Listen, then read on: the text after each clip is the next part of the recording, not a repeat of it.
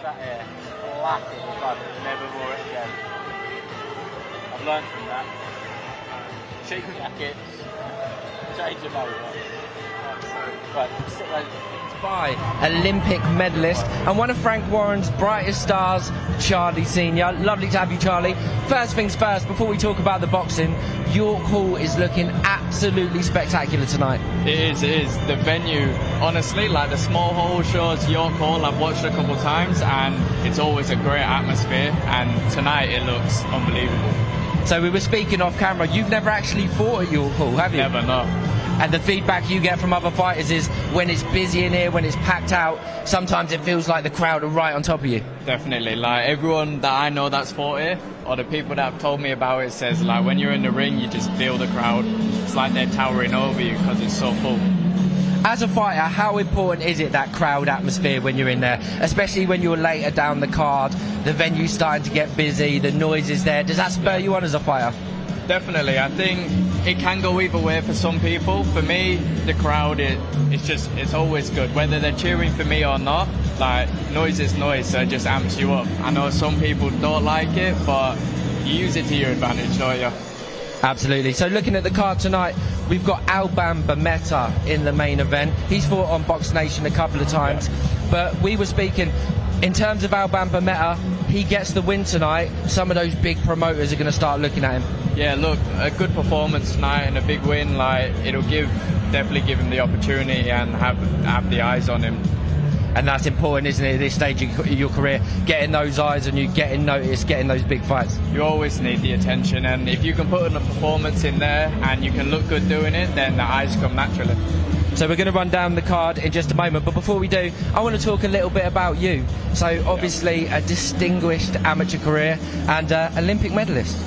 Yeah, so obviously I boxed for Australia. I was moved by my parents with my family when I was young, so I did my whole amateur career out in Australia. I competed at the Commonwealth Games, and then in the year before now, 2024, I won a bronze medal in Paris. Amazing. And just going to the accent quickly before we carry on, I've seen a few people say to you, doesn't sound like an Australian accent. No, so I was born in Bradford, and my mum and my dad, like my family, sound like this. And when I moved to Australia, I went to an Australian school, but a lot of my friends and a lot of people there were all from up north, Manchester, Bradford, Sheffield, so it's kind of stuck. And that Olympic experience must have been phenomenal. Unbelievable. Like, the Olympics is the pinnacle of sport, and I would love to do it again. It's always like, you always want to one better yourself, but that's what I've done. I can go away with the memories, and now pro boxing's for me. And walking away with that medal must have meant the world. It was. It's bittersweet, you know, because you lose, but you've won to the point of receiving a medal and winning that medal.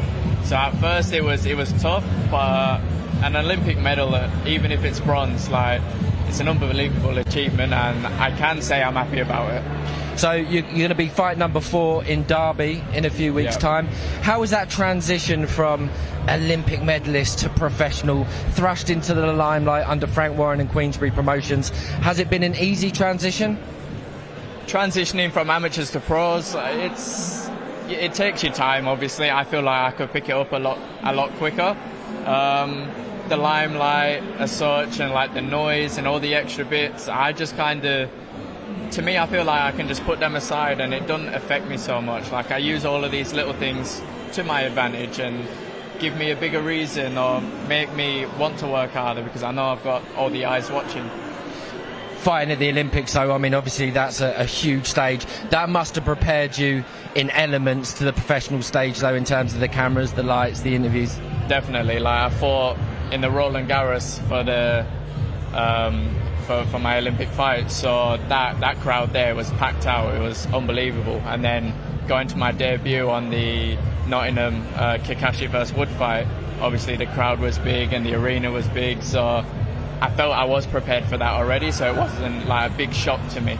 How was that experience in Nottingham? Because, like you say, huge crowd in there for that one. It was great. The fight itself, like, I felt like I had a great performance, and just walking out and getting to experience, obviously, your one time that you get your pro debut. So it was an unbelievable time. I enjoyed every bit of it, and I got to I got to fight on the same card as Sam Noakes with me, my teammate. So that was it made it that little bit easier as well. You're training with some big names, aren't you? Sam Noakes being one of them, but there's a few in there. Yeah, we got a good stable, don't we? So we got Sam Noakes, Sky, Lily, Henry Turner, Frank, Jimmy Dean. We got loads of boys in there now. So everyone's sharp, everyone trains hard, and they're all good. So it's nice to be in there with them all. Real top level fighters. What does that support network mean to you? How has that helped for your career?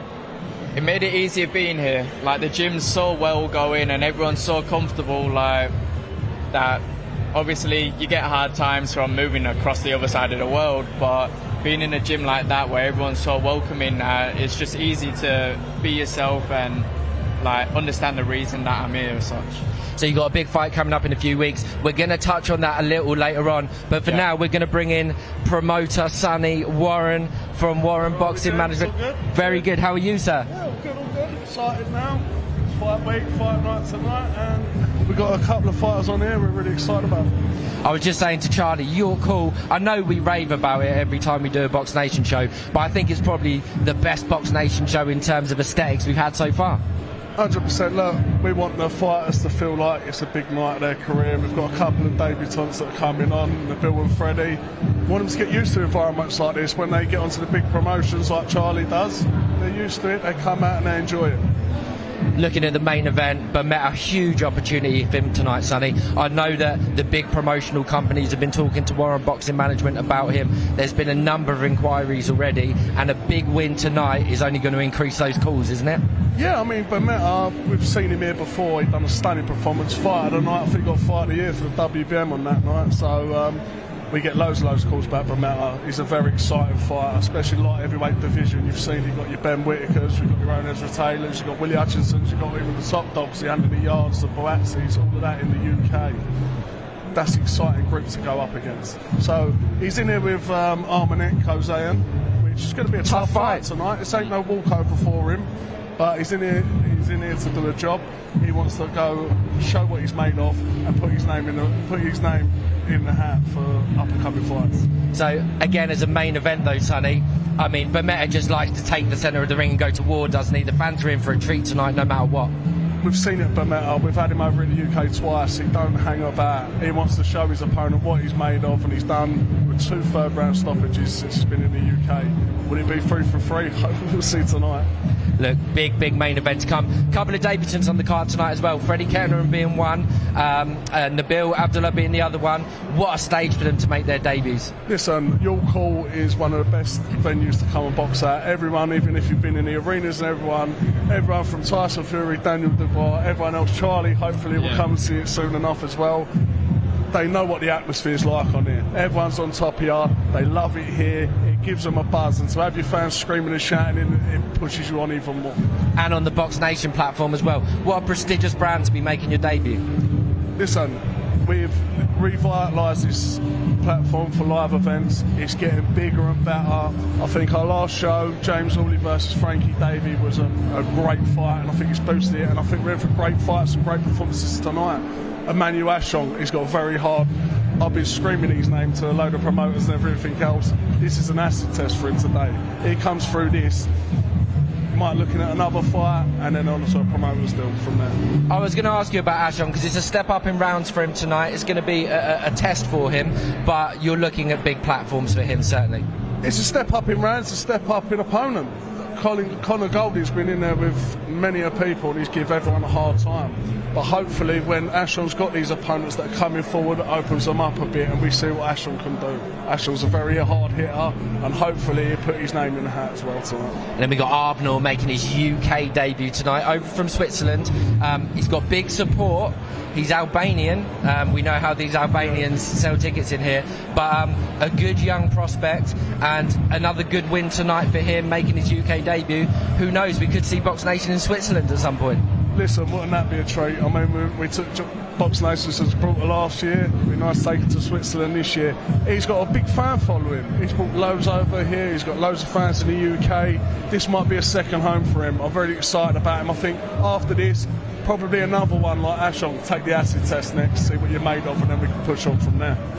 Listen, Sonny, a great card tonight. Also on the commentary team, we've got James Hawley sitting there, obviously the winner of our last Box Nation main event, winning the Commonwealth silver title. I hear the phone's been ringing quite a bit about James as well. Listen, there's fights there for James. He don't mind fighting between light heavyweight. As you see, we went through the stable of light heavyweight fighters. It's strong as anything. But there is some fights that will make sense for James, and hopefully we get him on a show, get him on a big platform, and just keep him where he's going, because I can see a British Championship on the horizon for him very soon. Listen, gentlemen, it's going to be a huge night of boxing tonight here at York Hall, and let's get it started right now, and we're going to throw to our MC, Mark Bertis.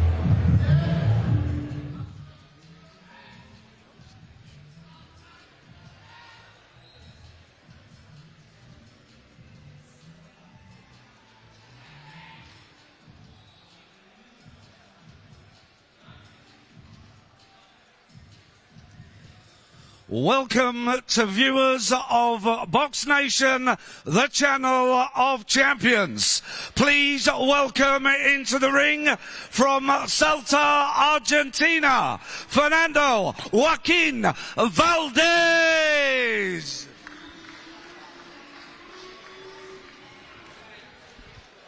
Well, a very good evening and a warm welcome to York Hall as Fernando Valdez makes his way to the centre of the York Hall ring here in East London, ready to fight in that away corner once again. He is one of those fighters who has gloves and gum shield and will travel.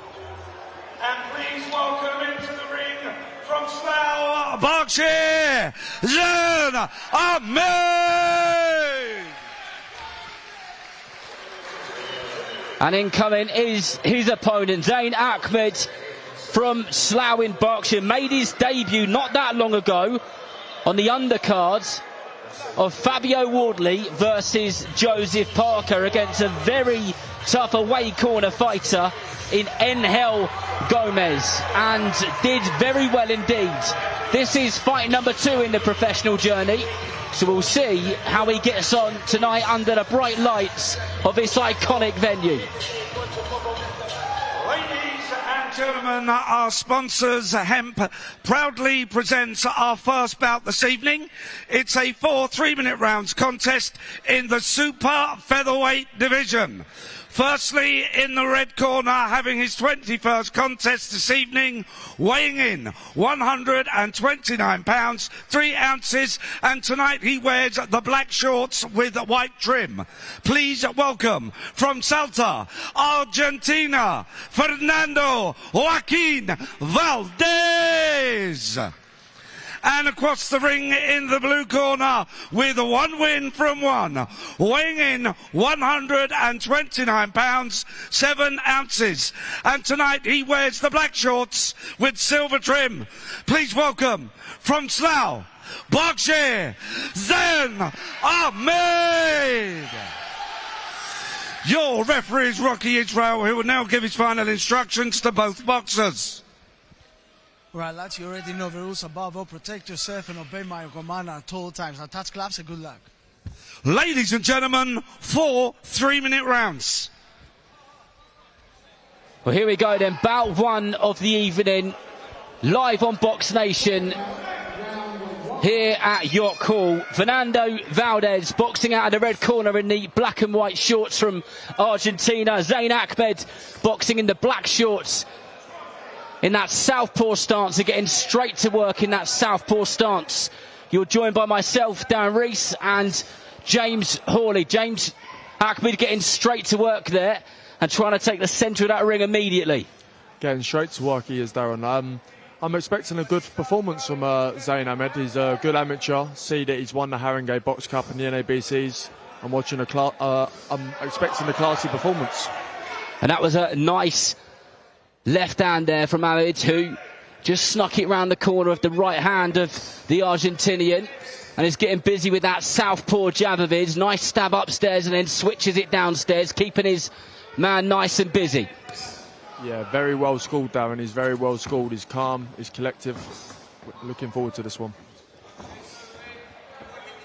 And Valdez just kind of lunges in there, and Ahmed just makes him miss and then makes him pay. That's what it's all about, isn't it? It's about capitalising on those defensive skills as Valdez just tries to kind of put his head into the centre of Ahmed's chest and just trying to dig those short shots in. And that was good work there from Ahmed with his feet, and then digs in another couple of body shots downstairs.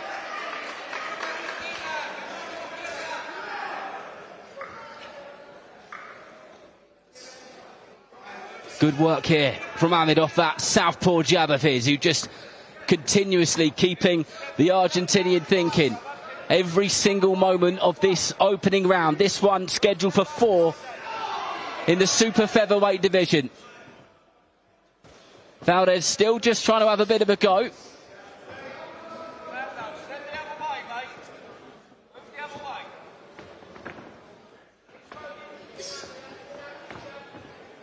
James Ahmed doing a good job of cutting the ring off, isn't he? He's not really giving him much space to kind of escape at this moment in time. He's doing a very good job of cutting the ring off. He's being patient.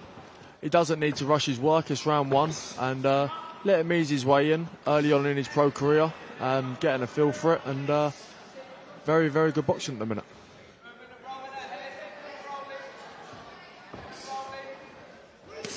Lovely body shot downstairs from Ahmed, who just chucks that lead right hook of his under the left elbow of Valdez, and he felt that one because you could see him take a deep breath straight afterwards, and he's wincing a little bit as those shots come in.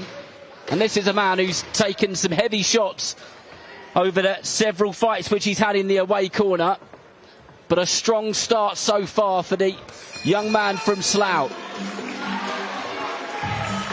So James, if you're in that corner, you're the trainer, what are you going to tell your young man?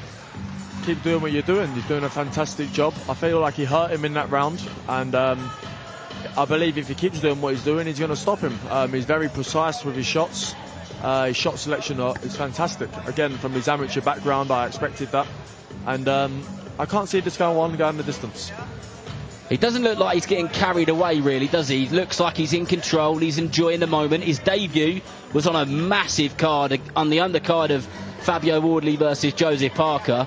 I mean, York Hall looks amazing tonight, but kind of it's a bit of a step back from being at the O2, isn't it? Yeah, 100%, but he looks like he's been here before. Like you said, he's been on a big card, he's used to the lights, and this is where we'll see the best of Zain, I think. Well, let's see what round 2 has to offer.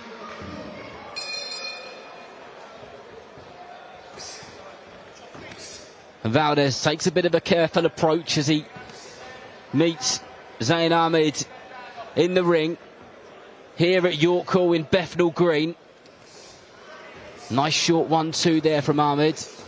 Just sneaks in an uppercut under the elbow as well. He's very precise, very accurate with his punches. He doesn't waste a lot, which is very, very good. It's a really good point. He's an efficient boxer, and he only seems to chuck those shots out when he feels like he can be accurate and be effective with the shots which he's throwing. And that straight left down which he throws from that southpaw stance to the body is working well, and there's a nice lead hook to the body which dug in there, and you could just see Valdez take a deep breath afterwards, and I think you're going to find him on his feet here.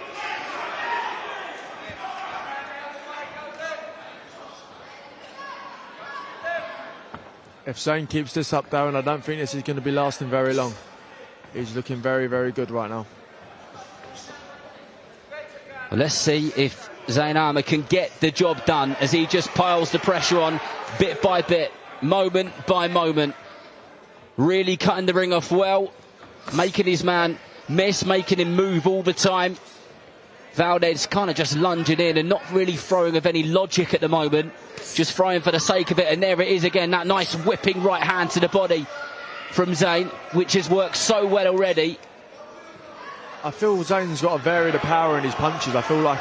Lovely straight left hand there. Sorry, James, that was a really good left hand which followed the other one, and he's catching him left, right and centre at the moment, and you said this fight may not go the distance, and as things stand, it looks like we may be on the way to Valdez finding himself on the canvas, but he's a man who knows his way around that ring, and he's a man who knows every trick in the book, and they're tough cookies to get out of there.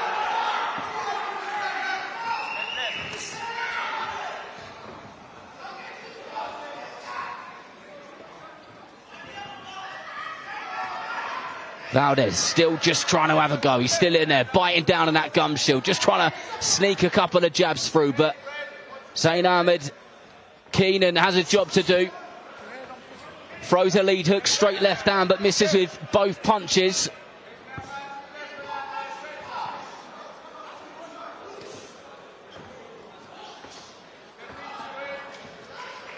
Ahmed not really giving Valdez a moment to think or breathe. Every single time that he thinks he's not coming, he changes up the rhythm and the pattern, and there goes that wicked straight left hand again, and another beautiful one to the body, and this is a good performance from Zain Ahmed, who again just shows his patience, shows his maturity, and he could have really have gone for that then, James, but he thought, do you know what, I'm going to approach this in a different way, didn't he? Yeah, no, definitely. Like I was saying in the round just gone, I feel like Zain needs to vary his power a little bit. He's putting a bit too much power into every punch. He knows he's got his man hurt. He knows he can get him out of there. But I feel like he needs to vary the power in his punches for sure, and he will get him out of there. Like I said at the start of the fight, I can't see this one going the distance. Well, so far, so good, and that amateur experience is shining through. And sometimes it takes a few fights in the pros to really start seeing that adaptation and the ability which a fighter has got. And it's clear that Zain Ahmed has got bags of ability, and he certainly does plenty well. But here we go, round number 3, penultimate round in this 4-round contest.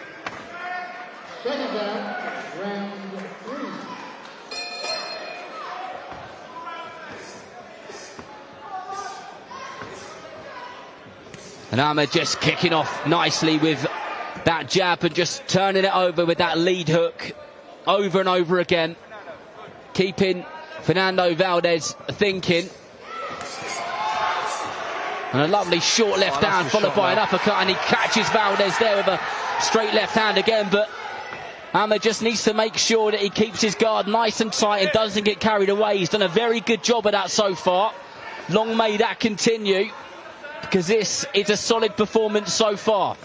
To be honest, this is incredible, Darren. He's 19 years old. You would have thought he was a 30-year-old man in there with 40-odd professional fights. He's very cool, calm and collective, like I said. Brilliant boxing. Lovely body shot there from Ahmed, who just chucks that lead right hook under the left elbow of the Argentinian.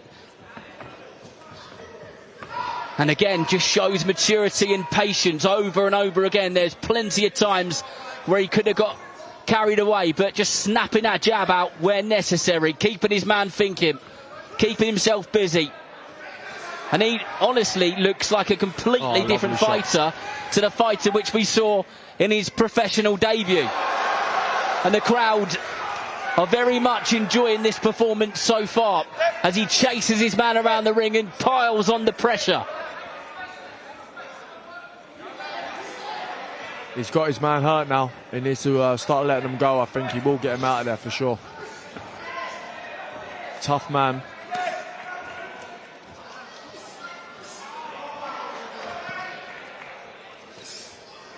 Valdez is a survivor. He's shown that over and over again. And he'll be doing everything possible to hear the final bell here this evening. He knows in his heart and in his mind that it's pretty unlikely he's going to win this fight. But he's going to bite down on that gum shield and go for it. But his head was just snapped back by an unforgiving straight left hand from Ahmed there.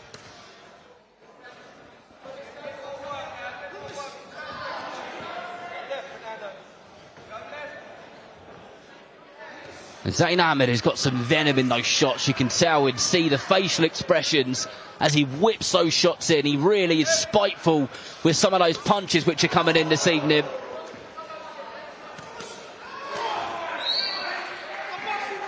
And that body shot, James, is working beautifully, isn't it? That lead southpaw stance hook to the body has landed over and over again. Oh, brilliant. To be honest with you, I'm sat here in shock how he hasn't got this man out of there. This man is one tough cookie.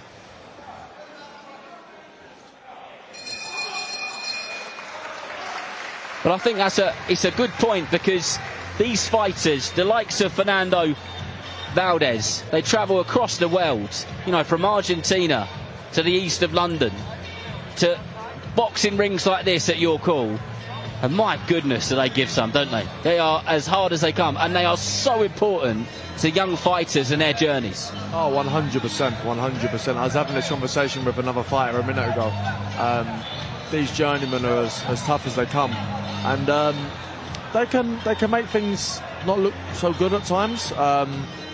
But this man, he's here to earn his money, and yeah, he's doing a great job. He is indeed 9 years senior than Zain Ahmed, and has boxed more than 20 times the pro rounds that Ahmed has, so the experience is most certainly in the Argentinian's corner. He is a gatekeeper.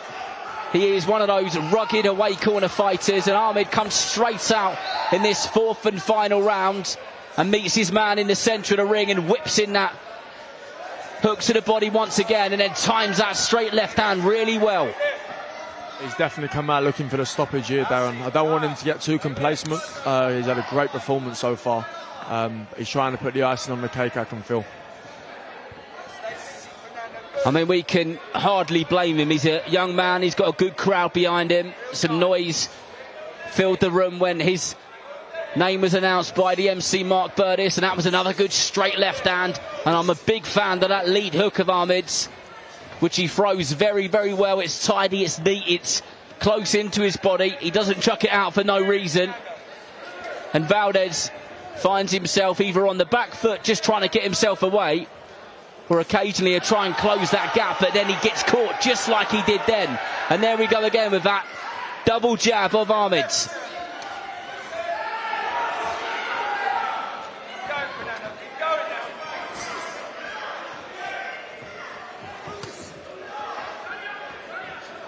Wicked left hook from Ahmed, who looks unbelievably focused as he just stalks his man around this ring here in York Hall. And there is that whipping hook again to the body.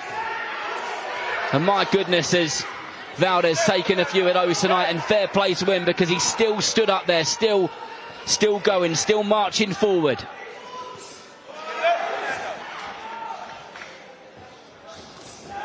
Cracking shot, cracking shot. Lovely boxing. Here we go. That was technically very good from Ahmed. Just slipped a jab from Valdez and then came back with his own counter. And Valdez, the Argentinian, is getting well and truly into this himself. The energy is pulsing through him, and he's up for it.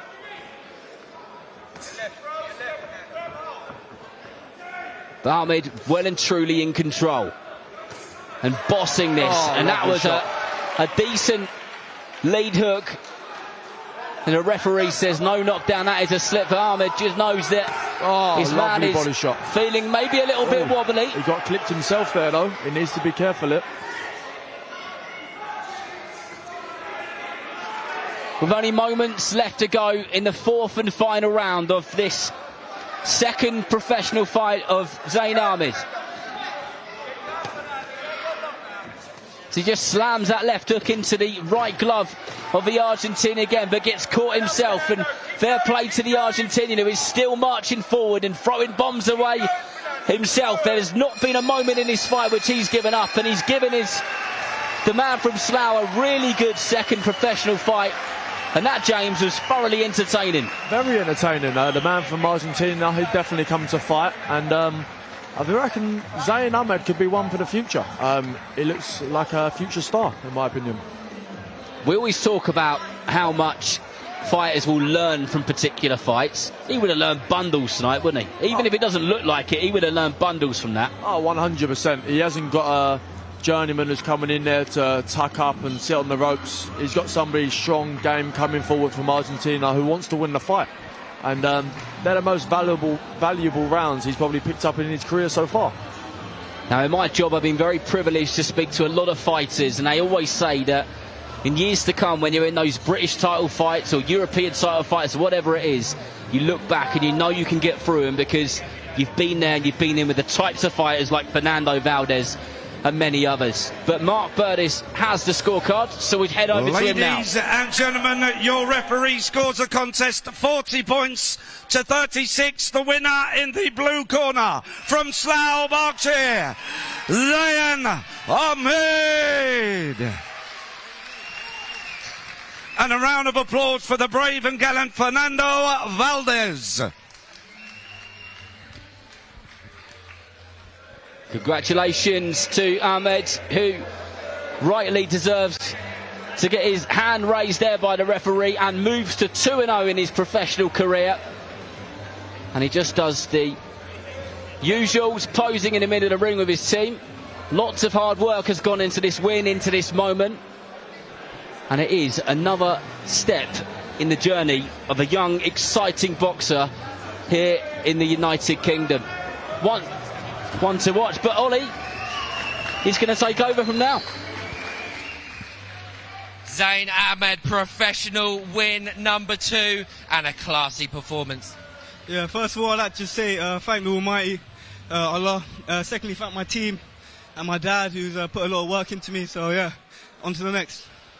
Tough opponent, but you picked your shots very, very well. Once you got your debut out of the way at the O2, did you feel a little more comfortable, a little bit of pressure off this time? Yeah, a lot more comfortable, you know what I mean? The O2 is huge. Hopefully I'll be back out there again this year, but the atmosphere here was crazy, so shout out to everyone who came down today. You got Hall of Fame promoter Frank Warren behind you. Who do you want him to get next? Just as many fights as possible. I'll leave it down to Frank and Sam. Yeah, I'll fight anyone, to be honest. Zain Ahmed, congratulations, professional win number 2 here live on Box Nation.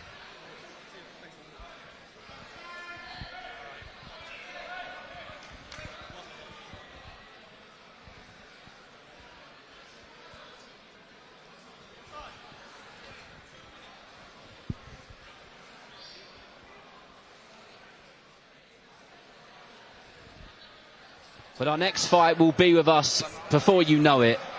And I know people bang on about your call. James, you've fought here, haven't you? I think I've fought here about 7 times now. Have you 7 times? You got your own seat or anything? You know, like when you go to a football stadium and the fans got their own seat, have you got your own little place there? I know one thing, after my last fight, I'm keeping that same changer in my head. Otherwise, I refuse to fight her again. It's a place of authenticity, shall we say. It's a fantastic venue for that. I actually made a documentary about this place for Boxing News years and years and years ago. It was an audio documentary, and I'll let you into a little story if I've got enough time to tell it. So this used to be a swimming pool, so it used to be for hygienic purposes, you know, 100 years ago, and then they started to put boards over the swimming pool in York Hall, and then they would put a boxing ring on the boards, and that's how York Hall basically became like a legendary venue for boxing, and that's how it became an iconic boxing venue. However, one day, the boards that covered the pool broke, and the boxing ring ended up in the pool. You're lucky you don't live in the 1920s, James. That's an incredible story, that is. Imagine you was in the ring boxing at that moment. Unbelievable. But I'm not just joined by James Hawley now, I'm joined by Olympic bronze medalist Charlie Senior. Charlie, good to see you. Is this your first time here as an Australian? It's not my first time in York Hall. I have come a couple of times to watch, but I can't say I've ever fought here myself. Not your first time, but yeah, I mean, it's a wonderful place. I remember speaking to Frank Warren about it, and he gave me a brilliant description, did your promoter. He said, it's like a bubbling cauldron, and it's like a bear pit. He said, when you're like in the centre of that ring, it's like the punters up there on the balcony. It's like they can lean over and kind of like put their hands on you. Do you think that kind of adds a little bit of, I don't know, something different to what you get elsewhere when you box? I definitely think so. Like I was saying to Ollie up there not long ago, that it adds to the atmosphere, you know, having this ring in the centre, everyone being around, like it just builds that moment and the feeling for you. Yeah, no, it does. It's just one of those places, and everybody boxing here this evening will have a bit of a taste of that. It's a truly great place, and we hope that it lives on for a very, very long time. And there are people who have boxed this so many times. I spoke to Dale Aerosmith earlier, one of the classic away corner fighters. I think he said this is like fight 30 for him here this evening. But I've just been told we're ready for our next fight, so over to Mark Burtis. Ladies and gentlemen, please welcome into the ring from Puebla, Mexico, Margarito Perez Amador.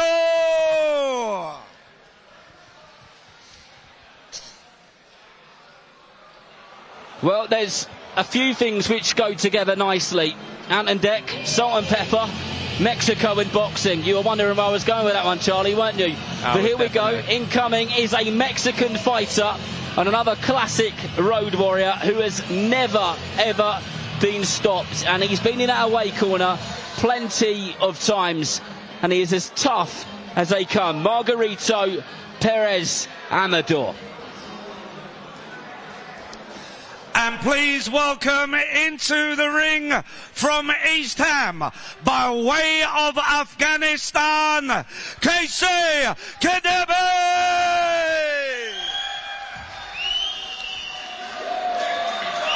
And my goodness, has this man got a story. Khademi from East London, but originally from Kabul, Afghanistan.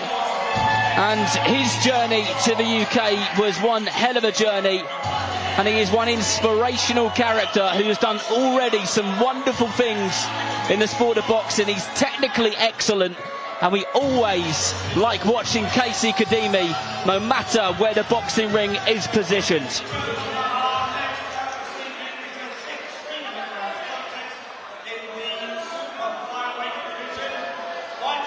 Of the red corner with 5 wins, 2 by way of knockout, 7 losses and 3 draws, weighing in 117 pounds 4 ounces, and tonight he wears the white shorts with red trim. Please welcome from Puebla, Mexico, Margarito Perez Amador. And moving across into the blue corner with a record of 13 wins, 4 by way of knockout, 3 losses and 2 draws, weighing in 117 pounds 1 ounce, and tonight he wears the black and gold shorts. Please welcome from East Ham, by way of Kabul, Afghanistan, Khademi.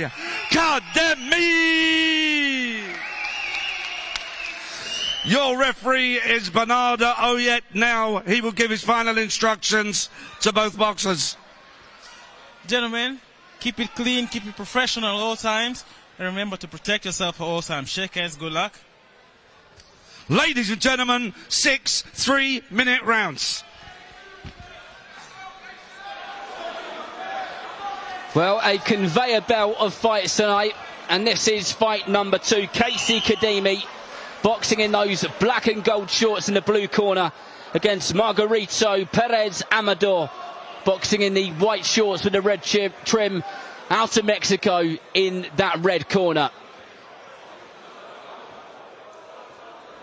The referee just making sure everyone is ready to go. Timekeeper ready. And this one's scheduled for 6 3-minute rounds in the super flyweight division. Khademi has already been up there and boxed at a very high level indeed. And he's a man who likes to keep himself active, technically very good. As he meets his man in the centre of the ring, just keeping that left arm nice and busy in the orthodox stance. And he'll feel his man out in this opening round, Charlie, because he's got that experience. And that was, yeah, say he was feeling him out. He landed a good chopping right hook over there, but that's what it is, keeping that lead hand busy over there. Southpaw lead hand is definitely the way to keep him guessing. It keeps them honest, as well as obviously not being able to get that jab off. Well, Khademi, an experienced professional, and it feels like he's been around a very long time as he piles the pressure on nice and early in this opening round against Margarito Amador of Mexico, who just fires a couple of wild shots from his left and right hands across the far side of the ring of our commentary position. But this is good work from Khademi, who throws 2 or 3 decent shots, finds some space and resets.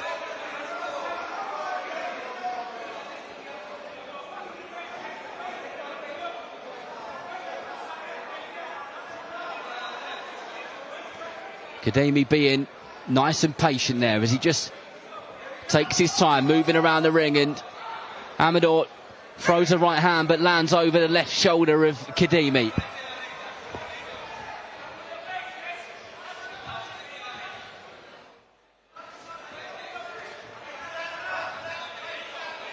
Amador just trying to take the centre of that ring there, trying to make Khademi come to him, but Casey having none of that.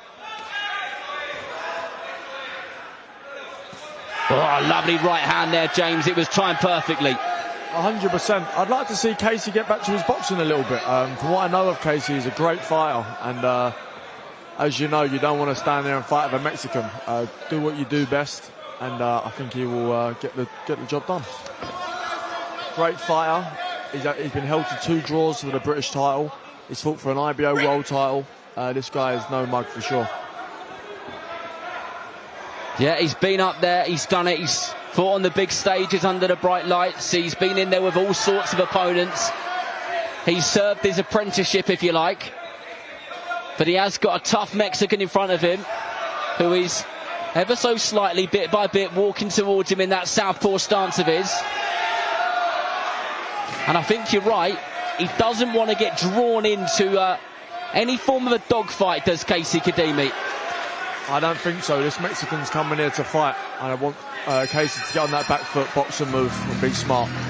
Charlie, what do you think the dangers are of Casey Khademi if he does get drawn into that fight and tries to appeal to the crowd rather than sticking to his boxing? I think looking at the way he started, he was very busy with his jab. Obviously, he had his lead hand probing out, and he looked good there. He looked distance. I think getting drawn in, they both landed some big shots early. And obviously getting drawn into a fight with a Mexican fighter is never what you want. So it could unsettle him, could unravel him, but if he gets back to his boxing, it looks like he's on point. Well, let's see how he comes out in this second round. When he was boxing beautifully, picking his shots nicely, kind of moving to the right places at the right time, and he wasn't necessarily getting carried away. But when you've got a crowd behind you, sometimes you can get drawn in, but time will tell. Here we go then.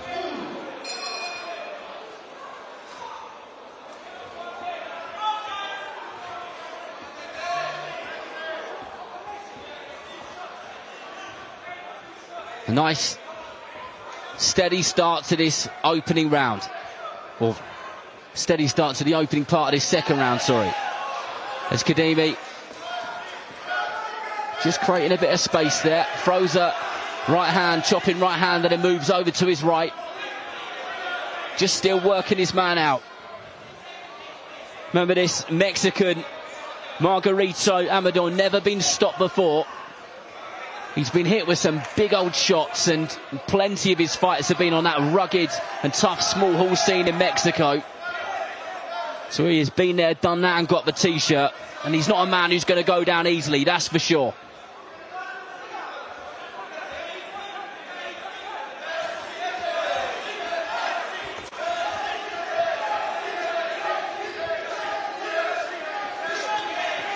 Nice work there from Khademi. Throws that straight right hand and gets out of there. But Perez Amador on that front foot continuously. Always piling on the pressure. Always making Khademi think. Nice there from the Mexican, who threw a lead hook to the body and followed it up with a left hook upstairs. Both of those shots connected and landed. They're not the sort of shots that Khademi wants to be taking part in. And he's finding himself on the ropes a fair bit at the moment, but comes back with some good shots of his own. When I wanted Casey Khademi back to his boxing, I didn't want him being negative on the ropes, but this is much better, letting his hands go. But before this, he was getting walked down by the Mexican, and I want to see exactly what he's doing now. Charlie, the Mexican is really piling on the pressure, isn't he? He's not giving Khademi a moment to really think about what he needs to do, and this is where that kind of experience and skill needs to start shining. It is. The Mexican's exactly where he wants to be. He's got his range, he's in the fight that he wants. Casey needs to start putting something out. He needs to moving on the back foot and stabbing to the body, or putting something there to keep him guessing, not letting him set and just let his hands go. Casey Khademi, a very talented fighter, but he is getting walked down at the moment and is getting pulled into probably the type of fight which he didn't want to get pulled into.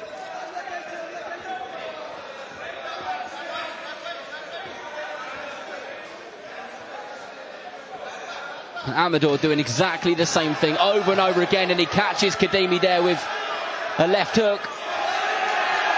And Khademi is showing all sorts of signs that he isn't frustrated, but sometimes that means the opposite, James. Yeah, for sure. I think he got frustrated towards the end of that round. He can see this fight slipping away.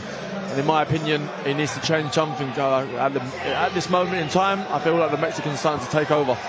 What does he need to change, Charlie? It's hard to say. I think being in there, it's harder than sitting out here. But for me, he needs to set on his feet a little bit. Still keep that backwards movement, but probing one out, sticking a stiff one to the body, one up top, not just floating on the back foot and then jumping in with someone. He's getting caught on the way in, and he's getting caught when he's waiting too long. Casey Khademi is a clever boxer when he needs to be and when he wants to be. And the thoughts from ringside are, that is what he needs to start doing. He's boxing clever. Not negatively, because I would say that the scorecards are probably fairly even at the moment. But let's see what he can produce in this round. Yeah, I agree. This needs to be a bit more positive, I think. Maybe a two-phase attack, go and go again, and catch this Mexican off guard. Brilliant, lovely shot. And that worked well for Khademi, that right hand, and then no time in between, and then followed a left hand, and then followed with another straight left hand, which worked well. And the crowd really starting just to get behind every shot which Khademi throws, whether it lands or it doesn't.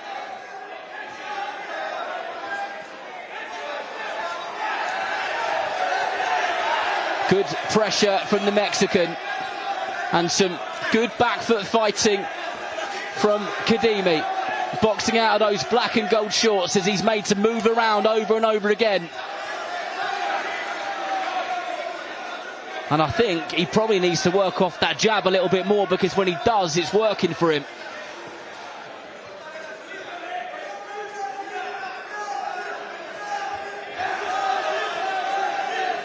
Khademi looks like he's ever so slightly just about getting back into the swing of things now, finding his rhythm again.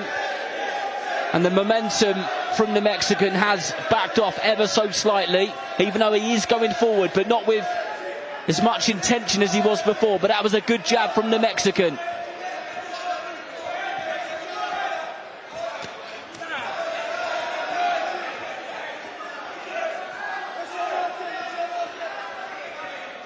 Yeah, I think this is where Casey needs to be, where he was in the middle, just popping one out and throwing one underneath, not standing too long in one spot and not getting caught on the ropes.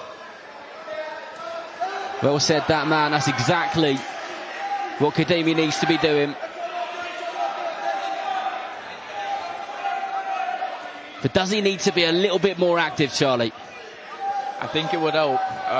Obviously, popping one, popping two is always good, but when you've got a pressure fighter on you as well, you need to stab one and follow up. Sometimes you can't just pop and move, because otherwise they're back on you. You need to make them stay away. And at the moment, Casey Khademi is not keeping Margarito Amador, the man from Mexico, away for any stretch of time at all.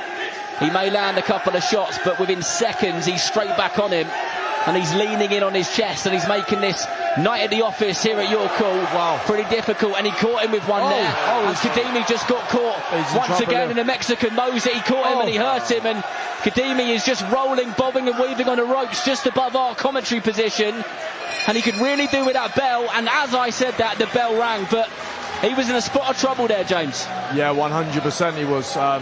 All of this jumping around, trying to be flash, putting his hands up in the air, got himself hurt there. Unnecessary showboating. He was, in my opinion, again losing the round, and he wasn't doing enough. Like you said, you touched on it.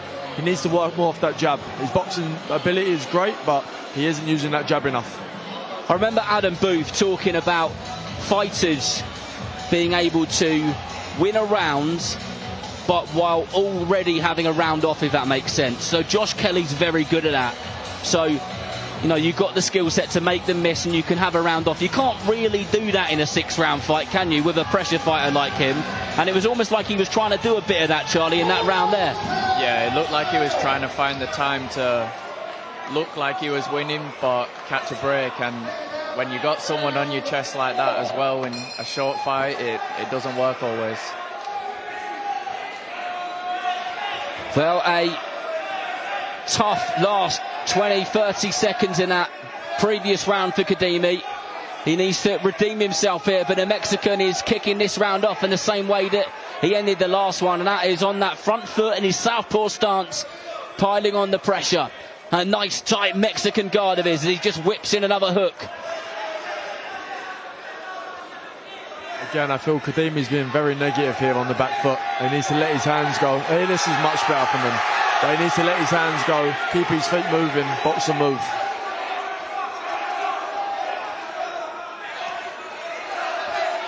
I think you're bang on, James, because kind of that style just isn't going to work with this type of pressure which the Mexican is sticking on him. And this is much better, getting those shots out there, but he's still giving Amador the opportunity to come back and fire his own shots off. Yeah, I'm not sure he's fully recovered. I feel he's still thinking a little bit unstable there.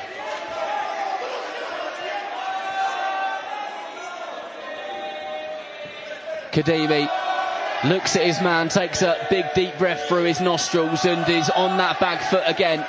Really needs to start getting those shots out there, firing back, because the Mexican Amador continuously on that front foot, piling on the pressure, making his man work, making him think, smothering him, and making it an unbelievably tough night at the office.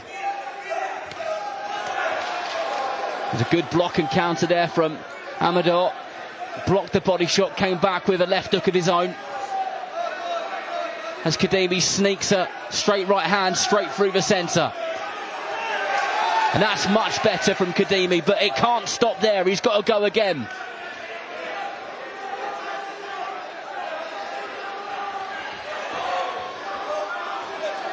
And Khademi complains that shot landed behind the back of the head, and the Mexican shakes his head and carries on doing exactly what he's been doing in the fight entirely, which is walking forward. The footwork and the movement from Khademi is very good, but we need to see some more punches. I believe he's down in this fight and he needs to do something to turn it around.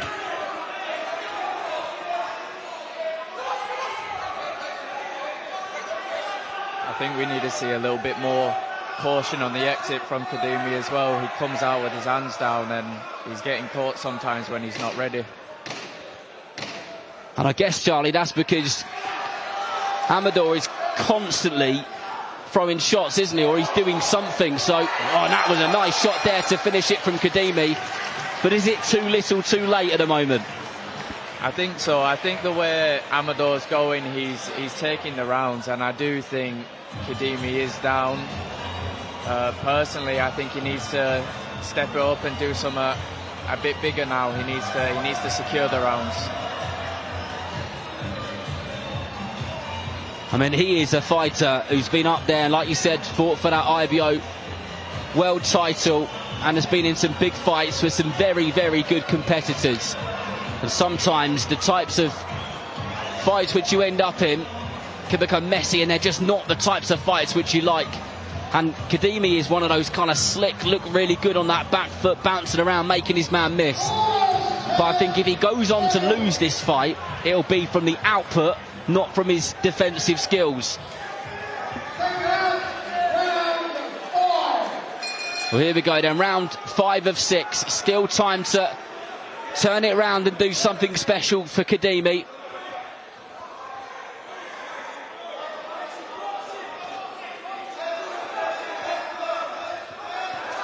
I agree with you, Darren. He's got time to turn this around, but he needs to stop neglecting his jab. For me, his jab is the punch that's going to win him this fight.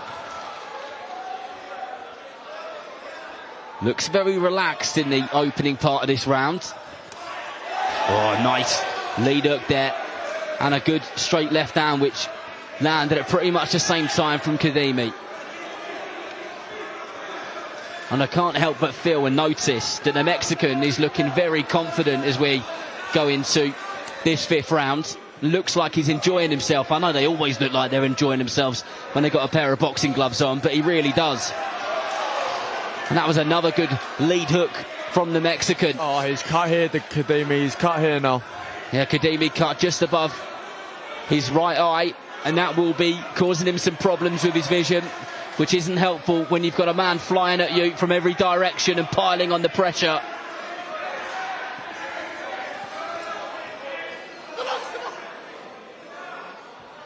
Yeah, I definitely think he needs to get back to that jab. It's keeping the distance and keeping the range for him, so he needs to keep that popping now.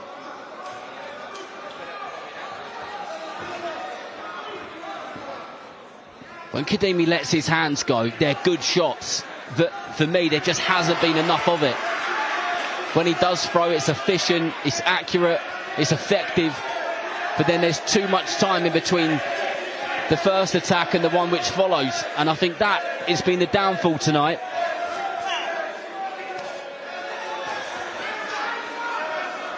Yeah, you're right, Darren. I think he's got some good shots and a good shot selection, but he's just looking for one big one and not putting them together when he needs to.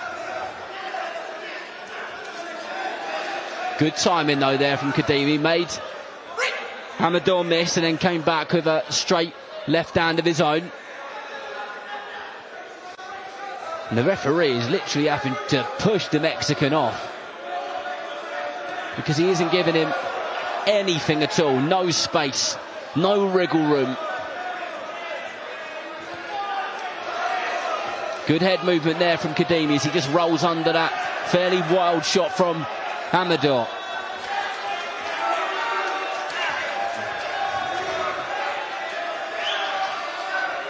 And what a fight we've had so far. This has been really good. A genuinely very good contest between the pair of them.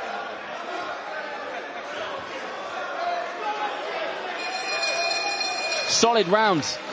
What do you make of that one, James? Again, I think it was a close round. I've got the Mexican winning the fight. For me, Casey Khademi's a boxer. The art of boxing is to hit and not get hit, but this last round he's got to go out there and show how big his heart is. What about you, Charlie? Yeah, I think I've got Amador up this fight. He's just piling on the pressure and he's landing the more effective, more constant punches. He's certainly been the more effective fighter, and it's just the pressure which has made him win this fight so far for us. I mean, we're obviously not scoring it, but it's been continuous, and he hasn't given Casey Khademi a moment in any of the rounds. With only one round to go, can he do anything special, James? I hope so for his sake. I hope so for his sake. But at this moment in time, the Mexican looks comfortable. He's stalking him down, pushing him pillar to post. He's got a long way back from here, I think. Well, 6th and final round is off.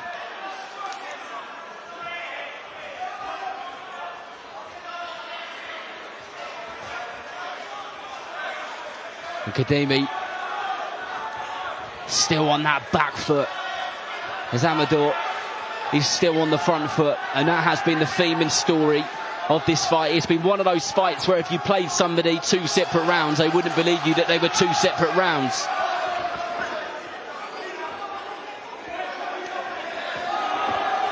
Good head movement there from Khademi, makes his man miss, but doesn't capitalise on the defensive skills.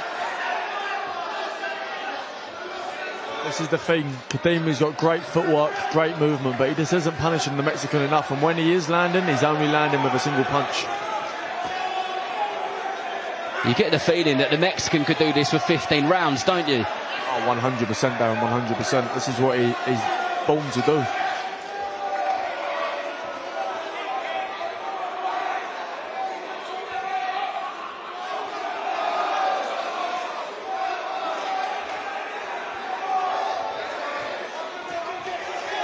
Amador over and over again, just walking forward as he's tied up by Khademi, having to follow him around the ring.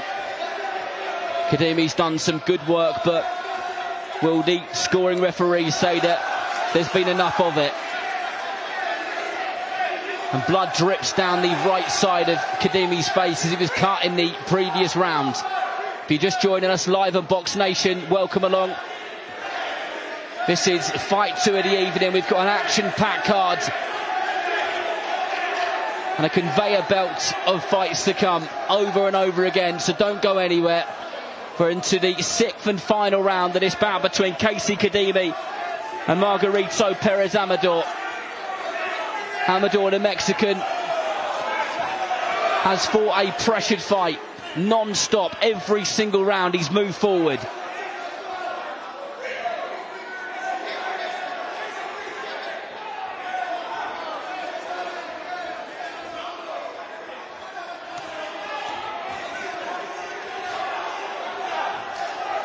Khademi trying to meet his man in the middle there, but the pressure and the barrage of punches and that kind of contest there in the middle was won by the Mexican, who again pushes his man onto the ropes once more as we hear the clapper for the last 10 seconds of this last round of this fight, which has been a good contest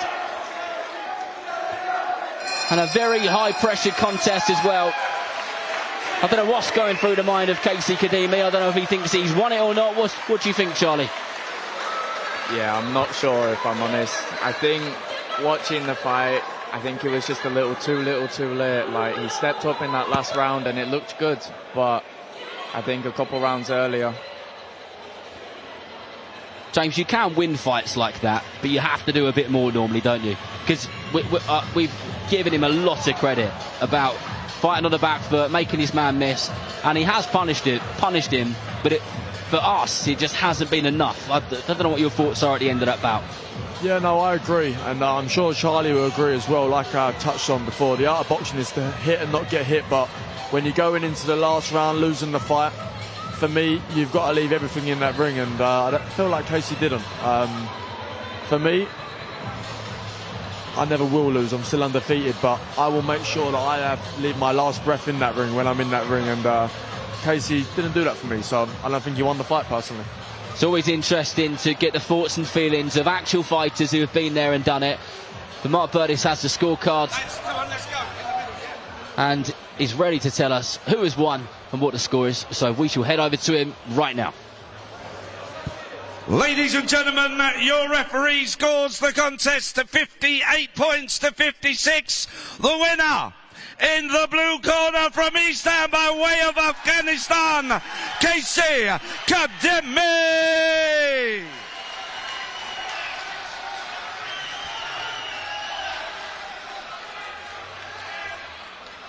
Well, Casey Khademi did end up getting his hand raised there.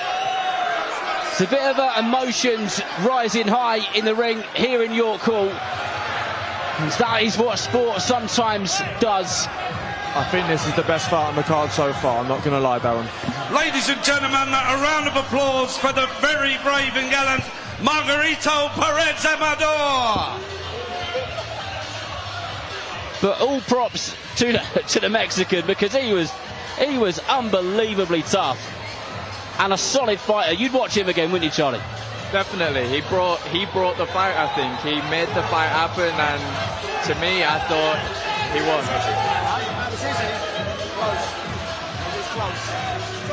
Well, York Hall always bringing the drama, always bringing the action. Well done to Casey Khademi.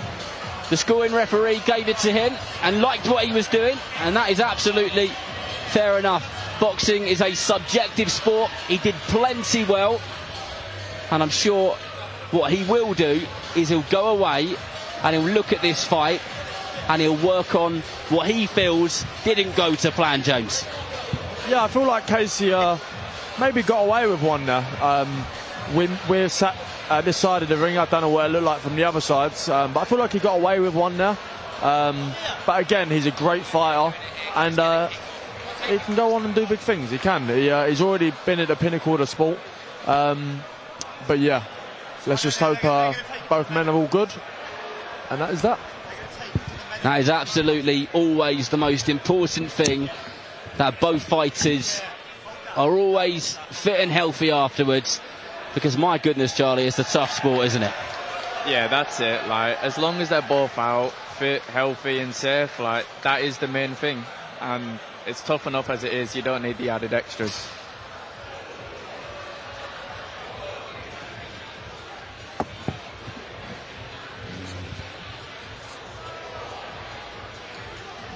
But that was bout number 2 of the evening. Still 7 fights to come here live on Box Nation.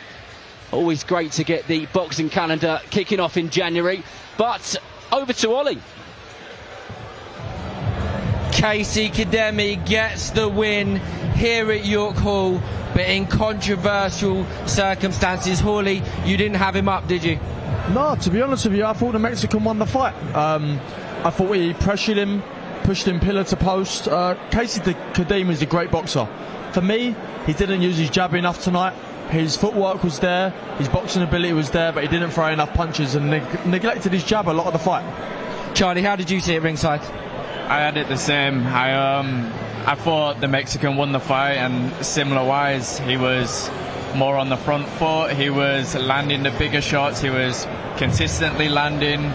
I think Khademi should have used his jab more and not set where the Mexican wanted him.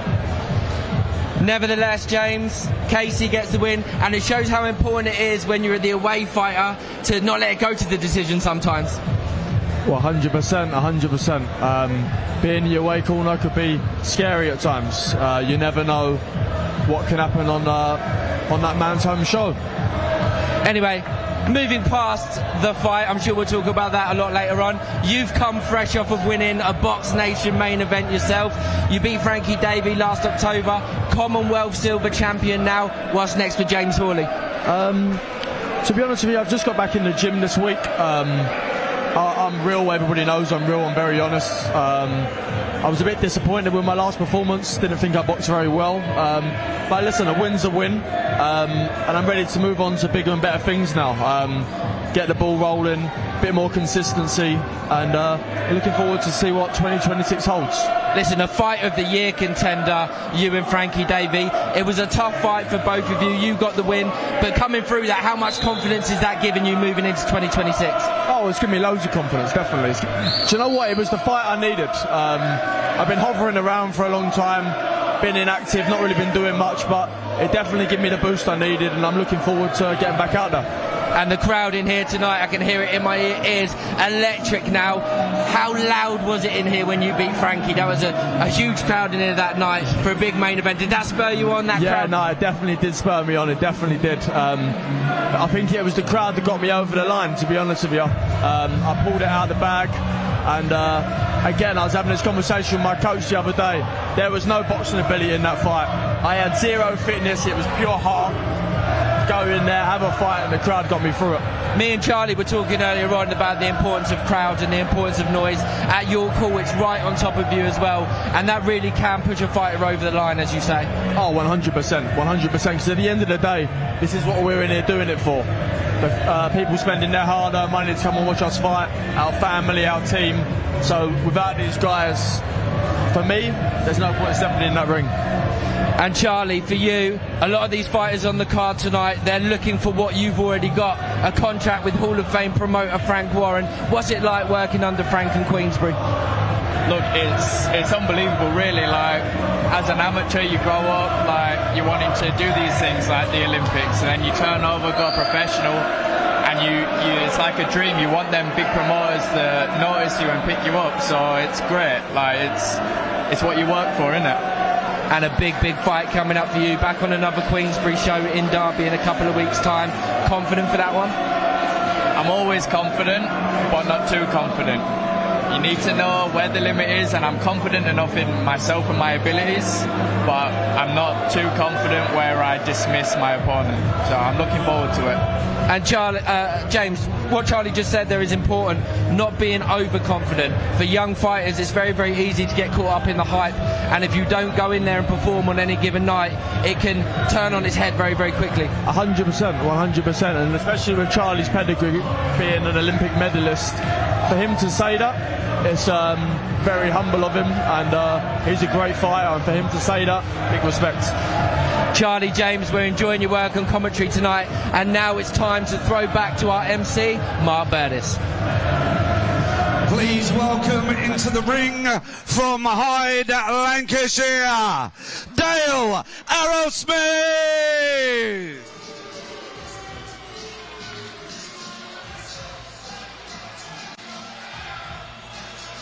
Dale Aerosmith, fight 158, one of the busiest and most active and most respected away corner fighters on the circuit, from a boxing family, and a man who knows that boxing ring more than most will ever do. And please welcome from Canterbury, Kent, Freddie Keringham.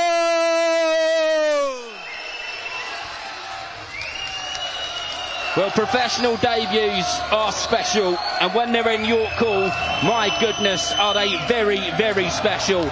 And here is a professional debut of Freddie Keringham, who is soaking it all in on the York Hall stage, and has brought some family and team members with him tonight, because when his name was announced, it went up a decibel or two. Also known as Freddie Ton, because he's got some weight behind those punches, and is a big part of the Herne Bay Football Club as well, and many of those will be here to support him this evening. Ladies and gentlemen, our next bout this evening is a 4 3-minute rounds contest in the middleweight division.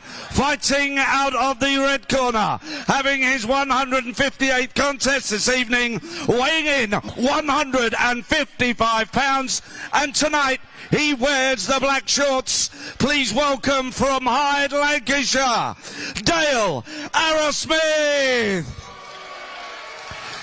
And moving across into the blue corner, making his professional debut this evening, weighing in 156 pounds, and tonight he wears the blue and white shorts. Please welcome from Canterbury, Kent, Freddie Keringham.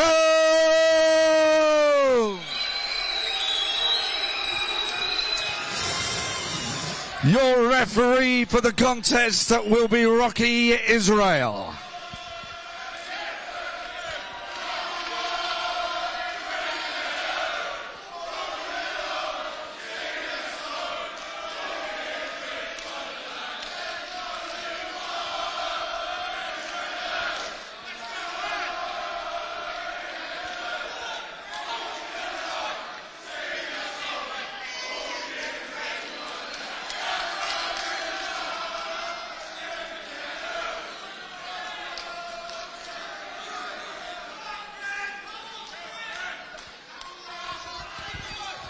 Rocky Israel will now give his final instructions.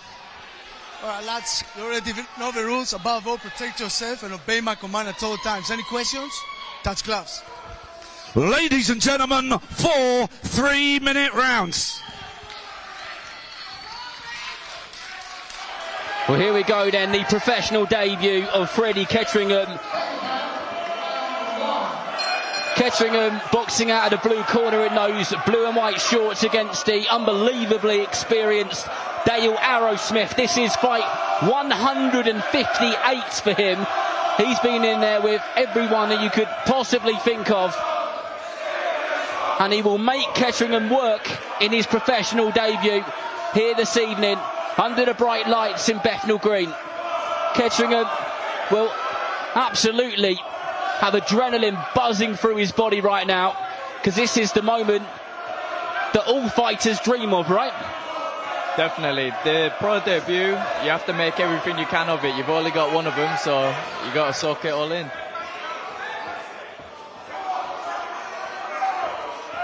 And Freddie Keringham just trying to feel Dale Aerosmith out, trying to get him to commit a little bit, maybe try and work out how hard he hits, doing all the usual bits and pieces.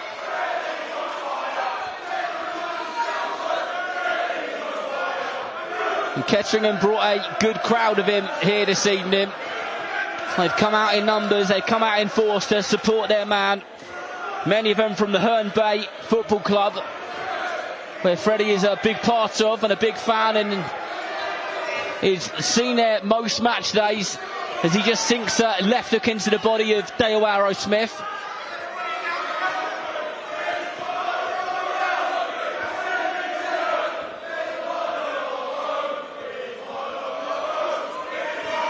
Aerosmith just soaking up pretty much everything which is coming at him at the moment.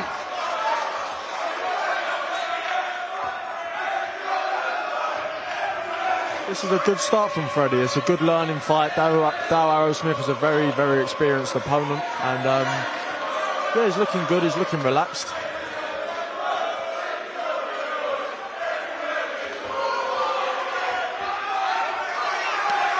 And Aerosmith just kind of points at his body and tries to urge Keringham to go for him there a little bit as he fires back a jab of his own, and Keringham comes back with a lead hook to the body of his own, almost taking his opponent's advice as we come to the last few moments of this opening round in the professional debut of Freddie Keringham.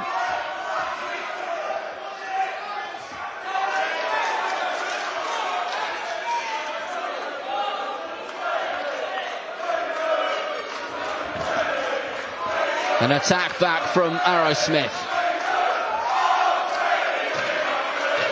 as the Keringham fans raise the volume bit by bit here in the hall.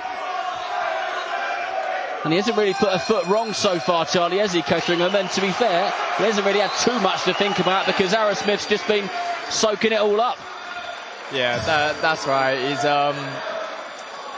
He's doing well. He's boxing clean. He's not overdoing it, but he's not leaving it too little. He's obviously it's his debut, so you need to enjoy it, but not let the moment get the better of you.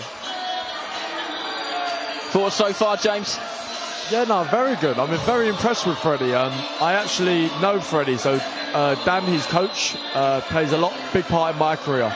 If it wasn't for Dan, I wouldn't still be boxing today. That's another story to get onto. But I walked into the gym about 6 weeks ago when Freddie was training for this fight, and he's a completely different fighter in this amount of time. So credit to him and a credit to Dan.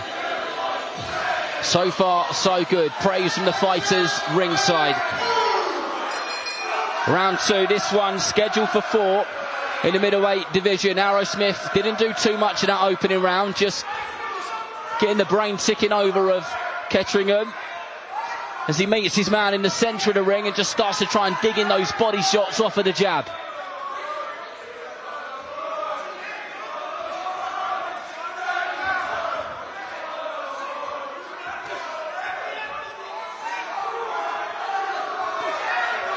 Nice right hook to the body there from Keringham, and one return from Aerosmith.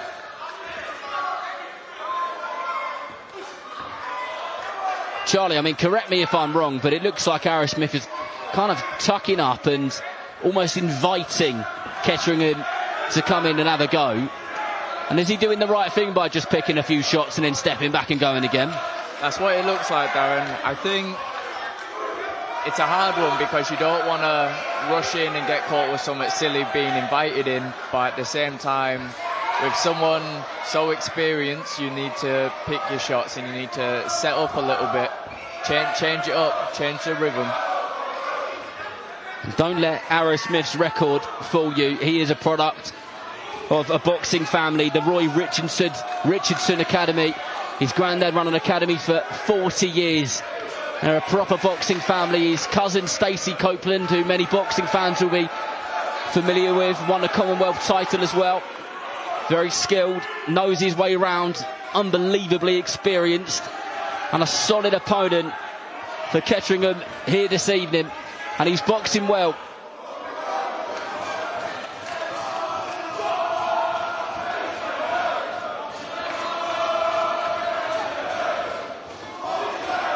Nice jab downstairs to the body from Keringham, followed it up with that right hook to the body. So he just moves around, doesn't get carried away. It's a mature performance so far.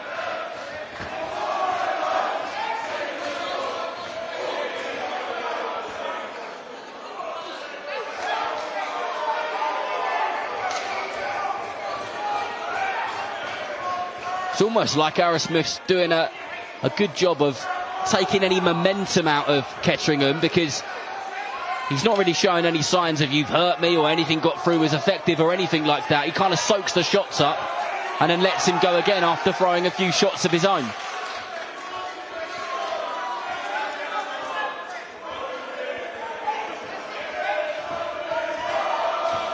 Yeah, like you said, he doesn't look like he's doing much scale, Aerosmith, but this is a great opportunity for Freddie to learn, to practice, and get some experience for the future.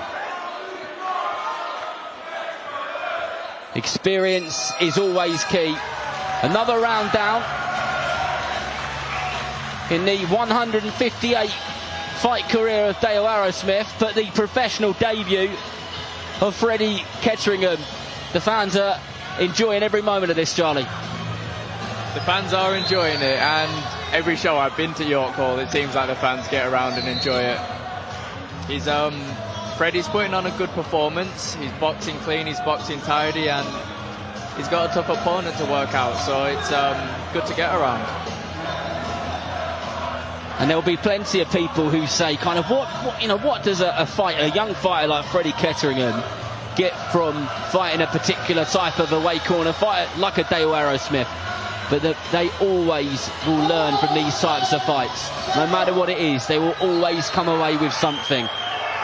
And these are the types of fights which build fighters and make them in what they could become if they put the work in and they stay disciplined. But here we go into the penultimate round, and Keringham straight into the centre and popping that jab out.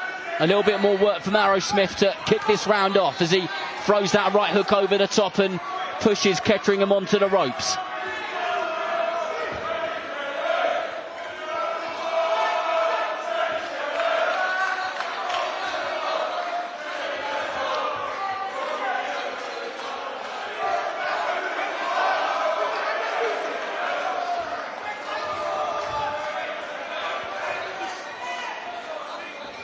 Good variation in levels there from Keringham as he just throws a jab and dips his legs ever so slightly. There comes the body shots.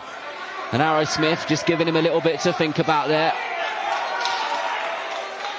It's given something like 50 fighters their debuts over the years. And here he comes charging at him a little bit now. And giving him even more to think about. But Keringham dealing with it well. I think where Aerosmith is coming forward now and throwing punches, this is where Freddie needs to switch on that little bit more and start throwing a bit more feints out, I think. Setting up a bit more now.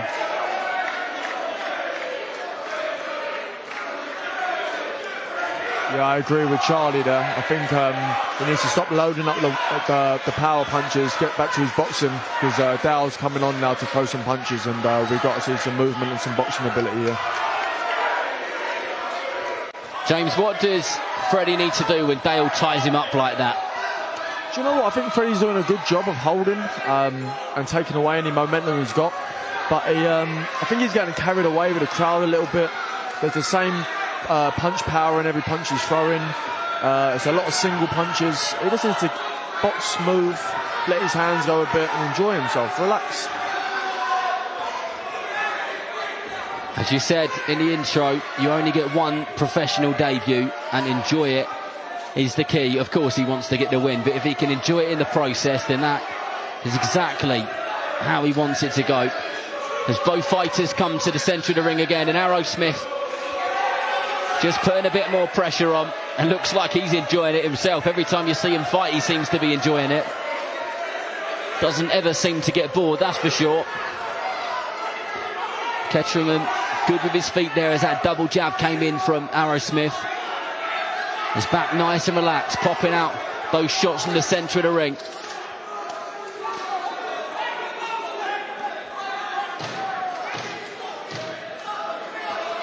The last few seconds then, in round 3 of 4.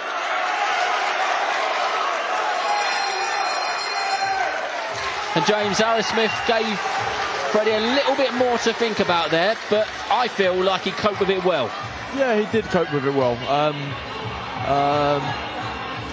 Yeah, he's done a very good job of coping with it. Dow looks comfortable in there. Dow's letting a few shots go. He's testing him now, so for me, Freddie's just got to stick to his boxing, do nothing stupid this round, and enjoy his win on his professional debut. How important is it that he enjoys it, Charlie? Well, you only get one of them down, so you have to enjoy it. And I know what boxing's like, and everyone wants to knock them out on their debut, but it's almost, if you box well and you enjoy that, it don't matter what happens as long as you win. As long as you win. Well, at the moment it looks like he's on his way to getting his hand raised as we go into the 4th and final round, and those who have come out to support him are up on their feet here at the York Hall in Bethnal Green. Keringham straight to the centre of that ring and looking nice and slick there as he feints in and out and throws that jab to the body.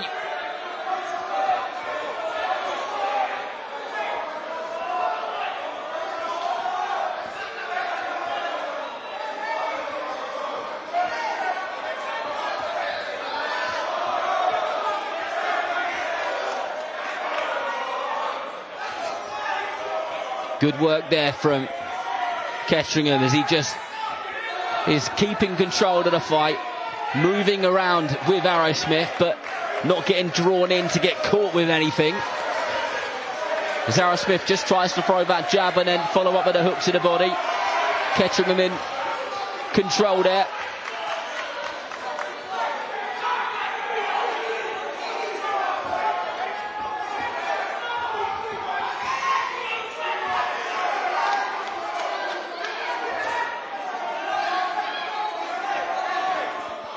And Aerosmith making Keringham think and work on the ropes as well.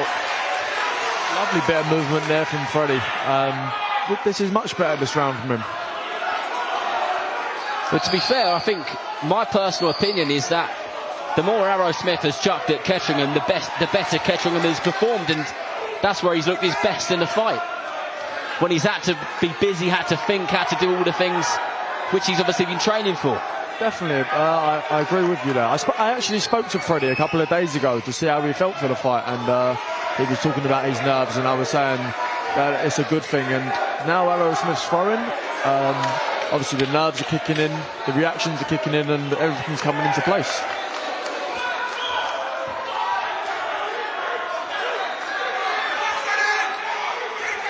With all those years of thinking about this pro debut, and it is very nearly all over, but it's been a good one so far, one that he'll remember. All of his friends and family and his fans that have come out this evening will also remember. As the two become tangled up again. Keringham nice and busy with that jab, as is Aerosmith, as he continues to kind of go in and grab hold of his man and keep him thinking.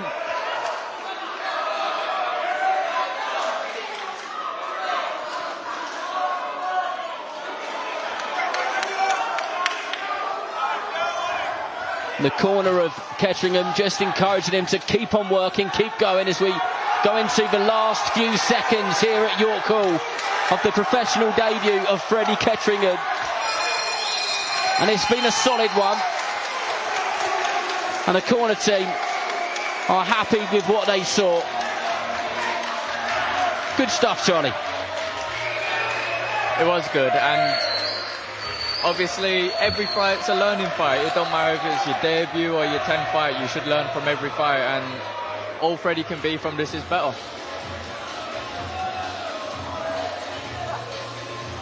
And Dale Aerosmith 158 fights, done and dusted. The sport would be very, very different without people like him and the many other journeyman and away corner fighters who keep this sort of boxing, the up-and-coming boxing, the grassroots boxing, alive and well, and we'll never ever forget that. And the fans of Keringham up on their feet as they catch the eye of their man in the ring, and he shows his respect to the people who have paid their hard-earned money to come out and watch it. But Mark Burtis has the scorecards, so we'll go over to him now. Ladies and gentlemen, your referee scores the contest 40 points to 37. The winner on his debut from Canterbury, Kent, Freddie Keringham.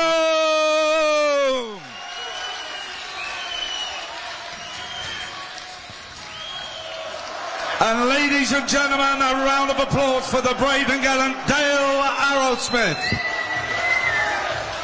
Well, of course, Freddie Keringham gets the win, and rightly so. A debut very well done. Well done, that man, young man.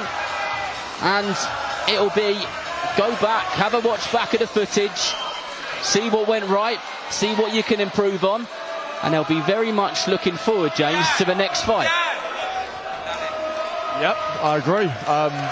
Like I said, he impressed me a lot. From where I see him 6 weeks ago, he's come on leaps and bounds. Dan's done a great job with Freddie, and Freddie's done a great job himself, being consistent for that period of time and listening to Dan. Now, I'm a little bit envious sometimes when I sit ringside commentating, watching debuts, watching you guys fight, because the adrenaline just looks like it's incredible. That ring walk, just being under those bright lights, being on iconic TV channels like Box Nation, and what a moment it is. And he now joins Ollie Bessel now. Freddie Keringham, professional debut, professional win. How are you feeling? Feel over the moon. Good. Feel brilliant. First time boxing in about 12 months. I feel good. What did you make of your opponent? Oh, he's strong, isn't he? Yeah, he's take a shot. Oh, he's good. He's strong. Made you think in there? Yeah. Need to get fitter. A lot fitter. Yeah. Dan, how proud are you of this, man? I'm over the moon for Freddie. Well done, Fred. You did it.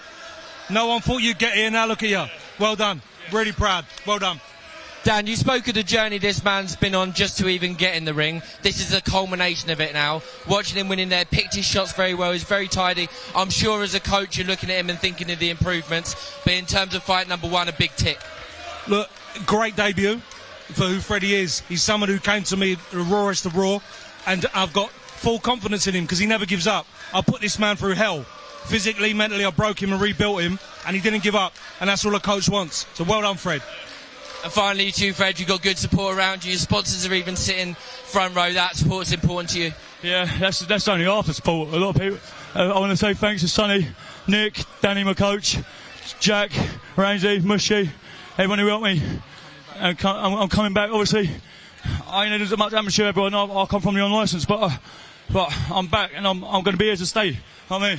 Before we let you go, just a very quick word with Sonny Warren. Professional debut for Freddie. Very, very good performance. Listen, it's a very good performance for a professional debut. Went in there, he got the rounds. A very, very durable Dale Aerosmith. But you can hear all his fans over here from Mount Bay, and I think you're going to hear them all year round. He's done excellent. Big thank you to Dan, his coach, and every part of his team. Well done. Freddie, congratulations. Professional win number one. Enjoy your evening.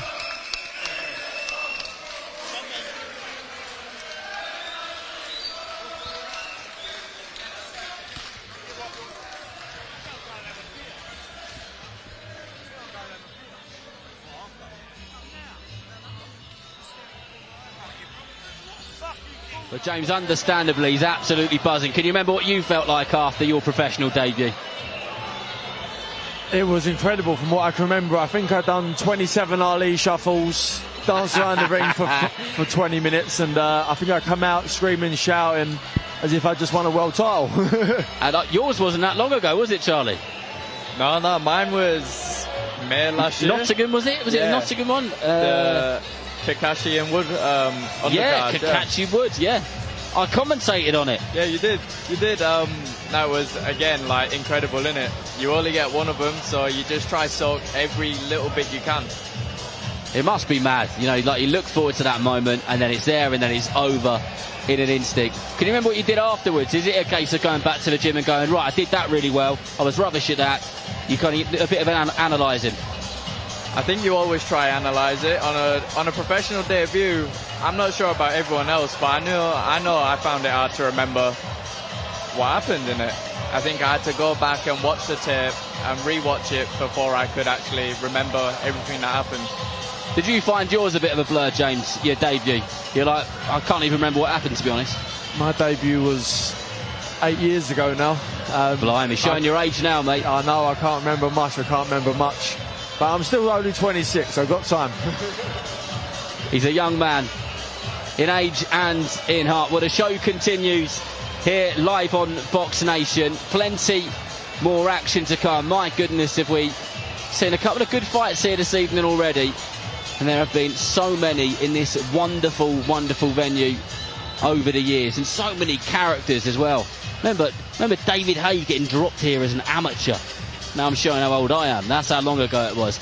And even the great Johnny Tapia boxed here. Like an iconic boxer like that, Johnny Tapia. Steve Bunt said to me, he'd never ever seen so many people in York Hall that night. But it is just kind of one of those places, isn't it? And with Johnny Tapia, so the story goes, and Frank Warren told me this personally, is he said, because Frank was his British promoter, and Frank said to him about kind of, you know, where would you like to box, or, you know, I'm paraphrasing here, and he said, I want to box in that York Hall. And he's like, you know about York Hall? He's like, yeah, I want to box there. That's incredible, isn't it? That's brilliant, that is brilliant. But there you go. That's what it's like. And more will get the experience in just a moment. But let's just briefly talk about how important, I guess, it is to box in a place like this before you go under the bright lights on the big arenas. James, you're on your way there now. You know, you said you've been here 8 times. Do you feel like this is getting you ready to be on those really big TV shows, on those massive undercards? Yeah. Sorry about that. Definitely.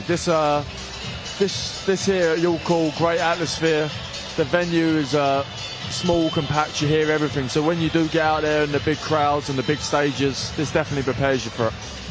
Good. Well, the next fight is somebody who will be walking into a professional boxing ring for the very first time. Nabil Abdullahi, who will be fighting the Stainforth Chuck Norris. I mean, what a nickname to start with. Jake Bray, another one of those classic away corner fighters, a real tough man. So he'll be making the same walk for the very first time, just like we saw with Freddie a moment ago, and we'll see how he gets on. Just waiting for everything to unfold backstage and everybody to be ready, and the action will continue.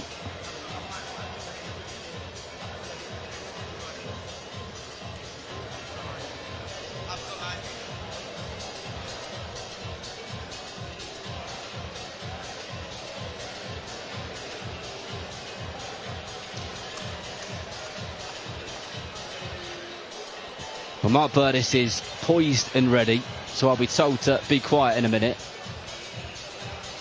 But do make sure you're subscribing live on Box Nation, and Mark Burtis is ready, so we'll chuck over to him now. Please welcome into the ring from Stainforth, Yorkshire, Jack Bray.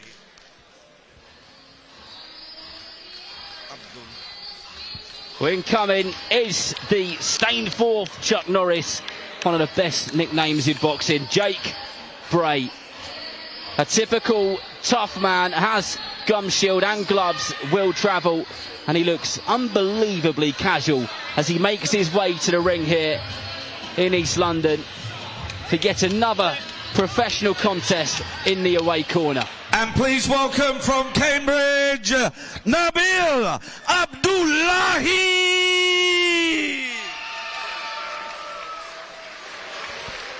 And it is professional debut time for Nabil Abdullahi as he just soaks it all in up on that stage.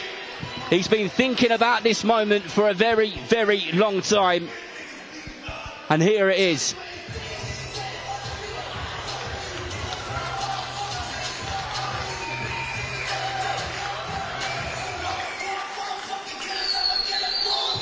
Ready to rumble is Nabil Abdullah for fight number 1 on his pro journey.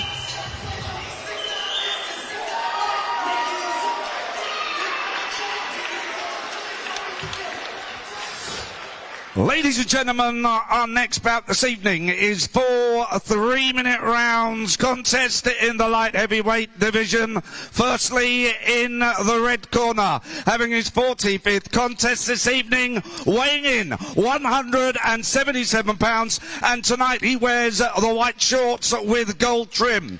Please welcome from Stainforth, Yorkshire, Jack Bray. And moving across the ring into the blue corner, making his professional debut this evening, also weighing in 177 pounds, and tonight he wears the white shorts with purple trim. Please welcome from Cambridge, Nabil Abdullah. Your referee is Bernard Oyet, now giving his final instructions. Gentlemen, keep it clean, keep it professional at all times, and protect yourself at all times. Shake hands, good luck. Ladies and gentlemen, 4 3-minute rounds. 4 3-minute rounds in the light heavyweight division. Fighting out of that red corner in the blue and white shorts is Jake Bray, aka the Stainforth Chuck Norris, fighting out of Yorkshire, and making his pro debut, Nabil Abdullahi, fighting in those white shorts with the purple trim in that southpaw stance, who looks in good condition and is getting off to a nice, steady, aggressive start with some decent shots landed already.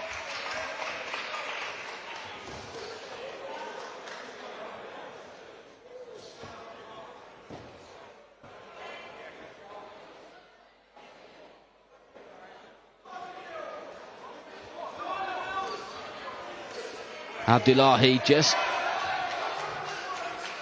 using that range nicely at the moment.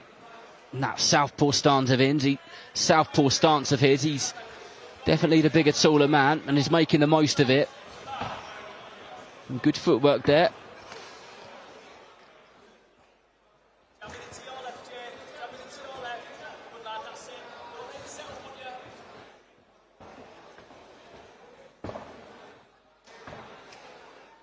Bray very much just on the back foot as things stand, getting a feel for the man making his professional debut, but he got hit with a fairly heavy shot there.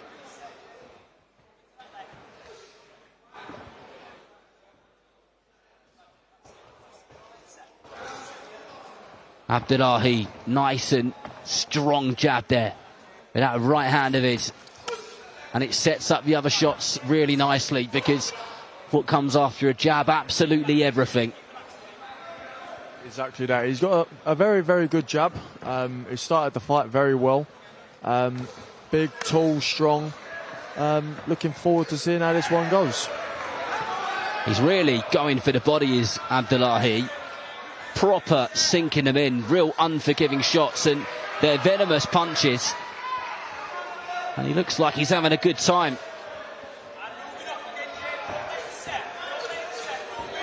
Corner team of Jake Bray just encouraging not to let Abdullahi set, because if he holds his feet for too long, Charlie, he's going to get it, isn't he? He is. Abdullahi started well with his jab, you know, and popping off them feints every now and then, keeping him guessing. So he definitely needs to stay ready and not let him set his feet, not let him get them jabs and feints off, because otherwise he's just going to unload with shots.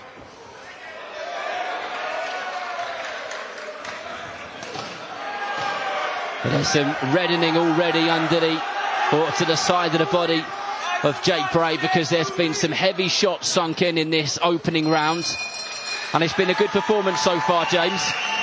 Yeah, very good performance. Very good performance. Good fighter. Not too sure about his amateur pedigree. Not sure what he done background side of things, but looks like a good fighter, good potential, strong, tall, good jab. Lots to come from him. Yeah, my understanding with Nabil Abdullahi is he had a mix of some amateur fights, some white collar fights, and was a bit of a late starter in boxing actually. So he looks like he's been around the block for quite some time because he does lots of the foundation stuff well, doesn't he, Charlie? Yeah, I think the way he started and watching him get going in that first round, he seems like he knows where he's at, and not many people, not many debutants use their feints and pop the jab. They like to rush in and get going, so he's boxed well from round one. Well, let's see if he can carry on the momentum, carry on the good work in round two. A reminder, this one's scheduled for 4. It is a debut in the light heavyweight division. Nabil Abdullahi straight on the front foot, throws that jab upstairs and then sinks in a straight left hand to the body. And I think if he's going to get Bray, it's going to be one of those body shots because they're the ones which are being effective at the moment.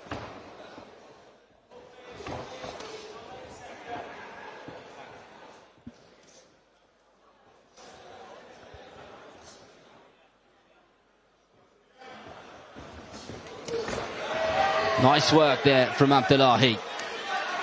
Bray made the attack, he adjusted with his feet and then punished him, which has been a bit of a theme tonight in terms of what's been wanted from the commentary table. And that's what he's produced there.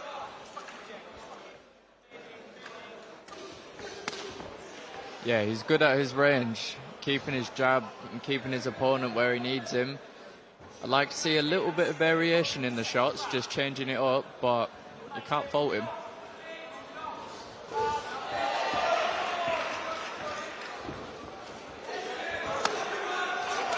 Brutal shots there from Abdullahi.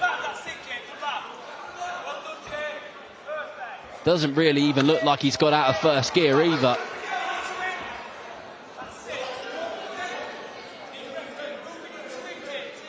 You're really starting to see the reddening around the ribcage now. These body shots are real sinking him. You bang on, James. He's going to be sore in the morning. That's for sure. Nice uppercut there from Abdullahi. Now you know why I lost some weight and come down to super middleweight. You said it.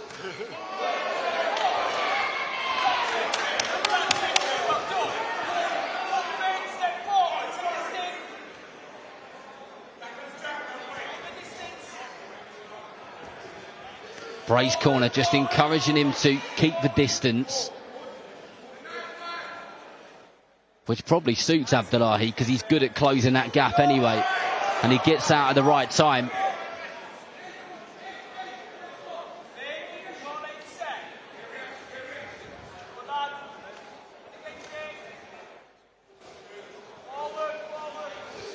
Good jabs there, a nice uppercut there from Abdullahi.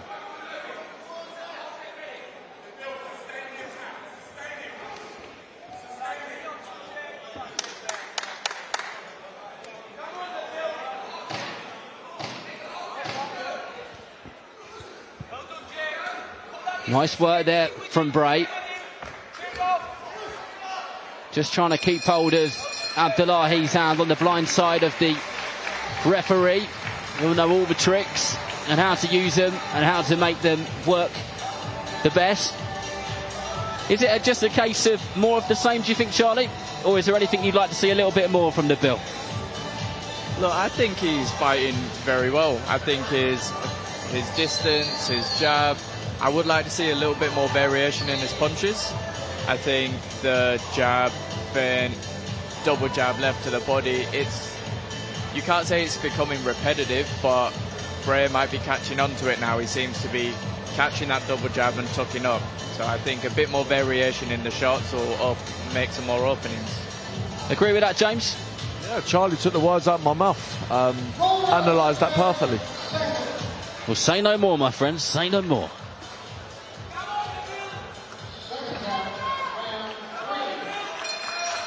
Round 3, scheduled for 4. Will we get all 4 rounds? I think we will, because Jake Bray is one seriously tough contender. He's taken some punishment already, but at no point does he look like he really was going to be going anywhere.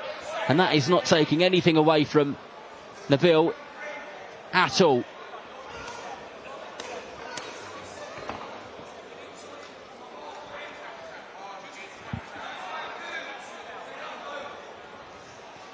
Abdullahi constantly busy with that leader hand of his. Even if it's not throwing punches, it's moving, it's keeping his man thinking.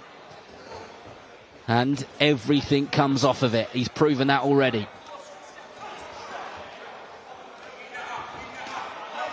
Nice angle change there from Abdullahi. Oh, I tell you what, that right hand to the body went with a thud. And he's really starting to enjoy himself now. And Bray is finding himself on the back foot. Now this is what we're talking about enjoying your debut. This is perfect.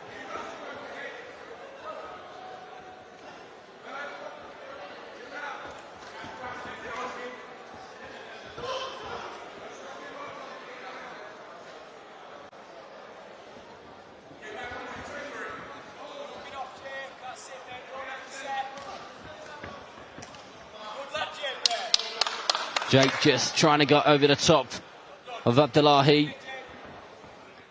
Good defensive work there from Nabil. Just varying up the shots in terms of speed and tempo.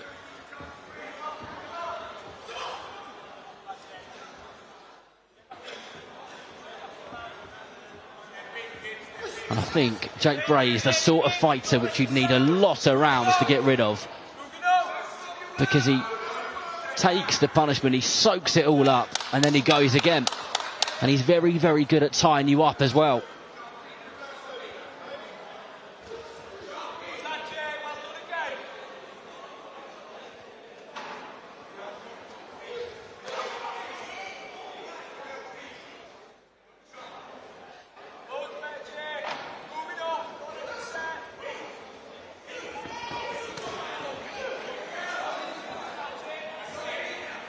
Abdullahi carrying on with the aggressive work, moving forward.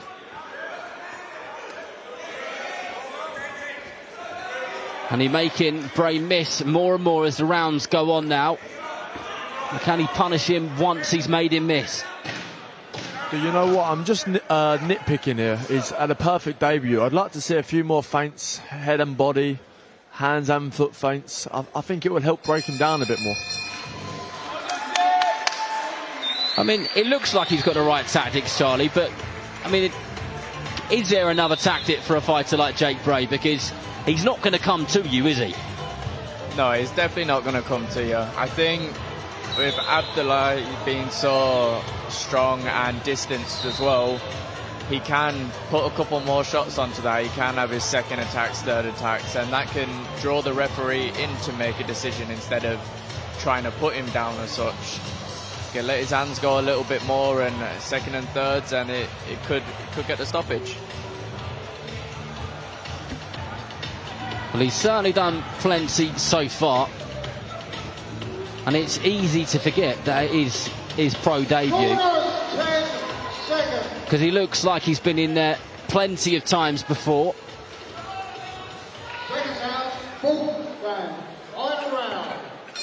Here we go then, fourth and final round, the last one of this contest to go.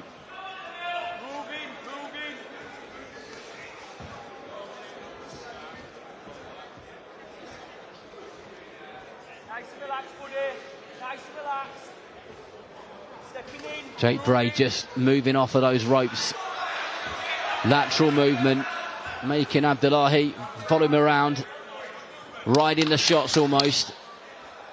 Not really anything coming back, but certainly giving Abdullahi a little bit to think about, which is good.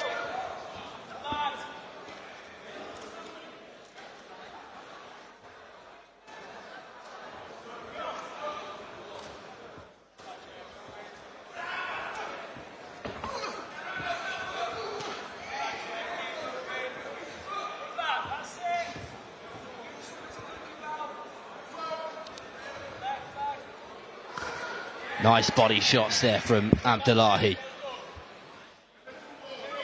Dipped his legs and wound them in there. Just nitpicking, this is where he could add the second and third attacks as well. Another phase on the end of it where he's stuck on the ropes or sat in the corner. And that stuff will come, won't it? Definitely. Like, it's his pro debut at the end of the day, and he's doing everything we were talking about. He's enjoying it. He's getting his shots off. He's looking good doing it. So, just at the end of the day, you get better with each fight, and he can only get better from his debut.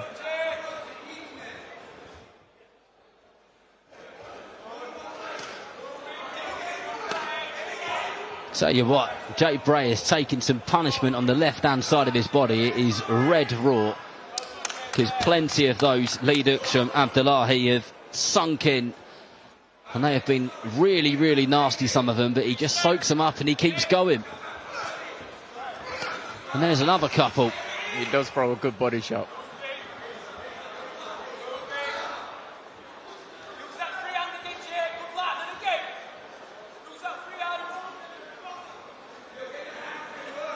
Bray just tying up Abdullahi. The corner encouraging him to use his free hand to just work away and keep the referee occupied.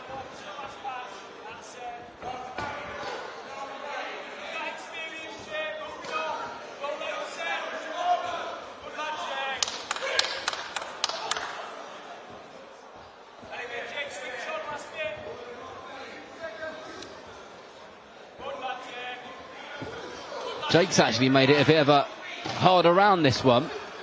I'm not quite sure what he's done a bit more of, but he's worked a lot more in this round, that's for sure. But there we go. 4 rounds done and dusted. Abdullahi surely has his hand raised. Did lots well. Plenty to learn from. But another good debut.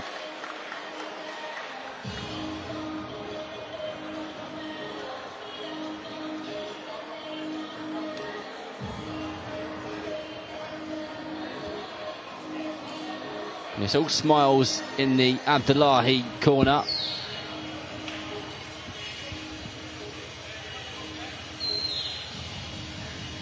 He'll be very much looking forward to getting his hand raised and moving on to the next one. But Mark Valdez just trying to get the pair of them together so he can tell us exactly what the scores are. So we shall hand over to him now.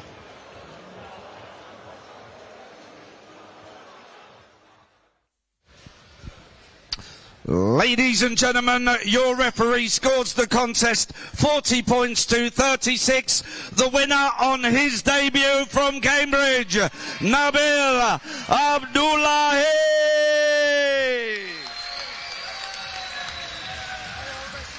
And a round of applause for the brave and gallant Jake Bray.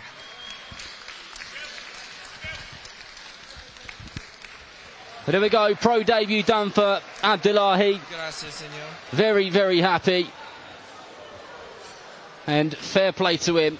He's certainly one to watch when you see his name on the undercards of fights going forward, on the cards in general.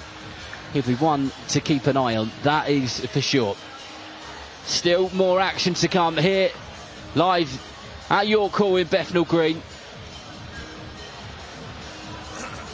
So do not go anywhere at all. Right, we're going back to Ollie.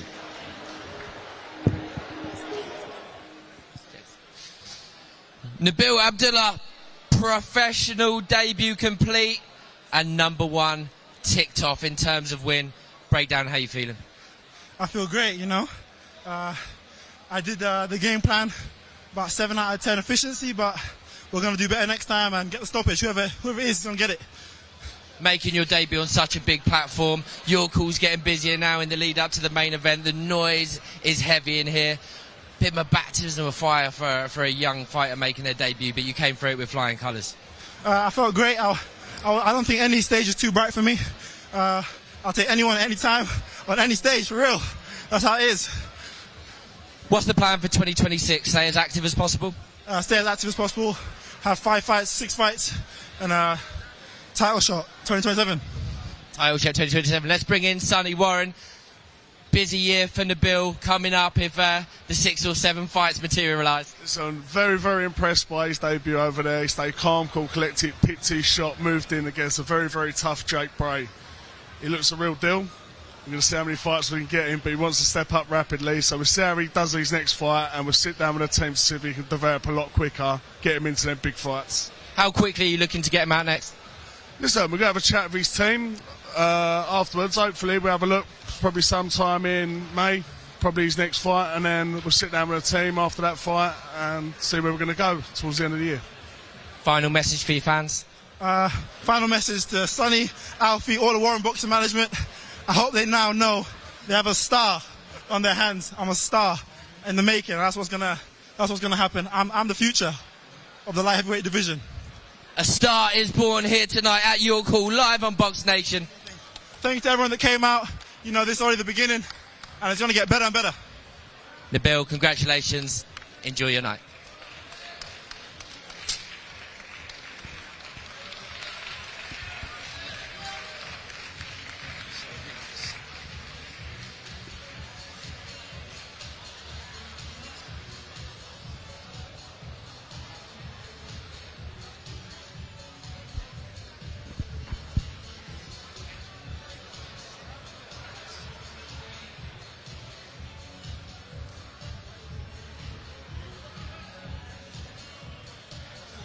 Well, Abdullah pleased with his performance. A star is born, he says. One of the things I want to pick up on what he said there was around his efficiency. Do you think he was being harsh on himself, Charlie? He gave himself a 7 out of 10 for efficiency. I think all good boxers and honest boxers are hard on themselves. You'll always find someone to pick on, but 60-40, 70-30. It has to be more positive than negative, so as long as you can take away the goods from your performance, that's all that matters. Yeah, I think that's a good way of looking at it, and you have to be analytical in yourself, and you have to be harsh on yourself, don't you, James? Because how are you meant to get better if you don't believe you need to get better? Oh, 100%, 100%. The best in the world are the harshest on themselves. Like you say, you've got to be harsh on yourself, 100%, 100%. Well, fair play to him. We're just waiting to get our next fight undergo here, waiting for the thumbs up from ringside. Your call. It's got a good attendance tonight. And they've seen some good action so far. And don't forget, next week, Nick Ball is back in action in Liverpool. But we're here in York Hall and we're ready for our next fight. So, over to Mark. Please welcome into the ring from Cologne, by way of Ukraine, Cassenov.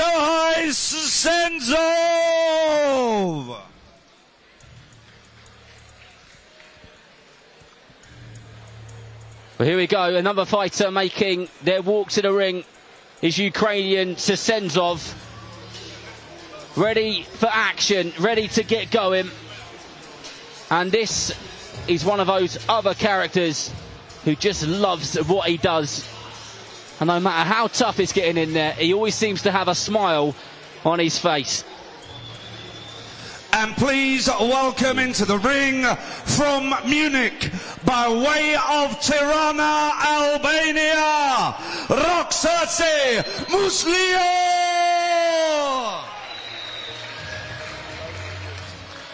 And incoming is Muslija, big Albanian following. Plenty of his friends and fans and family have come out to see him in York Hall tonight as he makes a very chilled walk to the ring here with some very mellow music. But when that first bell goes, the mellowness will absolutely disappear for this 9-0 fighter from Albania. Ladies and gentlemen, next up this evening is a 4 3-minute rounds contest in the light heavyweight division. In the red corner, having his 56th contest this evening, weighing in 183 pounds 4 ounces, and tonight he wears the black shorts with white trim. Please welcome from Cologne, by way of Ukraine, Cassenov.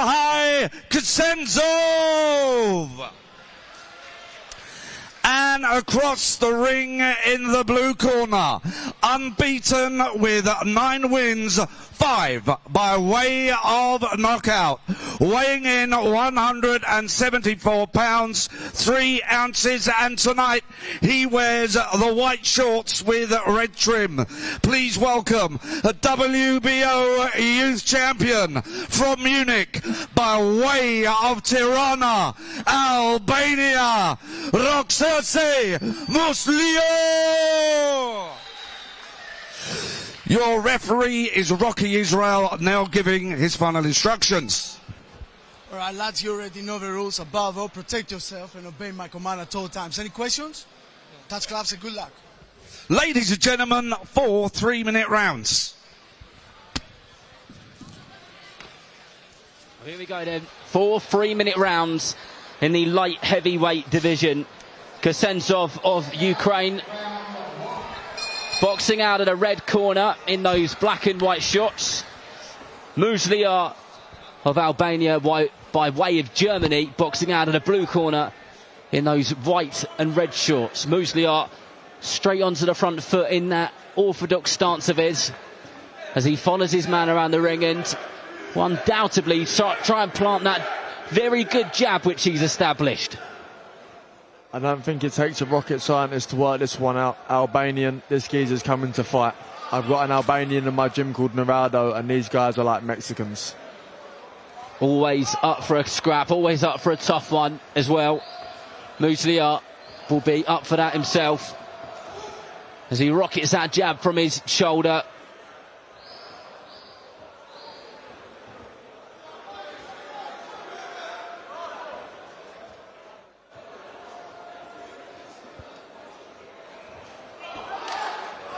Good work there from Muslija. Left hook, followed it up with that straight right hand.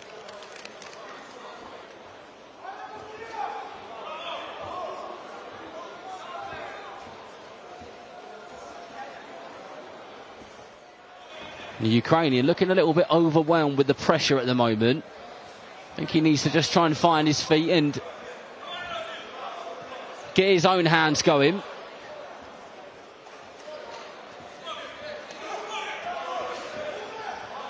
Muslija just in one gear and in one motion at the moment, and that is just going forward continuously.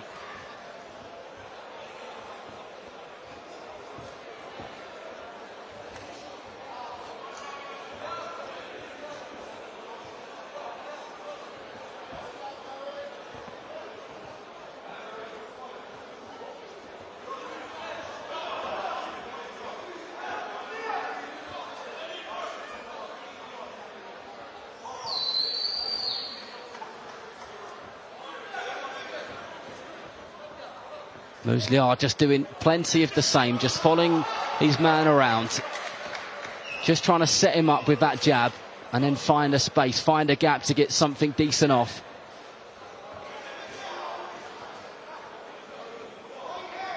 Cassenov almost looks a little bit worried, to be honest.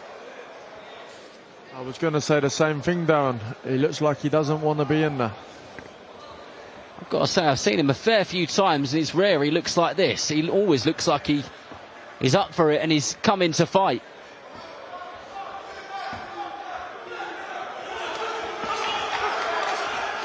Muslija got his man on the ropes and just throwing a few shots, nothing too heavy, not a barrage of punches.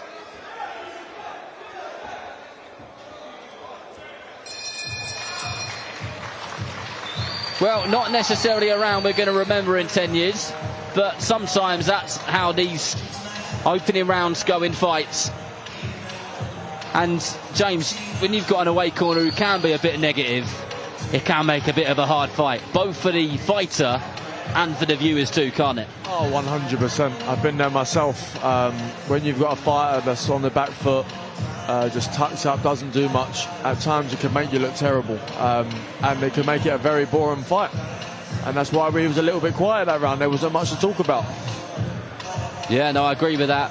But is there anything you can do, Charlie, when you've got a negative fighter to try and draw them out? Or are they just kind of, they are what they are?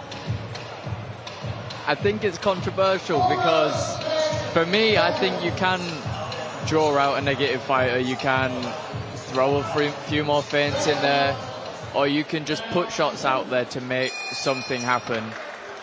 But again, some of them are just negative and don't want to do anything, so it's a tough one to call. Well, let's see how Muslija gets on in this round. Cassenov doesn't look like he wants to be in there. We've got to be truthful. He is just on that back foot and in pure survival mode. 55% of Muslija's fights have ended with knockouts on his behalf so far. So he has got some heavy hands and he can plant the shots when he needs to.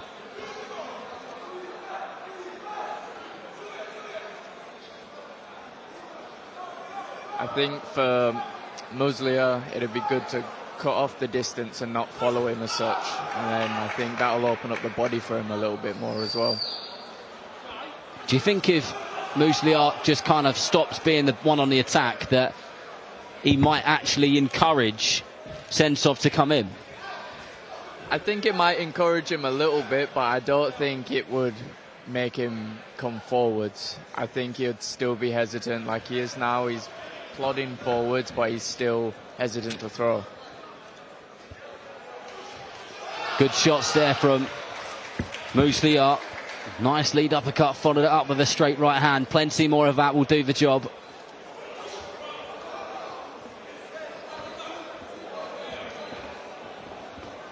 And Cassenov really is making, or trying to make Muslija look a bit ordinary with that very negative style. He has not come to fight tonight, that's for sure.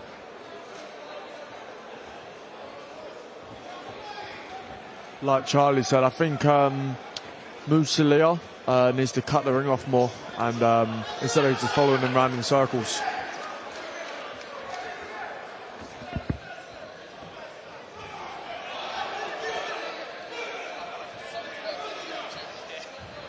I think you're bang on, James, in terms of kind of just following him around.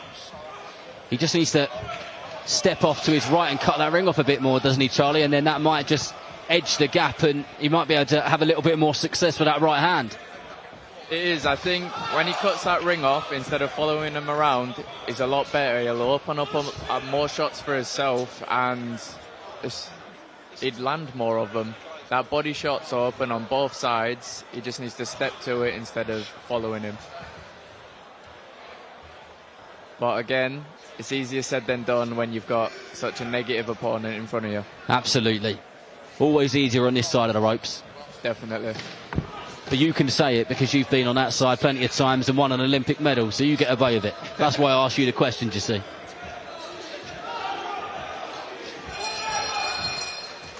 Well, plenty more of the same, really. I mean, a little bit more from Muslija, but a very negative round from the Ukrainian, who is doing enough to, I guess, keep the referee happy, but certainly isn't doing enough to keep the crowd happy. And there will become a point where some referees will say, you've got to be busier, won't they? They're here to do something, and he's not doing enough of it, in my opinion, but he's getting away with it at the moment. Yeah, I'm the same as you, Darren. I think the referee could tell him to do a little bit more, but it's all up to them at the end of the day in that ring. So if he can get away with what he's doing and he feels comfortable doing that, then that's on him. But it's up to Muslija now to step on it and start this round how he finished the last. That's it. Pile that pressure on. Get those shots going. Punches in bunches. The corner getting a telling off being a little bit too long getting out of the corner. A very leisurely stroll out it was, but here we go. Muslija back on the front foot. Cassenov on the back foot. That has been the story of this fight. I wouldn't really want to be a writer writing about it because I wouldn't have too much to say. It's been exactly the same in each round, and that is no fault of Muslija's, really.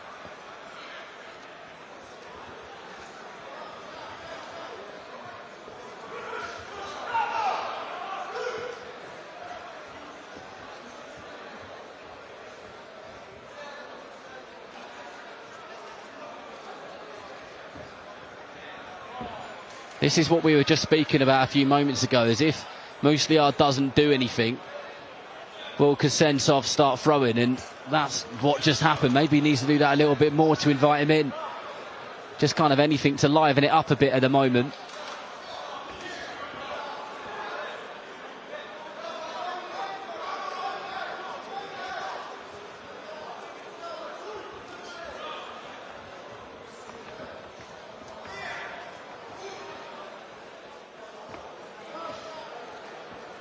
Cassenov well and truly in striking distance, but not doing much.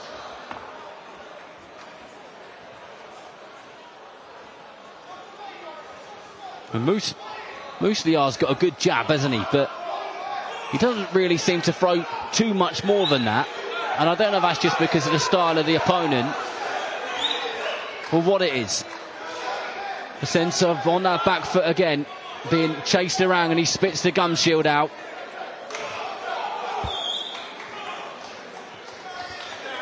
I would like to see Muslija stick it on him a bit now and throw some punches. I believe this is a 4-rounder going into the last round now, and he needs to let something go.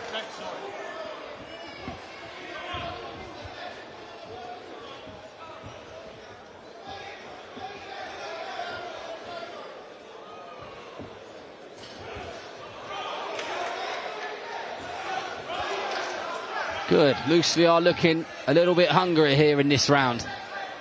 He's kind of upped that tempo and the intention a little bit more, and that was another good right uppercut under the elbow of the Ukrainian.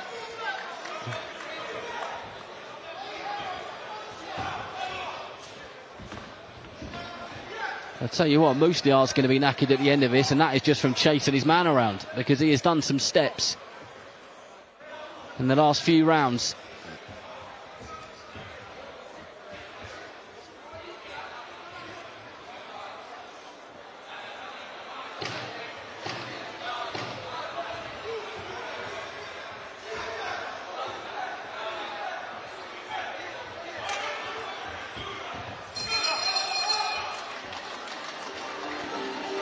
Well, I tell you what, guys, Cassenov looks absolutely exhausted, doesn't he? He looks knackered, to be fair. But from the start of this fight, he hasn't really looked like he wants to be there. Painful, isn't it? It is. You know, and there'll be people watching this saying, don't sugarcoat this, boys, and we're not going to do that. And it's not a fault of Muslija at all. But Cassenov has not come to really fight tonight, and he certainly hasn't come to win. I agree with you there, Darren. What a boring fight. And not just from the guy in the away corner, but even Muslija. I expect him to let his hands go a bit more, to do a bit more. Round 4 now, he needs to step on the gas. I think Muslija will be one of those fighters who will be very entertaining when he's got somebody who comes to fight and stands and trades with him. But here we go, final round. Let's see what this one produces.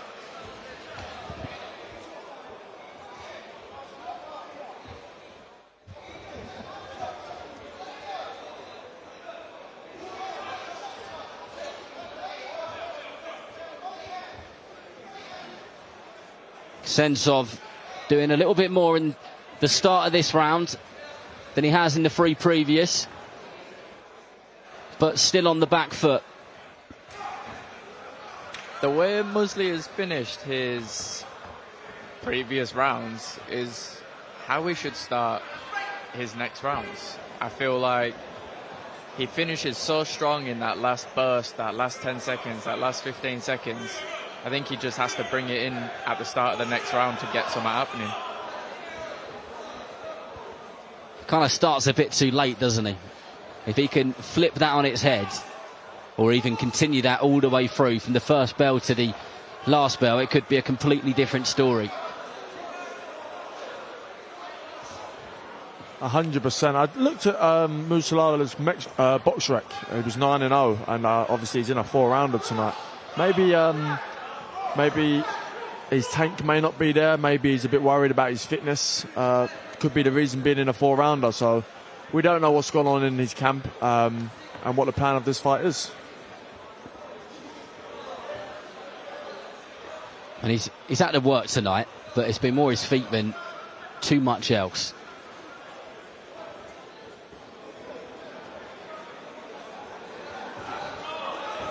Tries to lean in, lunging with a dig to the body there.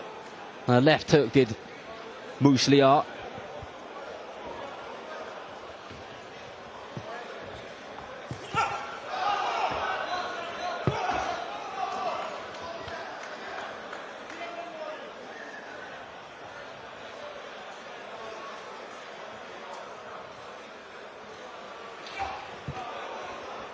Over and over again, jabbing. Just trying to corner his man, keep him in one place for a little bit of time, even a few moments, but that hasn't been something which has really happened. Cassenov has just been on that back foot and has been a master of it tonight. Not his usual way of fighting, but that's what we've got, that's what he's produced.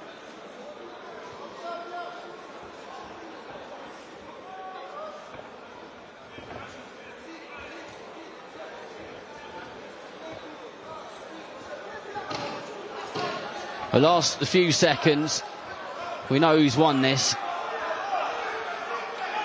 Definitely not the crowd, Darren. Definitely not the crowd. No. But it was a disappointing contest, but Muslija will surely have his hand raised. The Ukrainian Cassenov, well, did a good job of escaping invasion, really. Just getting himself out of there. But that is not what fans want to see.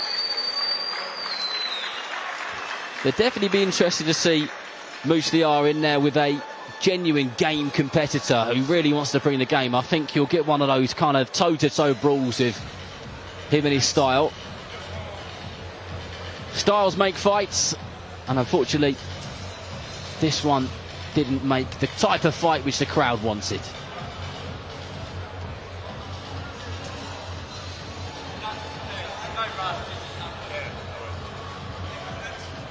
Well, the referee has given Mark Bertis the score. Mark's just trying to get the two fighters together. So we shall hand over to him right now.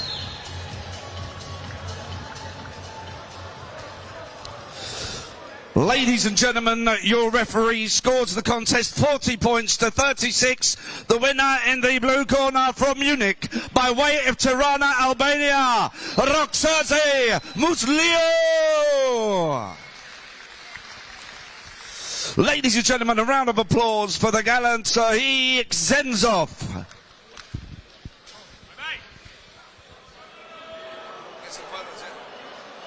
But there we go, fight done and dusted for the Albanian of way of Germany, Muslija, who had to work his feet tonight, get his steps in, couldn't quite get his man trapped or get him out of there.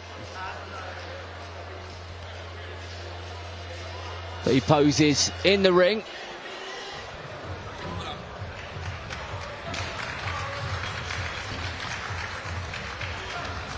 And it will be back to the, not necessarily the drawing board for him, but it'll be back to kind of what's next and off we go. But talking of what's next, for viewers who have just joined us, Charlie, what's next for you? What's next for me, Darren? I will be fighting in Derby on the 28th of February. And that is fight number 5, is it? Fight number 4. Number 4. How are you finding the transition from that Olympic style of boxing, the amateur side of it, to the pro ranks? Don't answer that, because we're ready for our next fight. We're over to Mark Bertis. Ladies and gentlemen, please welcome into the ring from Guadalajara, Mexico, Lexby Zaragoza, Contreras.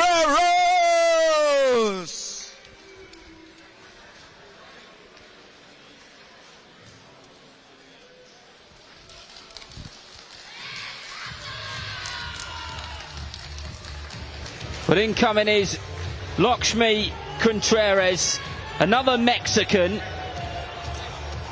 stepping into the York Hall ring this evening, and here he is.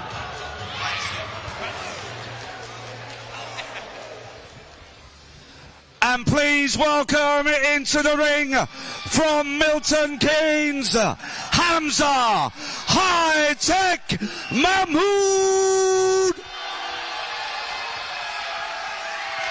And here is his opponent, Hamza Mehmood, who has, my goodness, brought some people with him here this evening, because the volume has gone up big time. The former Team GB amateur did very, very well in that side of the game.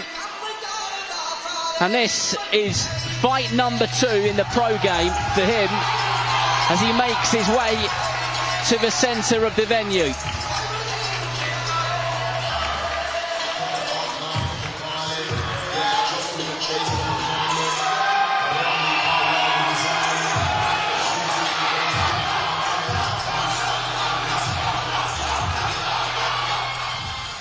Our next bout this evening is a 6 3-minute rounds contest in the super bantamweight division.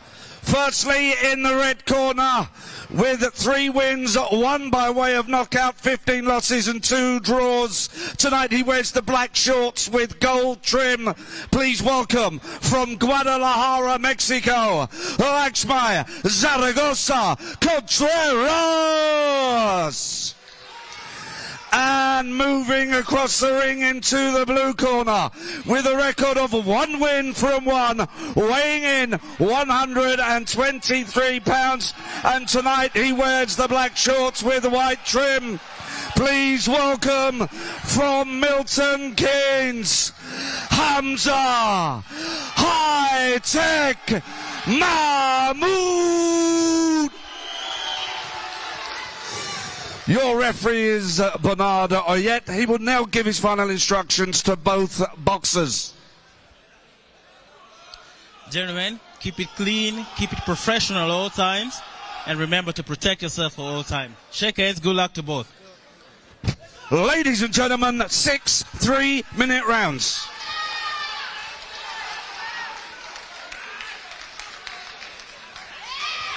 Well, the volume's certainly gone up after that last fight, and there is some support in here for former Team GB fighter Hamza Mehmood, who fights in the black, gold and white shorts out of the blue corner against Guadalajara's Contreras.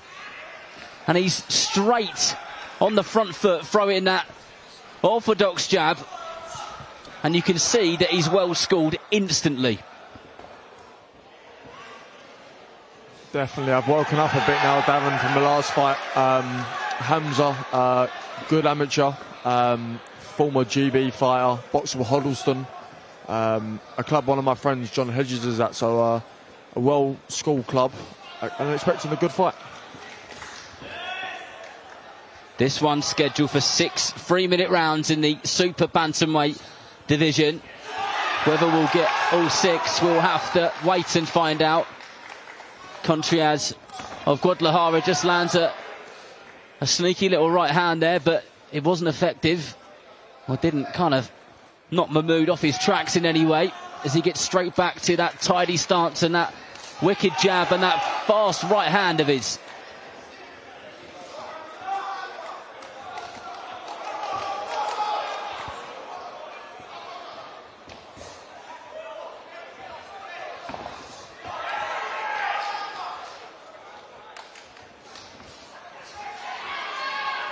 Good punch selection there from Mehmood, who is getting his timing right, not get carried away.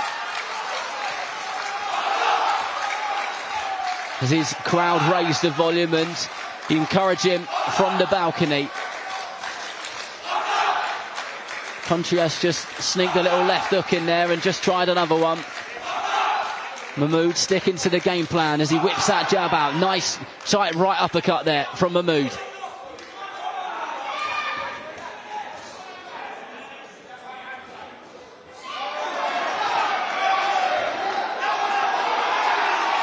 Good body head hook there from Mehmood. who looks like he's enjoying himself. Yeah, very good shot selection. He's not wasting anything.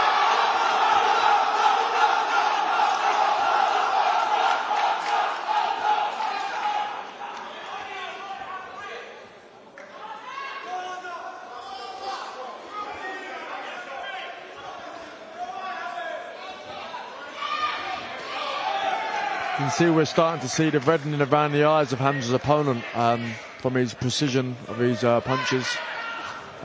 Great start to the first round. Great footwork there from Hamza Mehmood. Contreras is well and truly on that back foot now.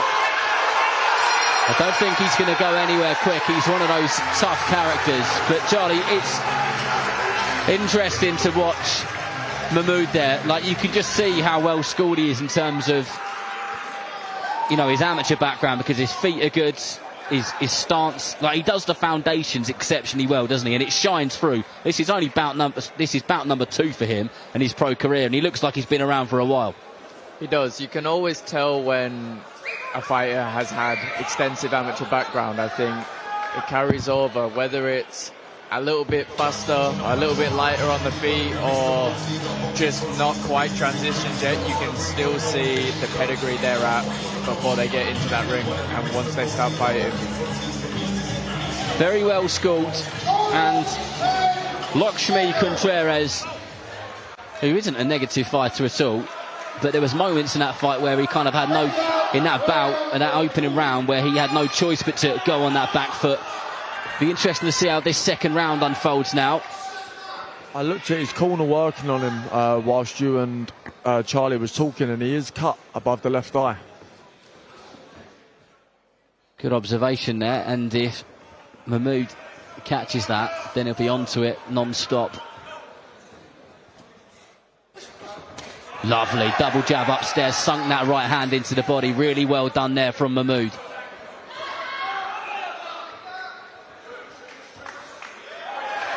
Oh, brilliant. Lovely boxing.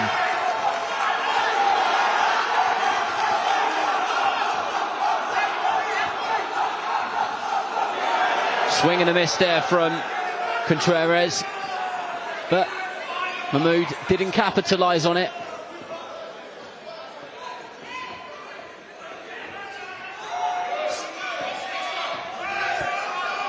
He's good at making his man miss, isn't he, James? This is the art of boxing, Darren, to hit and not get hit, and he's doing a perfect example of it right now.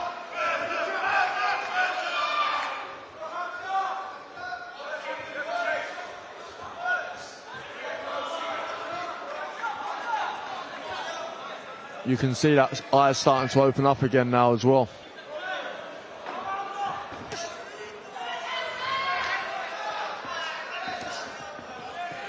Good feet there from Mehmood. Makes his man miss again and again.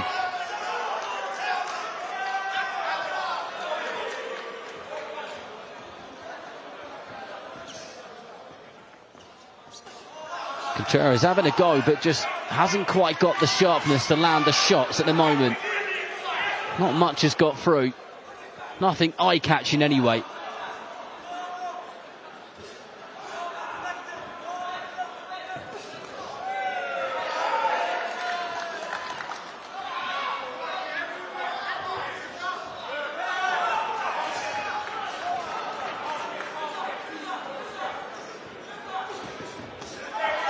And again, there's that double jab upstairs, now right hand to the body, throws it really, really well, does Mehmood.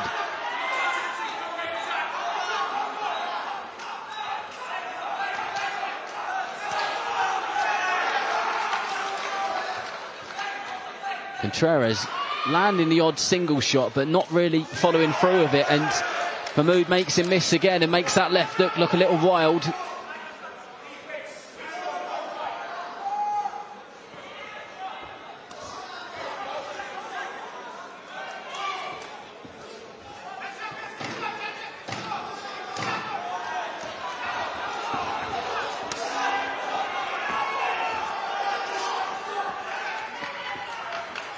Well, I'll tell you what, Charlie, for me, Hamza Mehmood, the thing which I'm most impressed with, and you can tell me if you agree or not, is his movement in general.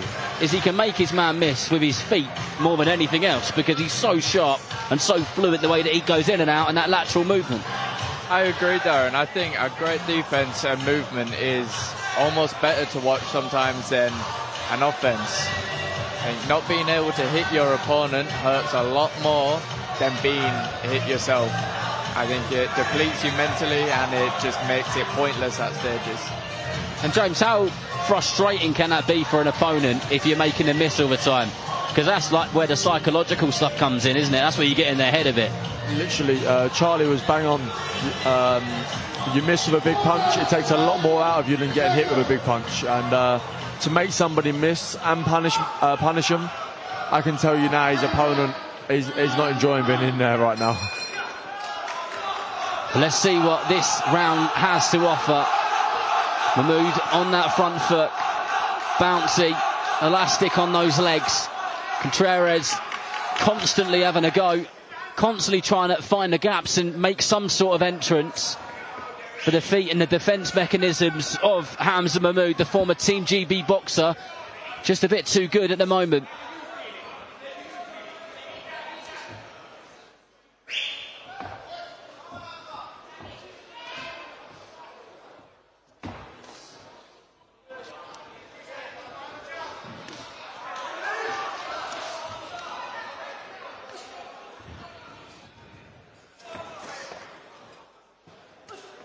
Lightning fast there from Mehmood.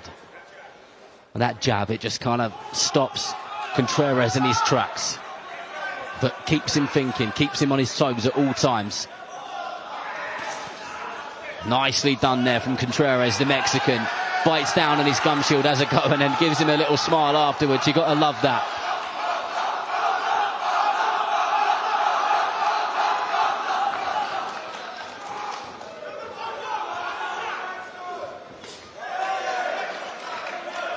This is where we were saying about the second attacks. I think Mehmood's so good at landing his first attack and setting it up that he can follow up again and he'd create more openings for himself. He is great at those first attacks, that's for sure. He's also good at making Contreras miss. I guess that fluency and those second phases, etc., will come on as he gains more and more experience. Nicely done there. Sneaky little straight right hand got through from Mehmood and snapped the head back or jolted it back of Contreras. Contreras doing a good job of just circling round.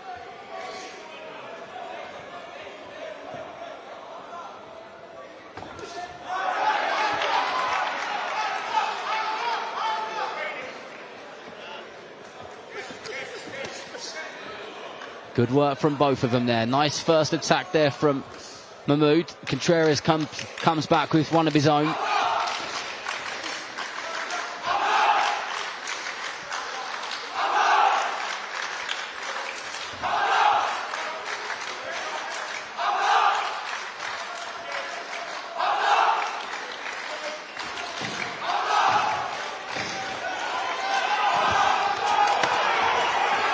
Good shot selection there from Mehmood, who's just starting to kind of put the pressure on a little bit more.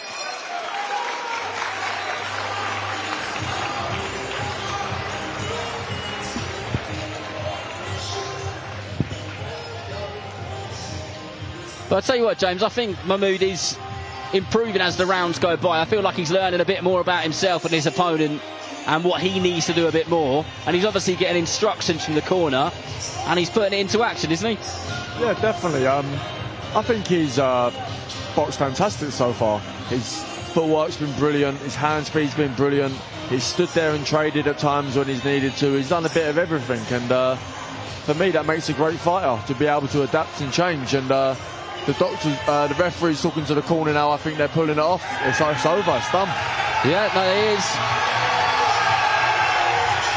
The Mexican Contreras has been pulled out of the fight, and this one is all over. It was only going one way though, wasn't it, Charlie? It was. I couldn't see him winning this fight the way it was going, but each to their own. I wanted to see it go on. I think it could have been a good agree with you. fight. I did too. I don't know, maybe there's an injury there or something, I'm not sure. It wasn't like a beatdown by any stretch of imagination, was it? There was just a difference in levels.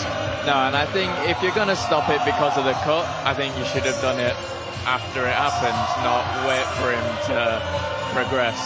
But it was a good fight, and Hamza Mehmood, he looked unbelievable from what we saw, so well done to him.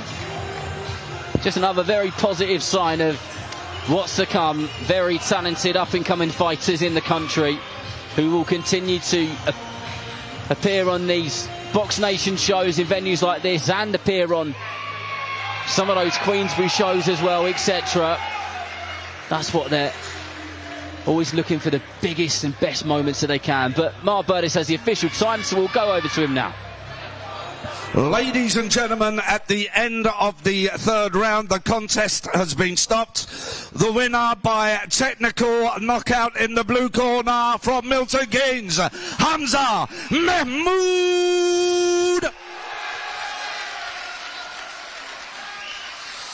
Ladies and gentlemen, a round of applause for the brave and gallant Lakshmi Zaragoza Contreras.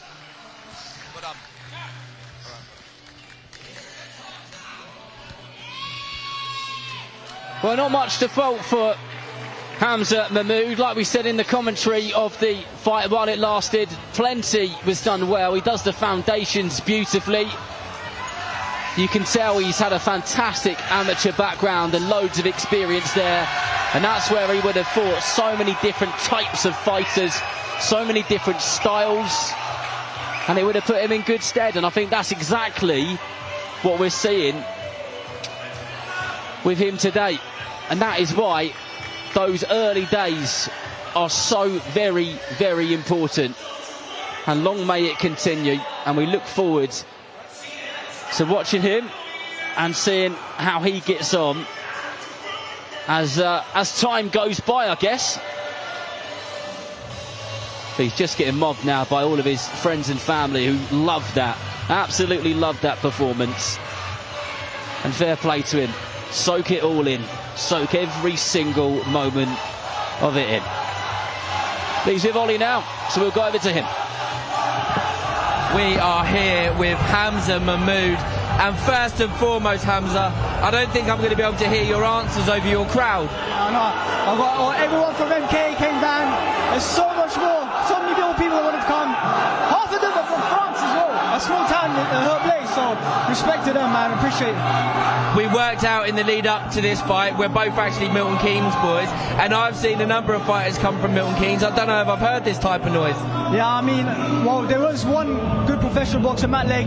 He fought Anthony Joshua, but boxing's not that big in Milton Keynes, and I want to change that, and hopefully I could be the flag bearer for that in Milton Keynes. In terms of your performance tonight, retirement from your opponent, happy with it?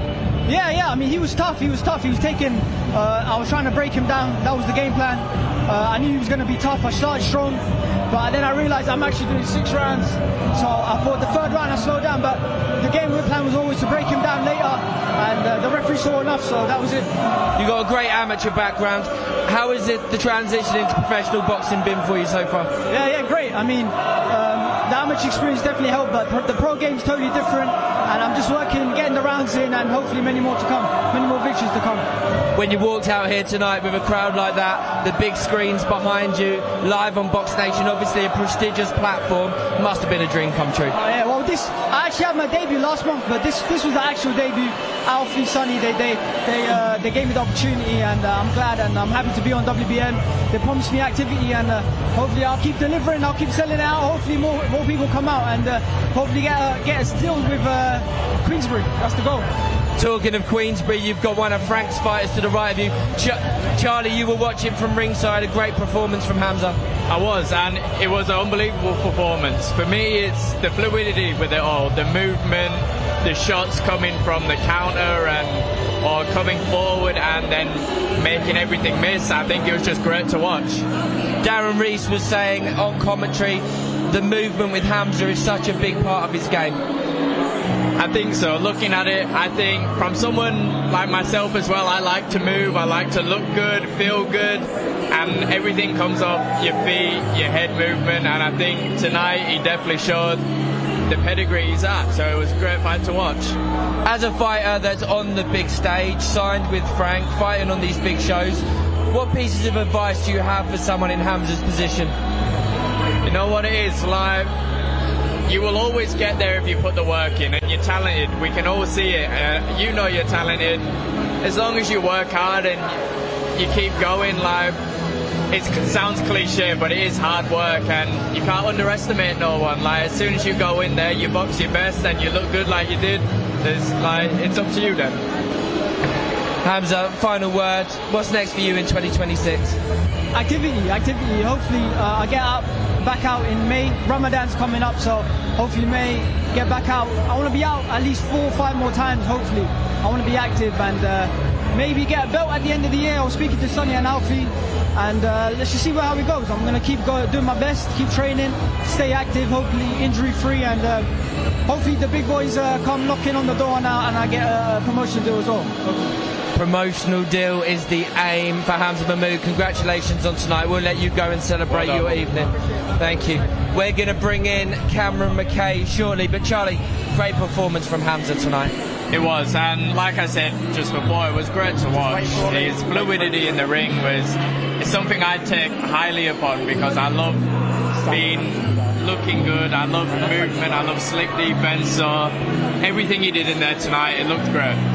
Obviously, being a professional boxer yourself, do you enjoy watching other professionals? I do. It's hit and miss, because you know you can get a fight where it's like, oh, come on, like, make something happen. But when you've got a skillful fighter in there and you've got a good fight happening, like, I didn't want to see it end that quick. Like, I would like to see more rounds, but it's great he got the stoppage as well. It's just good to watch. Fantastic. We're going to bring in Cameron McKay. Mr. McKay, how are you, sir? I'm good, man. I'm happy to be here. Again, we're asking everybody, stepping in your call tonight. Looks amazing, doesn't it? The crowd's heating up now. Yeah, man, it's getting active. I'm loving it. So, we've seen a lot of you recently on social media. Everyone's putting a microphone in front of your face now. Big 2026 coming up for you. A lot of hype around you at the moment. I mean, I think the hype's well deserved, because I am what I live, bro, and I live what I am. You're fighting next in February over in Grays. Yeah. Ready? Oh, I was ready 2, 3, 4 weeks ago, man. I walk around ready, so at the end of the day, I just can't wait to go out there and dominate and put in a performance that I actually know I can do.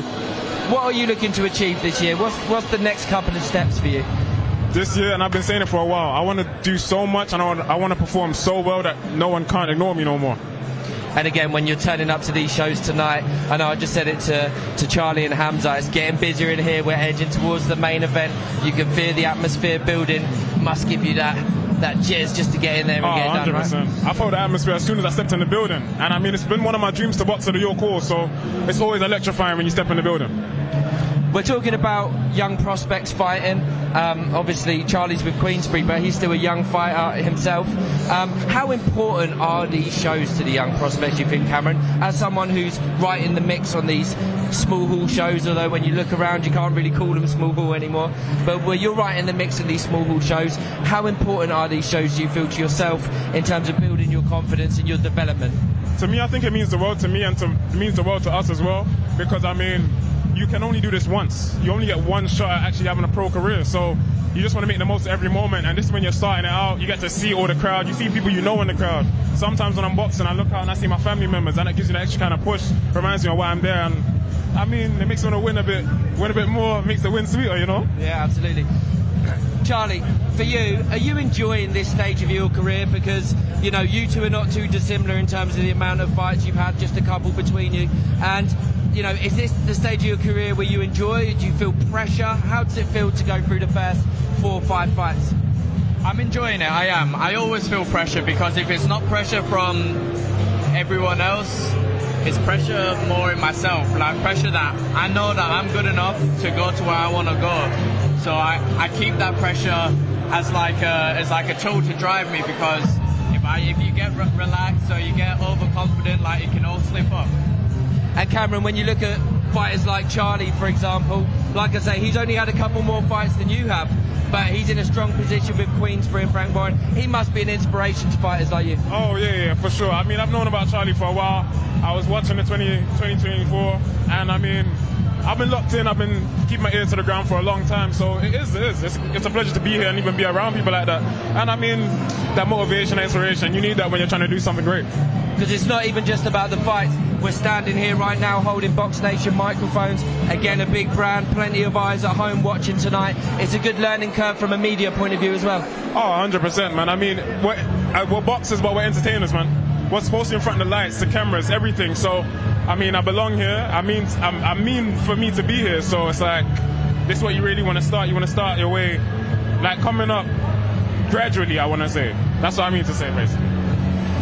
Charlie, touching again, big fight in Derby in a few weeks' time. In terms of preparation for this one, we spoke briefly earlier on about some of the names that you have around you. What has that experience in terms of sparring mean to you? Do you get in there with the likes of the Noakses, for example? That experience in the ring, the way they move, the way they work, their IQ, that's invaluable to you, right? Yeah, like Sam's a great operator and he's very experienced and he's been on world level. He's been at world title fights. Like Sam, he's unbelievable. And I get in the ring a lot of the time and I can control the time, can control my pace and slow it down a bit. I get in the ring with Sam Knox and there's no control on pace. It's alright, I need to knuckle down and get to work because he's just so good at making it his fight. And it keeps me ready, keeps me honest. Like Cameron said before, if I walk around ready, I don't have to get back to base level and then get higher. If I'm already at base level, I can only get better.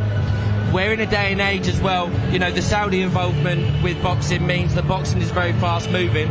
It's not like it used to be in terms of you might have your fights mapped out months in advance. You might nowadays get caught at the last minute. So keeping ready is important from that point of view. Definitely, and you can just get pulled up whenever. And for young prospects and young new fighters, it's important to be ready because that could be your opportunity, that could be your chance. And if you're not fit, you're not close to weight or whatnot, that extra 2-3 weeks that you normally would have that you don't have can make all the difference.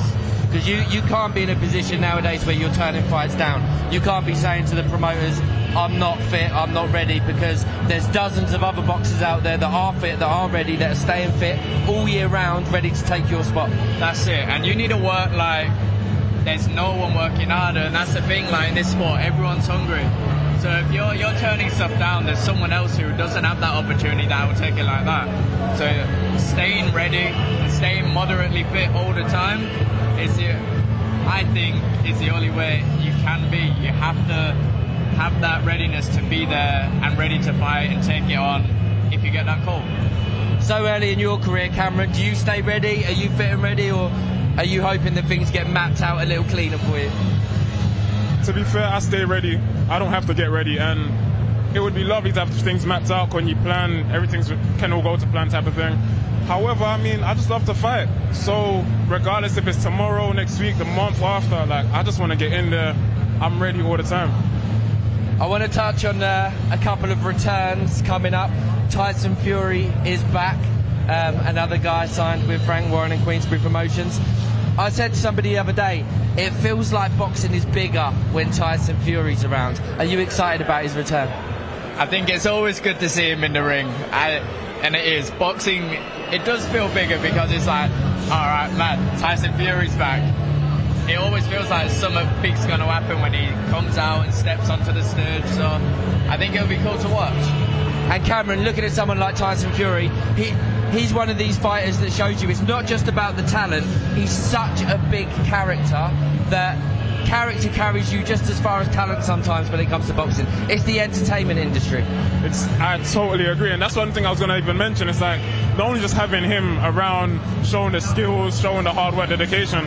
Tyson Fury is a big personality, and I think that's even inspiration to everyone here because it gives you that kind of that pride and that fuel to just be yourself in front of the camera and in the ring as well.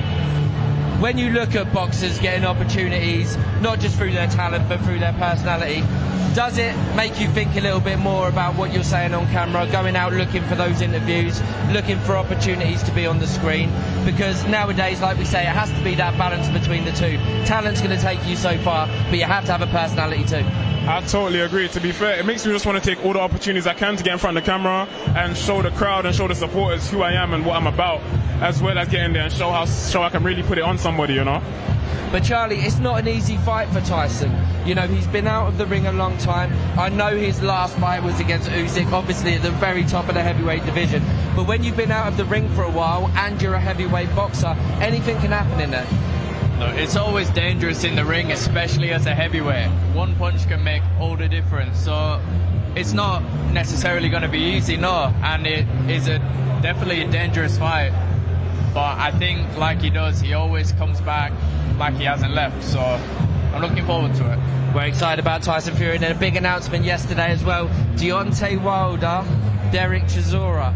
You know, for Derek, obviously coming to the end of his career now, it's meant to be his last fight. Who knows with Derek? He could fight on for another 10 years. Who knows? Are you looking forward to that one? 1,000%. Number one, I love the O2. I love Derek Chisora, and I love Deontay Wilder. Man, I can't wait to see how that plays out. Yeah. And Derek Chisora, what a career he's had. The thing is with Derek, obviously his record is not up there with the absolute elite heavyweights, but there's one thing he's never done. He's never ducked a fight. He'll get in there with anybody and he goes to war. Yeah, you can't fault him. He's never turned it down. From what we see, he's in there with the best and he fights anyone. So I'm looking forward to both of them fights. So huge returns for Tyson Fury, Derek Chisora and Deontay Wilder coming up over the next couple of months. But back to tonight, and we're going to throw back to our MC, Mark Bertis. Ladies and gentlemen, entering the ring, hailing from Mexico City, please welcome Jorge Luis Huerta Boleza!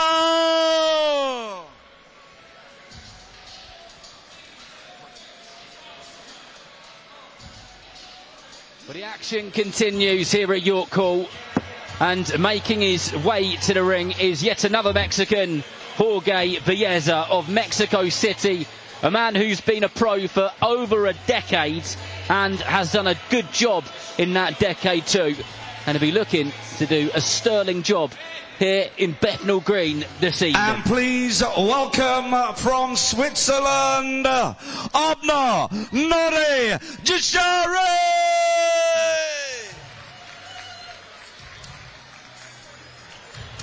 Well, look at that smile of Abner Nori Jashari. Fights out of Switzerland, but Albanian is in his blood. Nickname is Kid Dynamite. Doesn't take too much to work out where or why he got that nickname, but he's making his professional debut in terms of fighting at the York Hall tonight, so a special evening for him.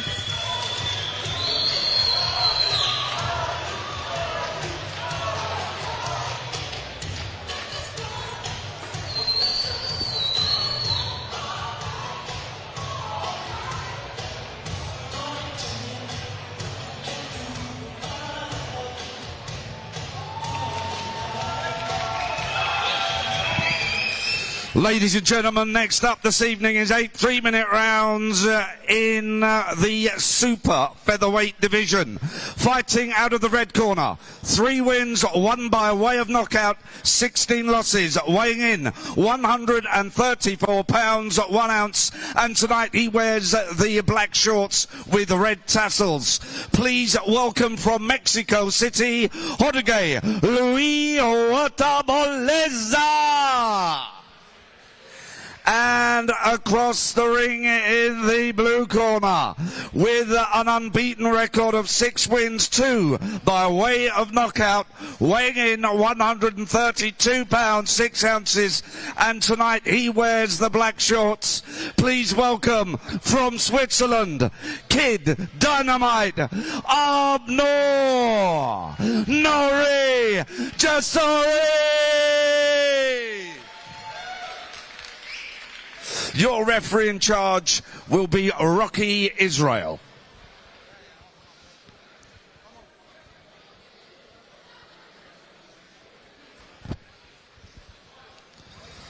So Jorge Valdez with the red gloves and Abna Jasari with the black gloves.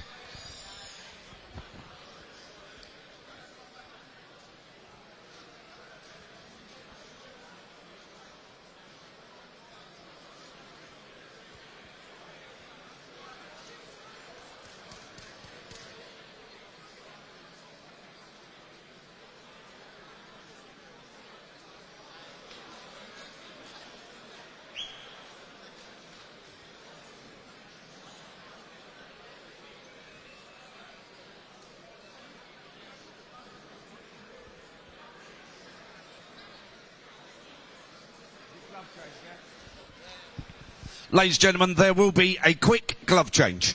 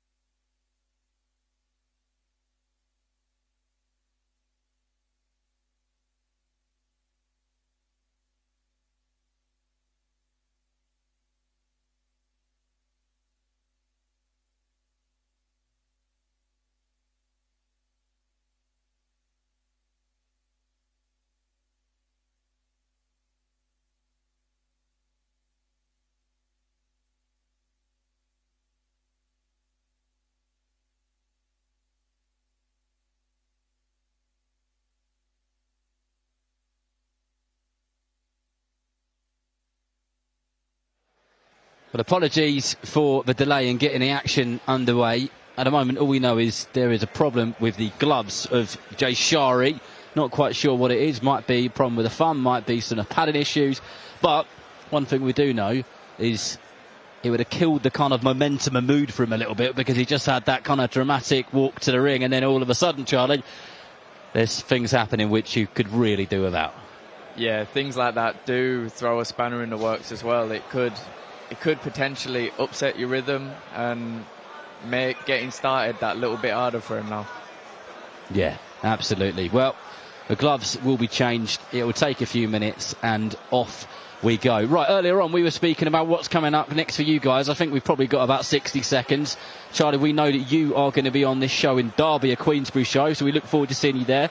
James, you had an absolute cracker last time out. You already said that you weren't too happy with the way that you performed. Even though you won, you're still undefeated, and it was a fantastic fight.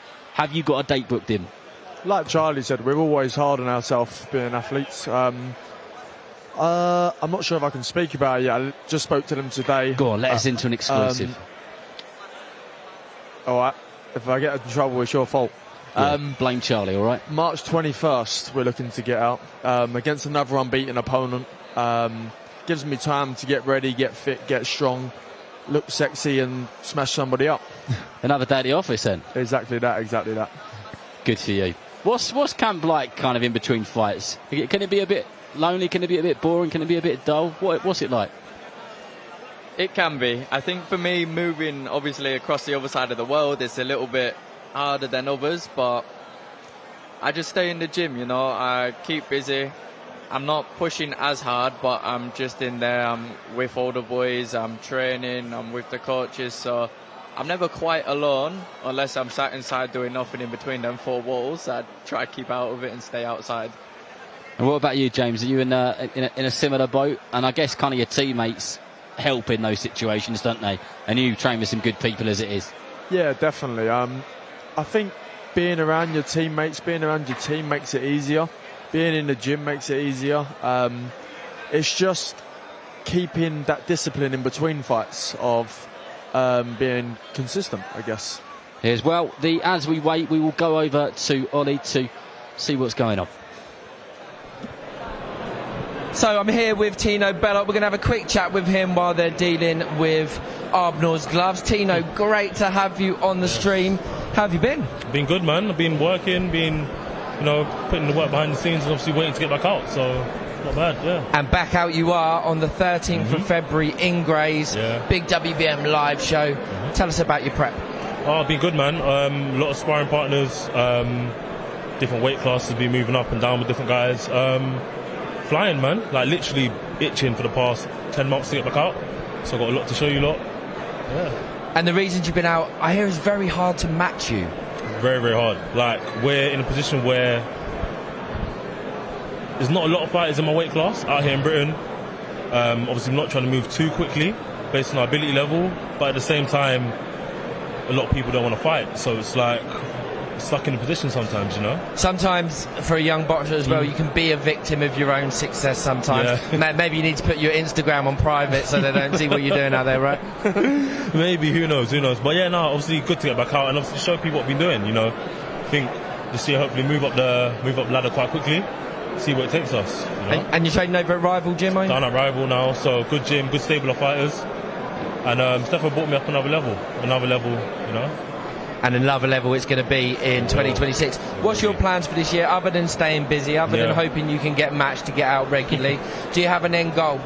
End goal would ideally rack up another 4 fights would be nice. 4 fights would be good. Move up the British rankings, obviously 21st at the minute.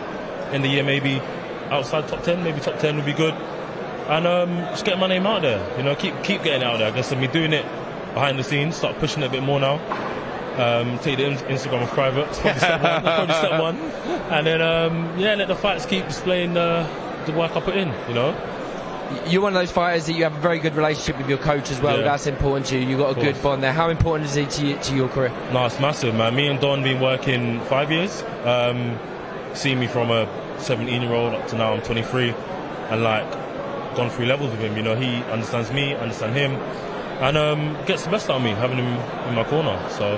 And he's got a great reputation, Don, as well, hasn't he? Really great with prospects too. Yeah. So he's worked with, obviously, Conor Ben, a lot of the kids are on Matchroom, even, obviously, had a few fighters, Adam Mohammed in the past, Courtney.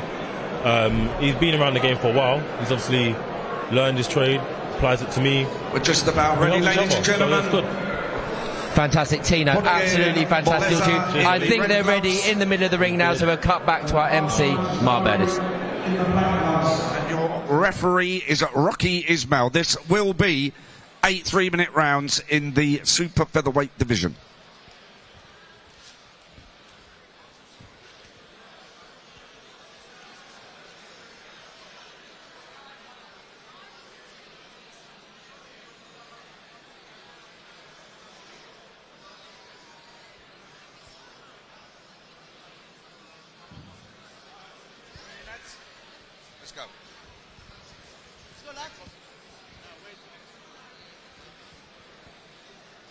Alright lads, you already know the rules. Above all, protect yourself and obey my command at all times. Now touch gloves and good luck. Ladies and gentlemen, 8 3-minute rounds. Well, glove gate over, sorted. Here we go then. Arbnor Jashari with a brand new set of gloves on, with the black and red shorts. Both got very similar shorts. Jashari in the black gloves. Jorge Valdez, the Mexican, with the red gloves and the black and red shorts. Bit of an odd start, chaps, but here we go. It certainly will need a tiny bit of time, I guess, to pick up, because both guys would have spent a lot of time getting warm and then spent a good 7 or 8 minutes there, didn't they, before they were back to the action. Yeah, I feel like this would be a little bit of more of a warm-up now, but saying that, punches are flying pretty quickly. Yeah, it's getting underway pretty quick, and Jashari having a good go there as he gets the Mexican on the ropes, but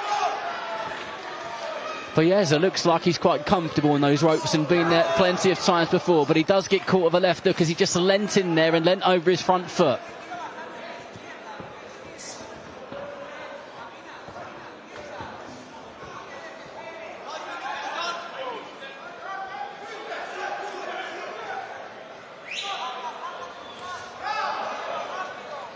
Good timing there from Jashari. A good solid right hand, sunk it in, and the Mexican misses with the left hook, and another one. Oh, lovely uppercut there.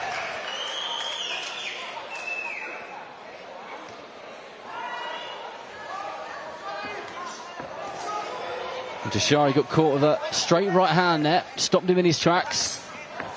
They haven't spent much time filling each other out, they're straight to work. They kind of needed to, didn't they, with the unexpected pause.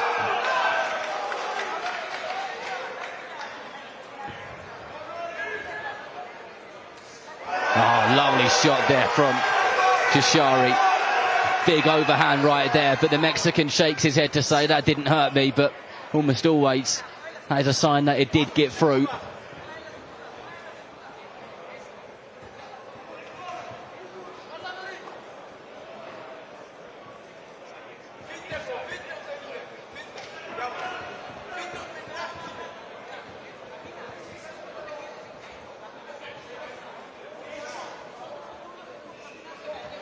Battle of the jabs at the moment. Who's going to land something a little bit more significant first? Goes that right uppercut into the rib cage from Jashari in this opening round.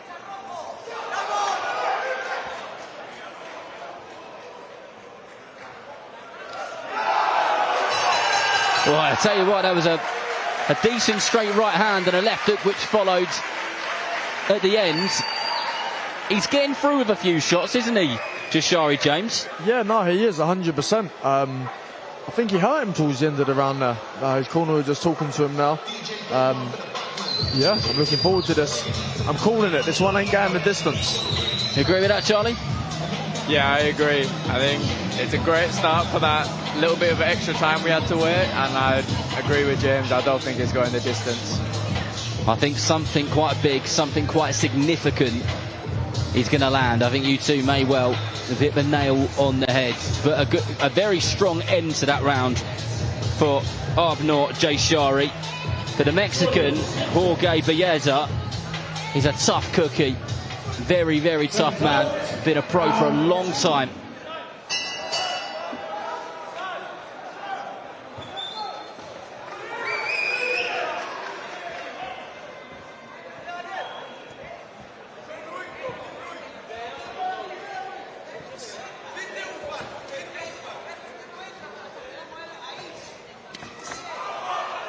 Good accuracy from Jashari.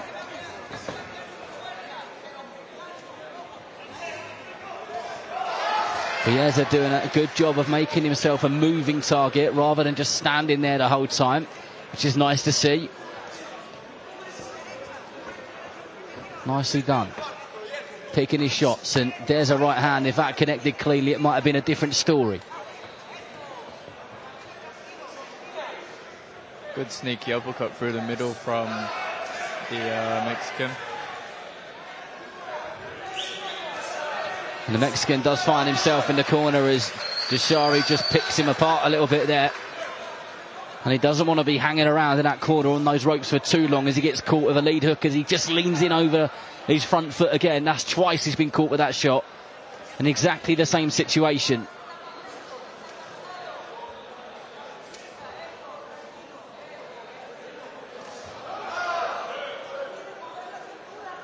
James, it looks like Jashari's trying to get Valdez to commit so he can kind of counter him when he commits. What do you think? Yeah, 100%. He's trying to use his speed and accuracy. And I think he's trying to time him, like you said. He's trying to look for that one punch, boom. But yeah, I'm confident he is going to get him out of there. Nicely done again from Jashari.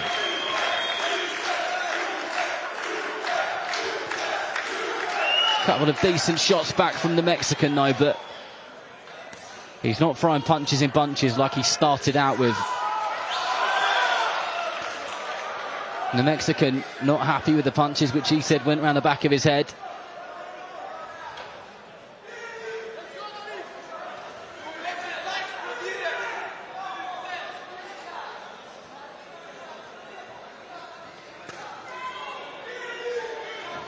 Even though Belleza doesn't move a humongous amount, he's still a relatively hard target to hit. I mean, look at this here. About 7 or 8 shots went there, and they all just about, well, 6 or 7 of them just about scrape past him. He does a good job of just being missed. Yeah, even just making a miss by that little bit makes all the difference, and it wears your opponents out, just letting them swing and throw shots if they're not connecting. Oh, shot. Lovely time in there from Jashari. That right hand over the top of the jab. Textbook stuff. It feels like it's coming, doesn't it? It does, and that was a very good finish to the round. I tell you, one of the shots he landed earlier on, James, was the jab had come from Belleza, and he timed it perfectly. He threw his right hand over the jab and landed straight on his head. That looks a lot easier than it actually is. As a fighter, I mean, you can probably elaborate on that a better than I can. Yeah, no, 100%. You get it in sparring a lot, you get it in the gym. Dip to the body, throw over the top. As simple as it looks, it is very, very hard to land. And if you miss it, you can look very silly. Yeah, exactly. And I've always got an appreciation for that kind of stuff. Because if a fighter can pull that kind of thing off even once a round, with a live opponent coming at you, with all the pressure and the TV cameras and everything else which comes with it, it's different to being in a ring sparring, isn't it? Yeah, no, 100%. And it shows a big set of coconuts, because if you miss, you're sat in the danger zone.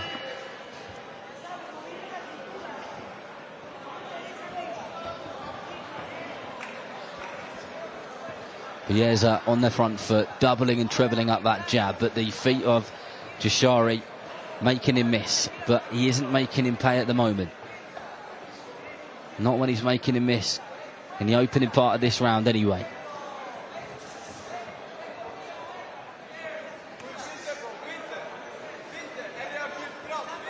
Belleza constantly moving round to his left, and one of the attacks which Jashari throws is that left hook, and he doesn't always get him with it, but he did that time.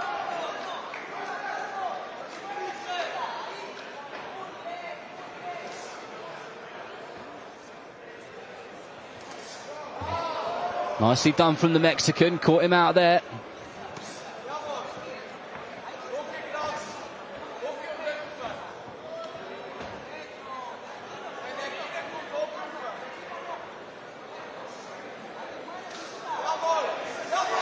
This is better now from Jashari, and he puts his shots together like that and plants his feet. He looks really dangerous.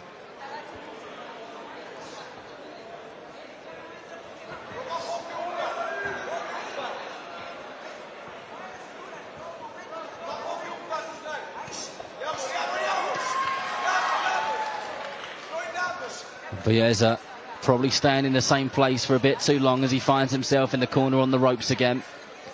He looked relatively comfortable there in the opening rounds. As he's fatigued a bit, not as much now. Jashari just playing with him like a cat with a ball with that jab, but not throwing anything big or heavy to follow it. I think he's doing a good job of breaking him down. He doesn't want to rush it. He doesn't want to let him go too soon on the ropes. He's thinking this guy is a Mexican at the end of the day, and he can win one over at any point. It only takes one shot to change it all. And that was a nice overhand right, and then turned it up with that left uppercut, and the body shot got through too. And the body language has changed ever so slightly of the Mexican as he tries to get himself out of the ropes and away from that corner.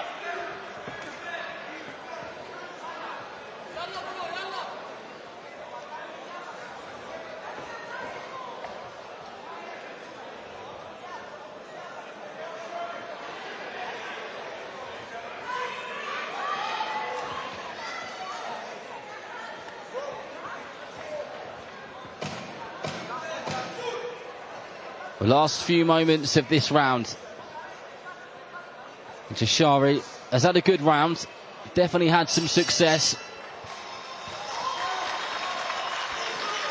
I mean, I think he gets his man into the right place at the right time, but I don't know, maybe if he makes the most of that, Charlie. What do you think? Yeah, I agree. I think he's getting him there and he's putting in the work, but where he could be sitting on him a little bit more instead of stepping off and looking flashy at times, he could be putting more in there. He could be making the second attack, where we've spoke about a few times now, but that is the difference sometimes from getting him out or making a dent instead of one nice flurry and then stepping off. What do you think it is with that second attack? Do you think it's a confidence thing with him at the moment? Do you think he looks hesitant? I think it can be hesitant sometimes. I think Jashari looks great in the ring tonight. I think a second attack sometimes can be not normal to people as well. Sometimes he might get away with not using it. Let's see if he can pull some second attacks off in this round. As he's straight on that front foot. And Bieza not sticking around or being cornered again. Be nice to see him come forward with a bit more aggression and some attacks of his own. Because at the moment, Bieza looks like he's literally just trying to do as much as he can to not necessarily win the points or win the round, but just to kind of not get hit or hurt himself. He's got a good left hook as Jashari. But if he throws it too much, he will get worked out eventually.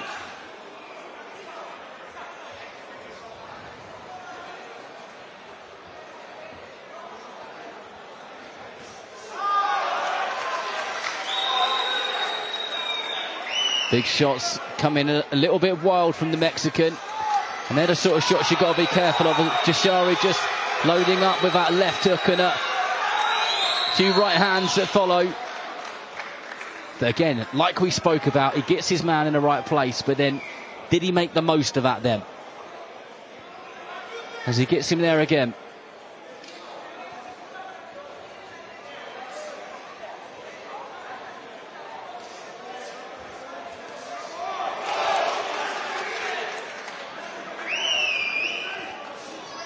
Nice work getting out of the corner there from the Mexican, doubling that jab out and creating some space, getting himself into a safe zone.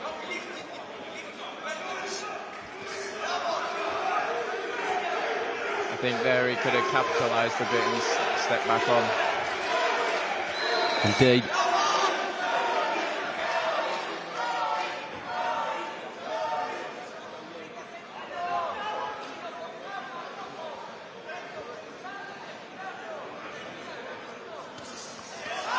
Nicely done, good shots there, good speed. Bieza complaining that one got round to the back of the head again.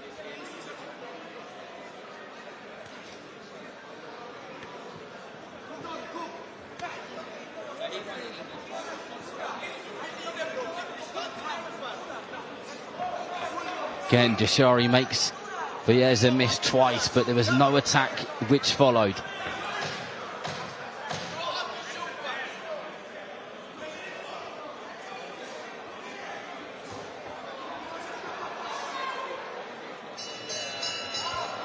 James, do you think that Jashari needs to start maybe trying something a bit new now? Because, I mean, what he's doing, I guess it's winning him the fight, but if he wants a stoppage, he's going to have to do a little bit more, isn't he? Do you know what? I think what he's doing is working very well, and I can see the Mexican starting to gas a bit. I think Jashari's making him work hard. He's making him miss a lot. I'm not sure if the Mexicans got it in the tank to last the 8 rounds. Yeah, still a fair amount of time to go in this fight. So whether he'll be able to stick around and sustain the shots which are coming at him, I'm not sure. Especially if those second phase attacks do start coming in on a more regular basis. I think that will be the thing which tells the rest of the story of the fight.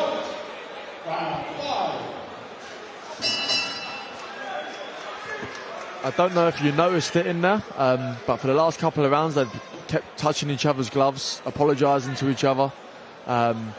Listen, sportsmanship and that, but this is the fight game. Forget that, let's go to work. Yeah, I agree. I think sportsmanship at the start, sportsmanship at the end, let the fight happen in between. 100%. Yeah, it has been very friendly, hasn't it? Not that you two are not friendly. We're probably the friendliest people in the world outside the ring, but inside the ring, we become different animals. Exactly, you've got to be spiteful, haven't you? You're in there to do something. That was a well-timed right hand there from Tashari. The shots come back from Valdez, but nothing is causing any form of effect, really. Nothing's getting through which is clean or eye-catching.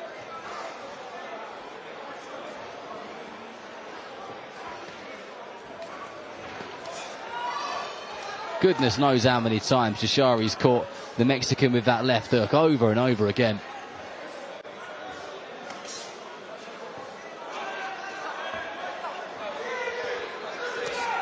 It's starting to get a bit frustrating now. There was 3 times that he made him miss and no attack which followed.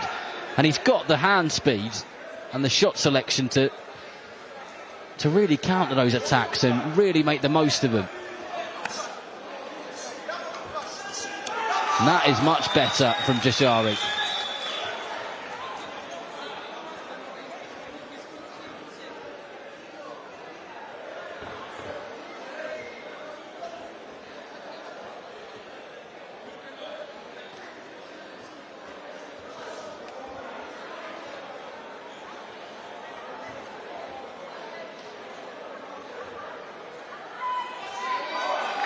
And the Mexican just kind of sitting there in the corner now with his hands up, almost inviting him in to have a bit of a go.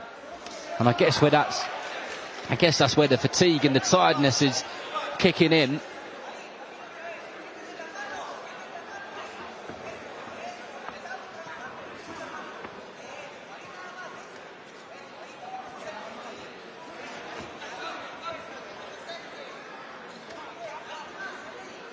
He's working hard, the Mexican, to keep Jazari off. The constant pressure, I think, is getting to him. And this is what's emptying the gas tank. Good jab there from Jashari. Nullified the attack if there was one coming. But no, you're right, James. That's exactly what it is.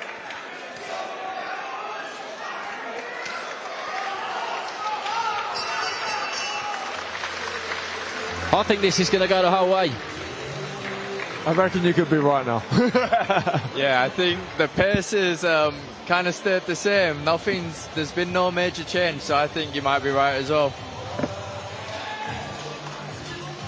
The Mexican is definitely feeling it. We're just a couple of meters away in our commentary position, and he's absolutely breathing very, very heavily. And I'm sure Jashari is feeling it as well, but he's the man who's doing all of the work, really, from an attacking point of view. I'm sticking with my prediction, Darren. He's getting the Mexican out of there. I'm going for it. Yeah, I mean, you're closer to him than I am. He does look like he may only have a round left in him. We'll see.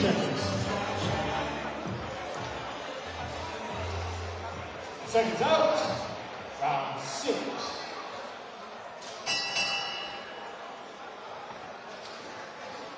Well, round 6 of 8. If you're just joining us, this one hasn't necessarily caught fire at any point. We had a bit of a problem with gloves at the start, and gloves had to be changed, but the action eventually got underway. And this has been kind of very, very samey in each round. There's been some good fast hands from Tashari, and the Mexican Valdez has been on the ropes and on the corner so many times, have been caught with left hook after left hook, but he keeps coming.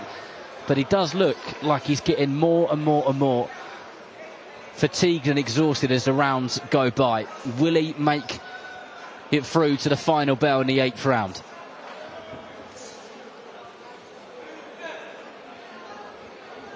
Cesare looks like he could do this all night. He looks as fresh as a daisy.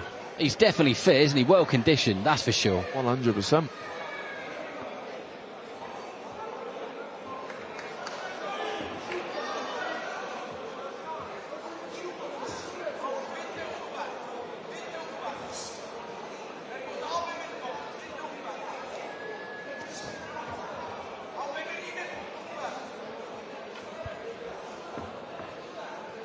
I can hear my old boxing coach in my head using this line, stop admiring your work. And I feel like that is what Jashari's doing a little bit too much, as he's throwing some wonderful shots, great speed, fantastic selection, and then there's a bit of admiring his work. Yeah, I think... You must have heard that over the years. Yeah, I've been told it a couple of times by my old amateur coach, and every now and then by Al and Ed. And it's just something that you have to stop, because sitting there and admiring your work can create openings against you. I mean, no, don't get it twisted, it's good work. It's work to be proud of. But I guess while you're admiring and being proud of what you've just done, you're not doing more work. That's it. Admire your work after the fight. Don't do it in there.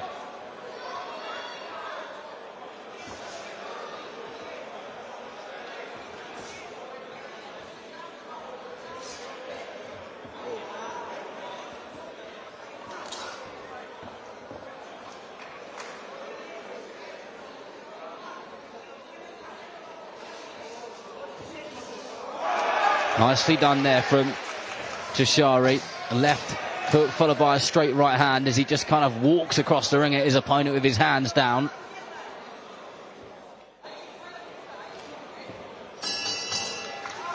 I tell you what, you get the sense that they could do 20 rounds like this, couldn't they? I think Valdez would just get a little bit more tired as the rounds went on, but Jashari would just carry on doing what he's doing.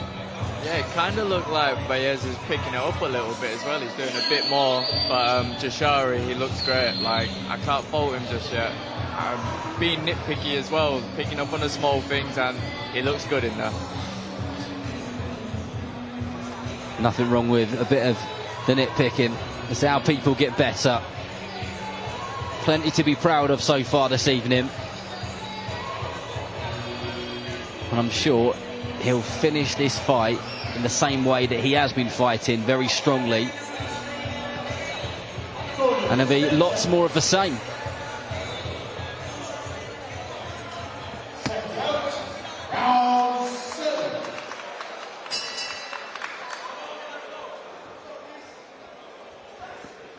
Last 2 rounds then.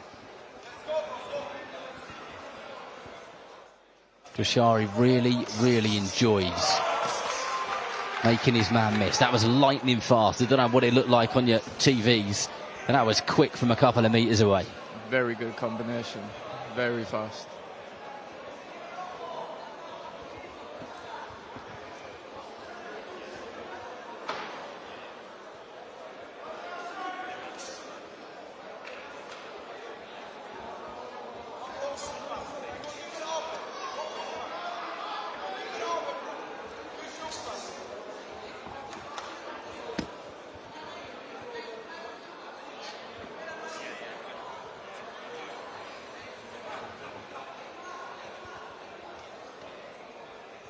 I feel like I've given Jashari a bit of a hard time with the no second phase attack stuff, but Valdez really hasn't done any of that stuff at all. I mean, it takes 2 to tango, doesn't it?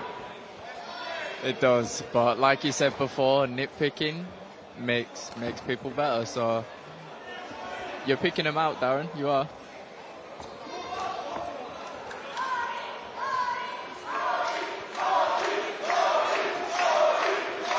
Sneaky right hand over the top there from the Mexican.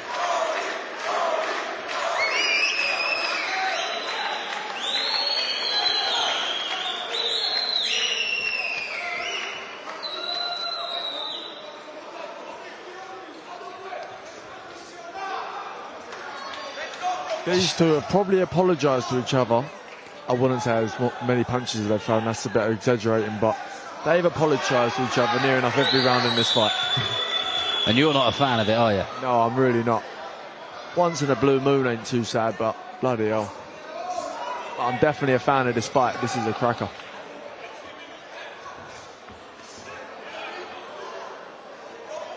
I love that every single time that Baeza gets caught with a shot, he shakes his head and goes, no. Like almost every single one as well, if you watch him. Yeah, just shrugs it off. And I'm starting to believe they're not actually hurting him. I think we could have been wrong at the start of the fight, you know. 100%, I agree. I forgot he was Mexican. Yeah.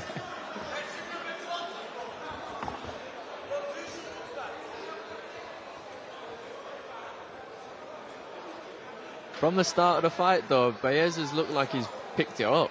It looks like he's gotten better each round. He's kind of got better at what he's doing, isn't he? Like, rather than gotten better to progressively winning the fight, he's got better at being on the back foot, better at kind of making Jashari miss, all those things. Yeah, he's got better at doing what he's doing.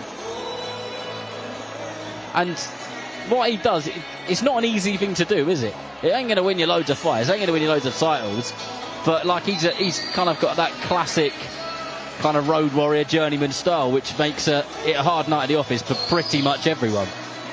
Yeah, that's it. Being in there as well, you can't discredit him. He's fighting and he's making the fight as well, so he's doing what he's meant to be doing. He's boxing and he's fighting, so props to him.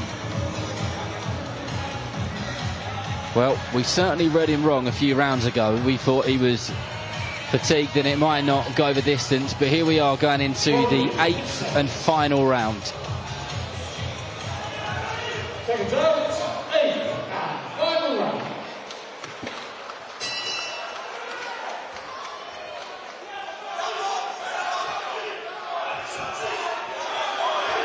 Jashari straight out on that front foot, on the attack. Those rapid hands of his.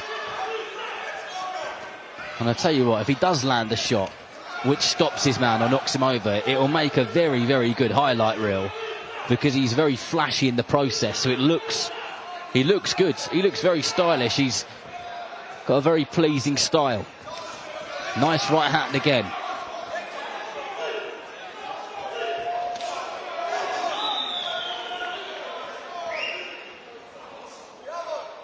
There was a moment just then where Jashari landed a solid right hand and thought he didn't go anywhere. And I don't know what he said, but he kind of nodded at him to acknowledge him, to say, you are one tough man.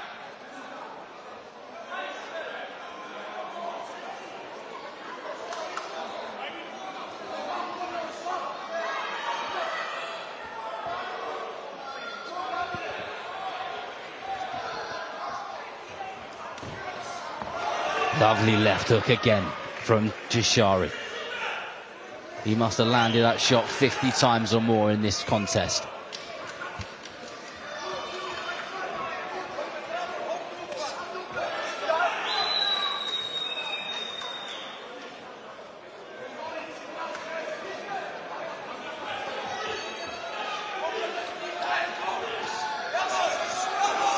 Beautifully done there, just dipped to his side and through the left hook, left uppercut under the right elbow of the Mexican.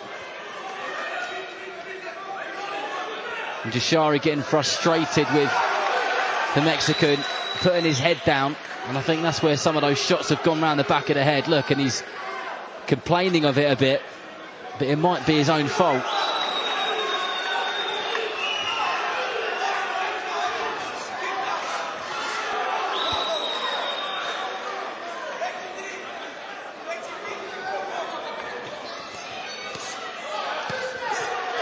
A couple of thuds from just above our commentary position. Those shots are landed in heavy. And the Mexican is going absolutely nowhere. I've not seen this Mexican be hurt once in this fight. And I'm telling you now, Jashari's hands are going to be hurting him in the morning.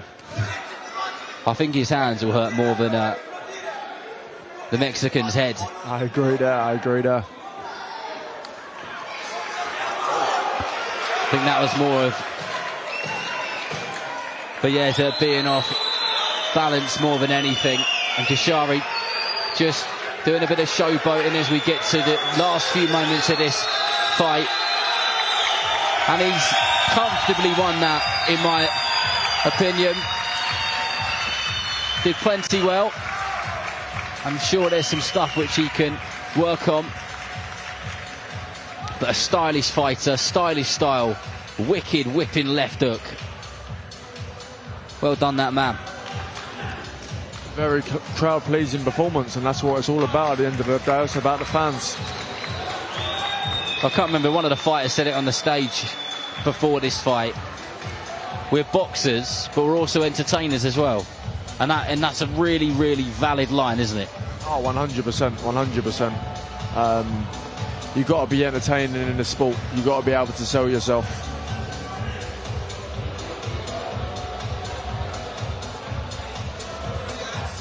Right, well, let's get the official scorecard. Mark Valdez, our MC, has it. And the ref is just going to try and get the two of them to the centre of the ring, which always looks a lot tougher than it should be. So we shall hand over to Mark to hear the scores.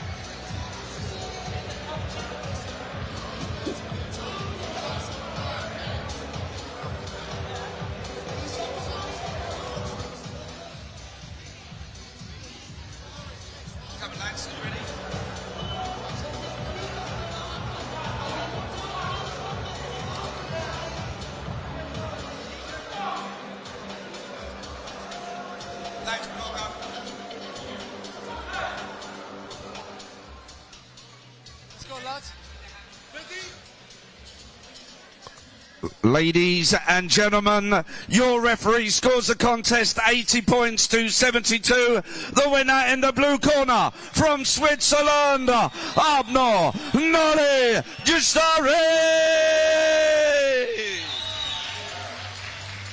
And a round of applause for the brave and gallant Jorge Luis Huerta Beleza.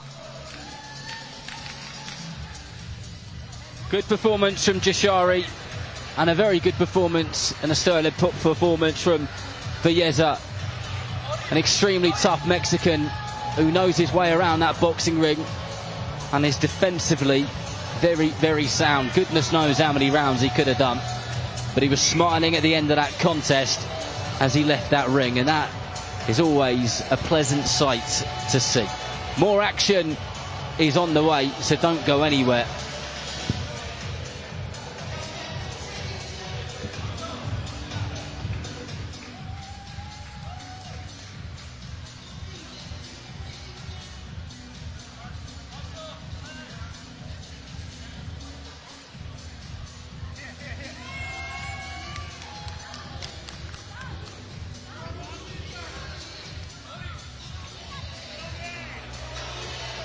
Well, Jashari is just going to join Ollie for a post-fight interview in just a moment. But first things first is a few more pictures, and rightly so.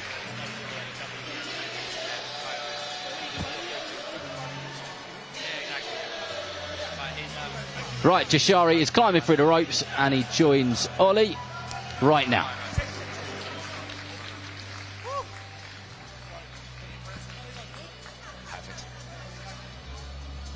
Abno professional debut in the UK complete. You must be over the moon. Yeah, first I want to say Alhamdulillah. God gave me everything. And yeah, a crazy atmosphere, you know. So I'm come from Switzerland. Everything is new for me. But yeah, I love it. You look sharp, you look comfortable, your movement was good. Did you feel as comfortable in there as you looked? Yeah, of course, but to be honest, it was not my best preparation. I had the injury, but this is, I think, 50% of me. But yeah, more coming, inshallah. Tell me a little bit about the support you've had in here tonight. They were nice and loud for you. The fans have come in their droves for you. Must mean a lot. Yeah, crazy, crazy. I can't wait to see my sheep in Switzerland. I love you. Thank you, my sheep. You've got a great team here. Your coach, you've brought your team over from Switzerland. big first performance in the UK, but the plan later on in the year is to not just fight again in the UK, but maybe get a Box Nation show over in Switzerland too. Yeah, of course, he's the man. He can choose. He is the man. I hope soon. Are you proud of your fighter's performance tonight? Yeah, it was good. The opponent was crazy. Was boxing under the line. He did a good job. The first 8 rounds, perfect. And how do you think he coped with being here in London? First time in the UK fighting. He took to it with ease, didn't he? It's going forward. The story is going forward. Final question. When do you want to be out next? Wherever. For me, don't care. I fight with anybody, you know. I come from Albanian, and we don't fear nothing, my friend. Nothing. Abdullah, UK debut complete. Congratulations. Enjoy your evening.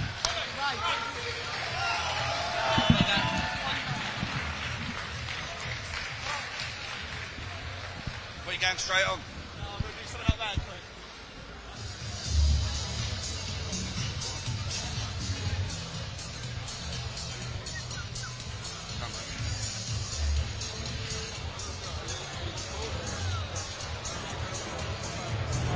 Well, it's not magic. I really have got from ringside to the presenting area that quickly. And I am joined by Zach Chelli. And Zach Chelli Sr., light heavyweight, English champion. But it feels like we haven't seen you for a while. Where have you been?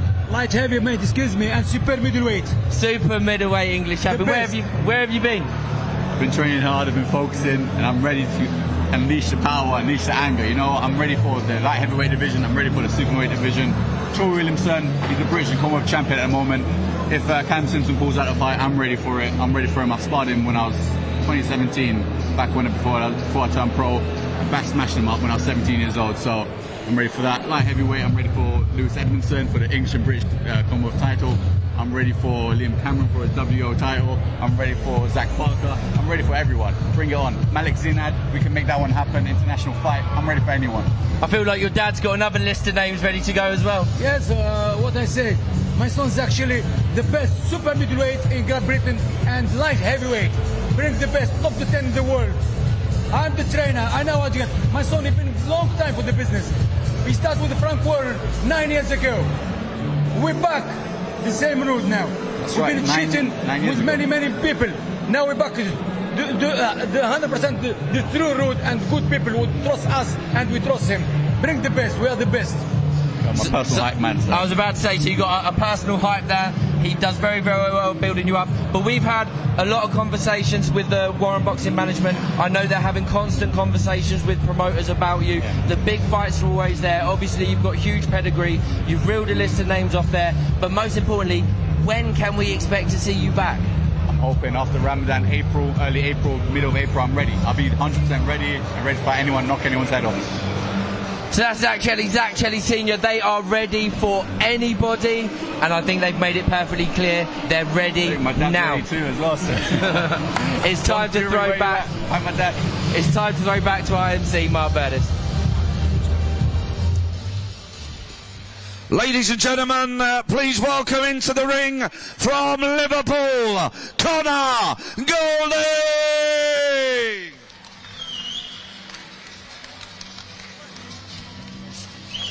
Incoming into the ring as the action continues is Conor Goulding from the great fighting city of Liverpool.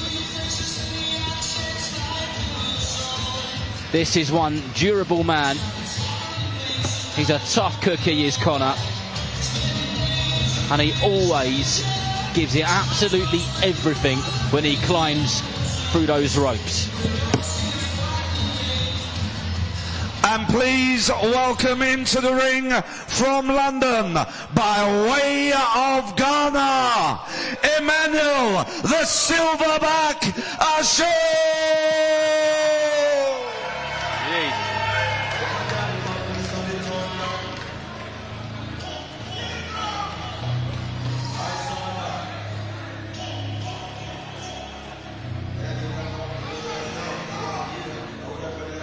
Born in Ghana, now based in Norfolk, London, is the Silverback, Emmanuel Ashong, making his way to the ring here at York Hall, ready for fight number 3 on his professional journey. Ladies and gentlemen, our penultimate bout this evening is a 6 3-minute rounds contest in the super welterweight division. Firstly, in the red corner with 5 wins, 7 losses, weighing in 159 pounds, and tonight he wears the black shorts with green and gold trim. Please welcome from Liverpool, Conor Goldie! And across the ring in the blue corner, unbeaten with 2 wins, 1 by way of knockout, weighing in 156 pounds, 5 ounces, and tonight he wears the white shorts with silver trim. Please welcome from London, by way of Ghana, Emmanuel the Silverback Ashong. Your referee is Bernardo Yetz, who will now give his final instructions to both boxers. Gentlemen, let's keep it clean, let's keep everything professional, okay? And most of all, protect yourself all the time. Shake hands. Ladies and gentlemen, 6 3-minute rounds. Well, here we are, the penultimate bout of the evening. Conor Goldie of Liverpool fighting out of the red corner in the black and green shorts. Seconds out, round 1. Emmanuel Ashong in the white shorts. Darren, I'm going for a knockout this one. You said that last time. Law of averages, one's got to come soon. Well, Emmanuel Ashong's pro debut was a very good knockout. He has got some good punching power there. And that's a good old sturdy jab he's got, Charlie. Yeah, he throws a lightning jab.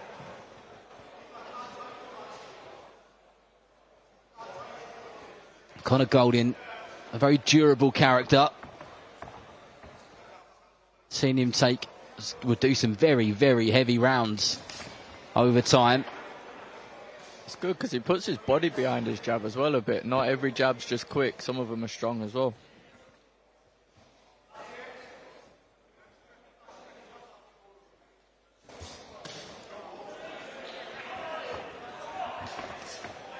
And Ashong looks very big for a super welterweight from a few feet away.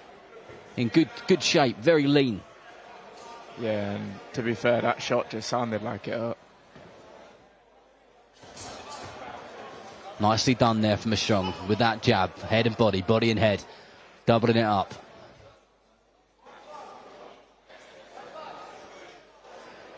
The referee not happy with something to do with the glove. I think it's just some Vaseline on the gloves, to be truthful.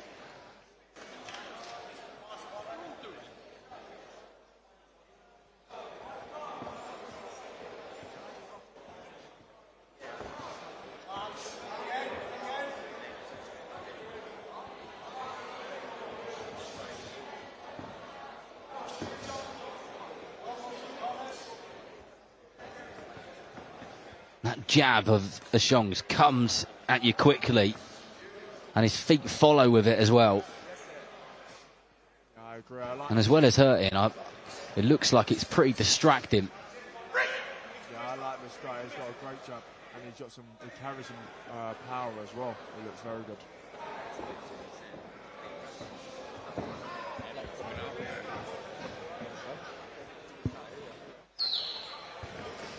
Hello? Hello?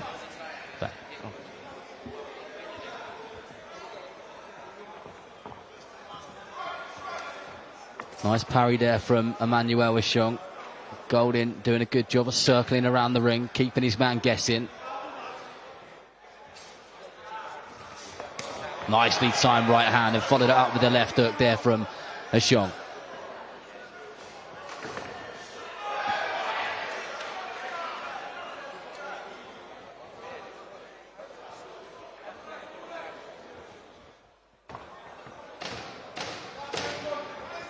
A very good round for Emmanuel Ashong. He's established that jab.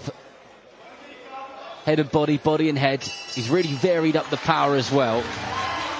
And it looked like he was just feeling it out more than anything.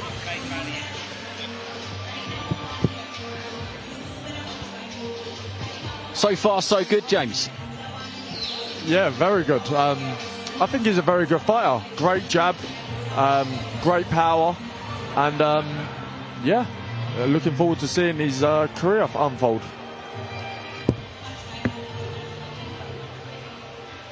Well, Charlie Senior has just headed off, and we've been joined by Razor Ali. How are you, my friend? Very good, thank you for having me. We've heard you've been to city jumping. Have you been in Paris or something like that? Yeah, I literally arrived. Just arrived, yeah. You just arrived? Yes. Blimey, that is dedication, that is. Yeah, I promise I'll be here, so I have to make it. Anything boxing related in Paris? No. I actually just went to see friends. Good for you. Well, here we are in the second round. Emmanuel Ashong versus Conor Goldin. Live on Box Nation. Ashong did a very good job in the opening round of establishing that jab, moves his feet really fast, and now he's starting to throw some other shots too, but Goldin comes back with a couple of decent punches of his own.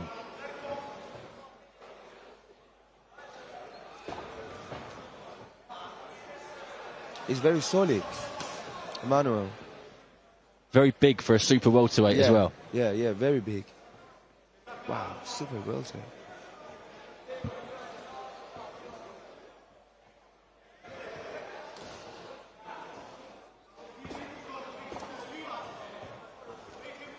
Ashong fires that jab from his shoulder at times and really puts his weight behind it, and Goldin's felt that, and that is why he's circling around on the back foot, just keeping himself nice and busy away, and you can hardly blame him.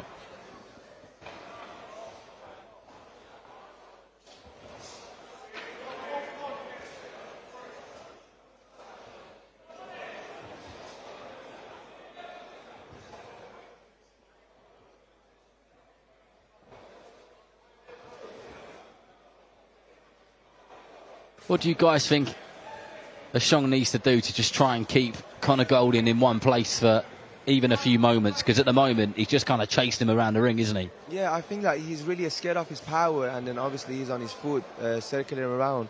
But I believe like a couple more body shots, because he throw it just early in the round, those right hand in the body, like now, he can stop him and hurt him. But I believe he needs to have a third punch after that, bring it up, or again continue with the body shot. Well, let's see if he can put that stuff into action. He is cutting the ring off. That right foot is going round to the right. But Goldin does a good job of changing the direction which he's travelling. And that was a nice heavy right hand over the top from Ashong. We've established he's got good power, he's got a good jab. But I feel like he needs to work on cutting the ring off a little bit more, because I feel like Conor Goldin is getting away quite easily.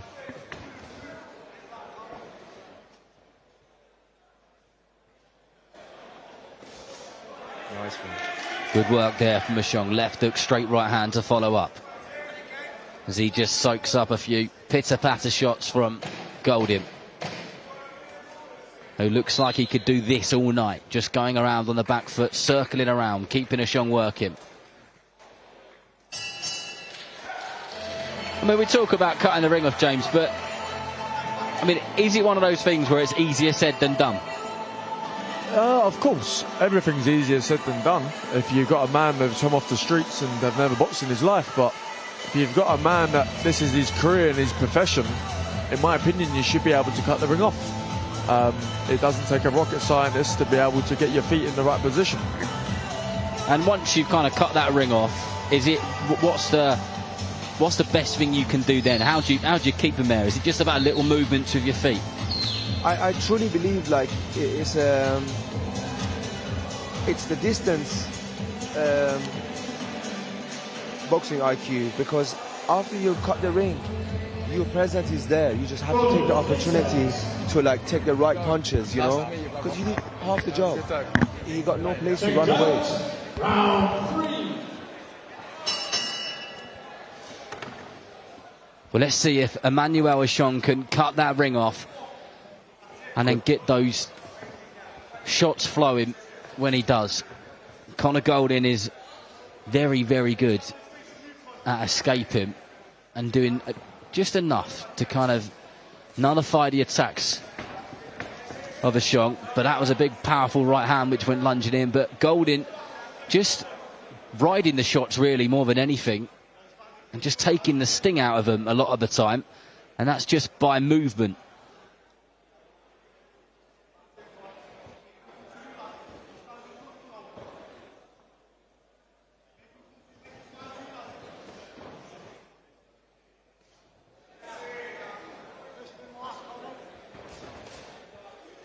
Nice there from Ashong. Jab upstairs and then straight right hand to the body. Perfectly placed it was.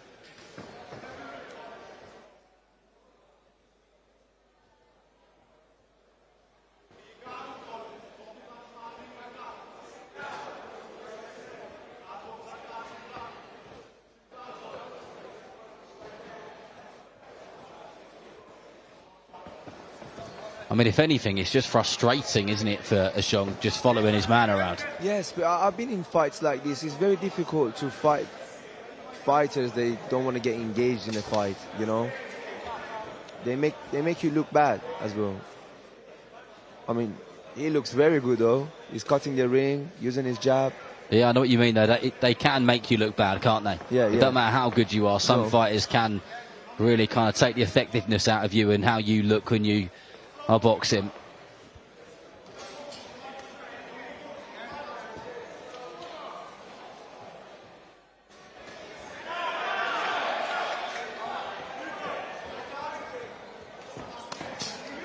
Lovely left hook to the body, which came off of that double jab, straight right hand from Ashong.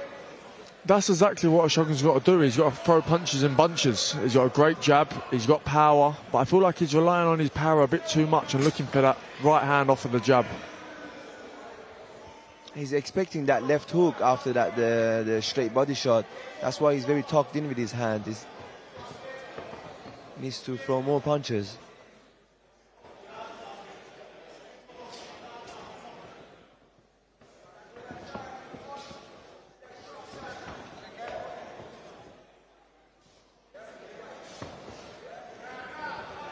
Tell you what, if we had a jab counter on Ashong, I'd tell you it would be there'd be a fair few on it, wouldn't there? He's thrown a lot of jabs per round. True. And what's that old saying? A good right hand to take you around the block, but a good jab will take you around the world. Probably the most famous line in boxing, isn't it? True. I think any boxing gym you go into in any part of the world, you hear it, don't you? It's the fundamental of boxing you need to know before you start punching. Is there any other lines like that which you've heard over and over again? Yeah, sting like to be fly like a butterfly from Muhammad Ali. Yeah, a lot of the Muhammad Ali ones. You must have some up your sleeve, James. No, you know what?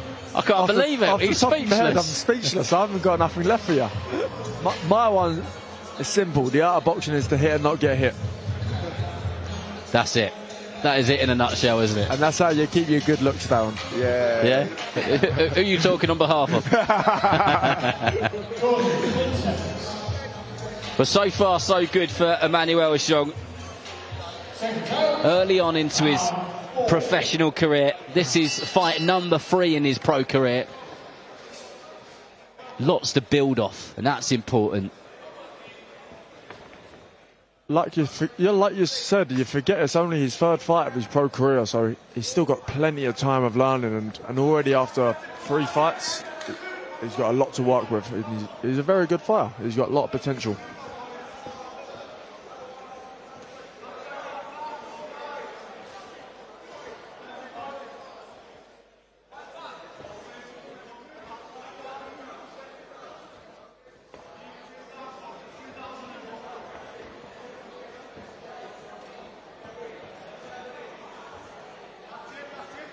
Goldin constantly keeping Ashong guessing, but that was a good shot which he landed. But I guess that the art is once he's landing those shots is to cut the ring off and then corner him and let his hands go. But he just hasn't been able to keep him in one place for even a few moments at the moment. But it is early days. It's all experience. He's landed some great shots. A nose of Golden is reddened. That is that jab, and there it is again to the body.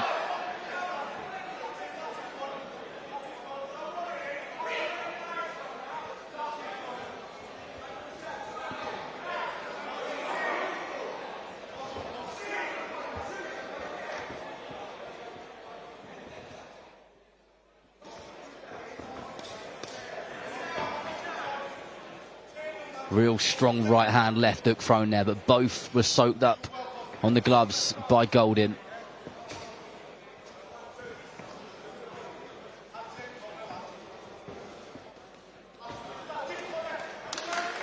Good defense.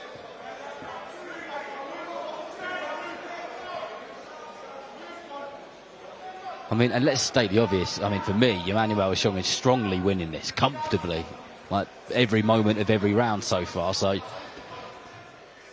sometimes it's good to get the rounds in and just build up the experience, especially when you're trying to build a good record. You don't get a lot of fight back to back. Yeah, rounds are important. Rounds very important, yes.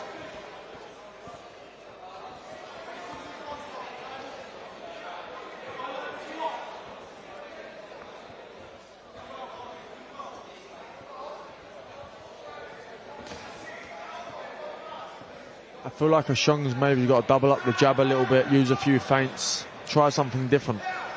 Yeah, I agree with the feints because he's very tucked in with his hand. You need to do some opening. Yeah, of course, 100%. 100%. You know, talking about, say, like doing something different, but sometimes when you're really, really good at something, like, say, for Ashong, his jab's very, very good. Do you think that can keep him or stop him from trying other things because he knows that his jab is his weapon? I believe you can build up from the jab, and jab is the key, you know. But sometimes, like, it's not only about throwing one punch very good, then how about the setup? You know, how about your head movement, your footwork, or feinting, or like double phases of attack? I believe it's a full package, right? Is doing very, very good, to be honest. But I still believe he can do better because, like, he's relying on power. I think it can stop him this round if he just throw more punches. Because his head, his nose is bleeding. 2 more rounds.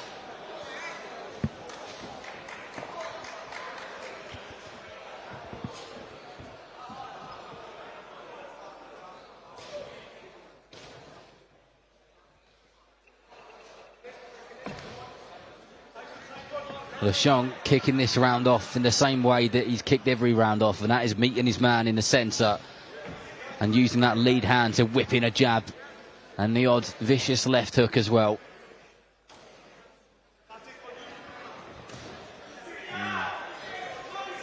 He felt it. Just looking at the corner of Ashong's there, kind of screaming at him to push forward and don't give him any breathing space from what I can see in here. He's feeling the body shots. Yeah.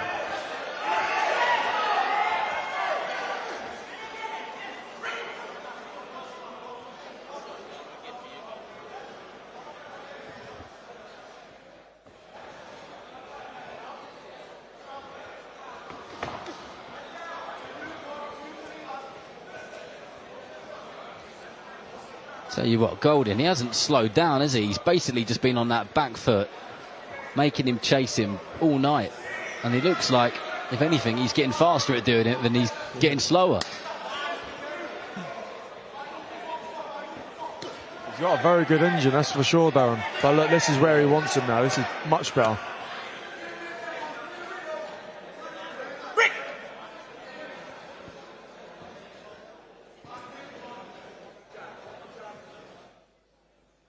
But that just goes to show that when Ashong had Goldie on the ropes and he didn't have anywhere to go for a moment, he started landing a few good shots, and there was another couple again. So it really is just a case of him just trying to get him trapped for a bit and then work off of it.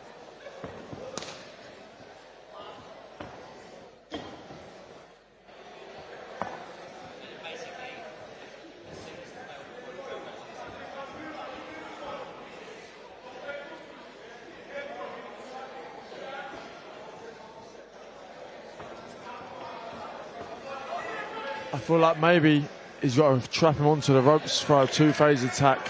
You could attack, step back, let him walk back onto you. You've got to try and do something to get Golden to open up, because at the minute he's being very negative.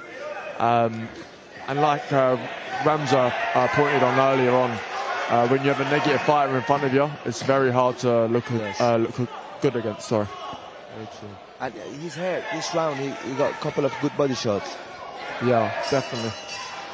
He just needs to find the takeout punch. It's working. I believe there is a lot of chance that he can stop him this round. Just a couple more combinations. Yeah, it's the combination work, isn't it? That's key. The jab's there. Everything comes off of the jab. He throws it beautifully. We've established that. And it's just getting those other shots working. And it might take a few fights to get that. No, sure. Obviously, the more you fight, the more rounds you go through. It's very important to build up that experience.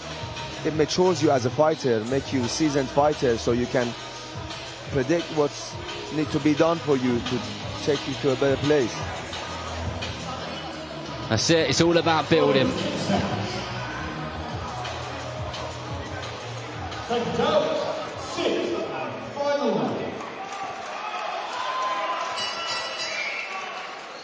But a good performance for Emmanuel Ashong. Conor Golden has been on his toes throughout the fight, and he's made Ashong work, made him chase him, made him try and trap him. And this round is going to continue in exactly the same way that the 5 previous ones did. That was a solid right hand which landed on the gloves of Golden, who takes those shots well, and the body shots really sink in.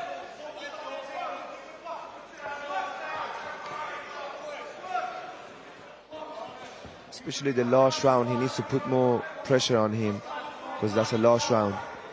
Empty the tank as such. Yes.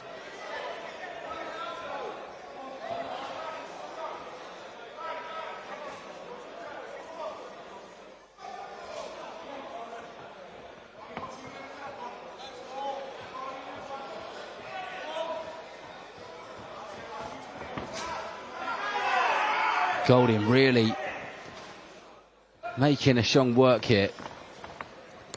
I'm exhausted watching him go around the ring. Never mind Ashong after to chase him. Honestly.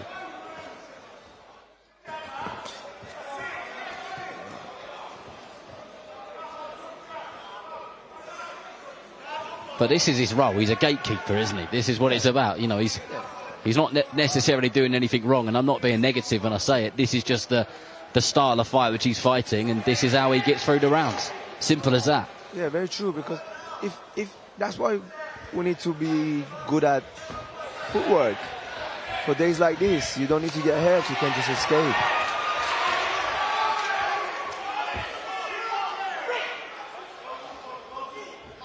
That right hand before Golden grabbed hold of him definitely hurt him, because that's why he grabbed hold of him.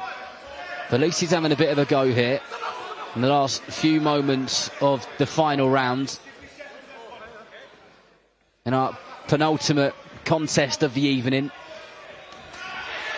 Good heavy shots there from Ashong, and I like that left hook to the body under that right elbow as well. He's definitely hurt because he's trapping hold of that right arm of his, isn't he?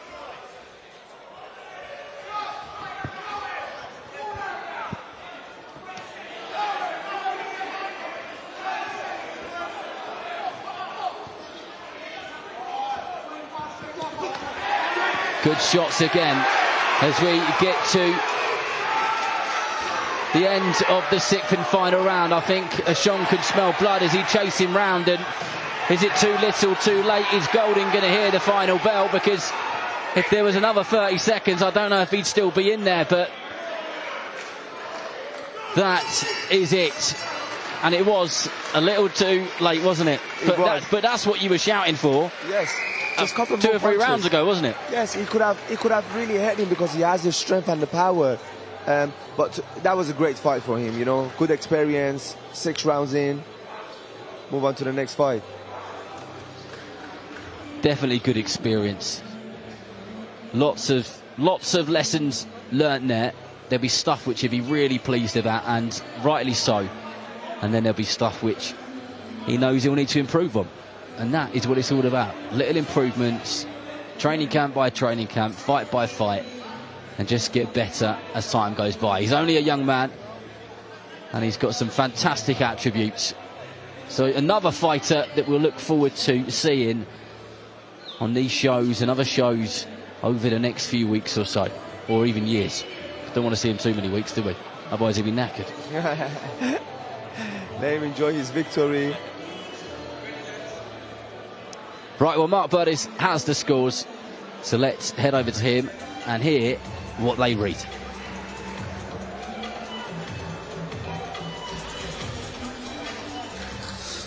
Ladies and gentlemen, your referee scores the contest 60 points to 54. The winner in the blue corner from London by way of Ghana, Emmanuel the Silverback Ashong. Ladies and gentlemen, a round of applause for the brave and the gallant Connor Goulding. Gracias, senor. But a very pleased face on Emmanuel Ashong, and so he should be. Another win in the bank, another 6 rounds in the bank as well.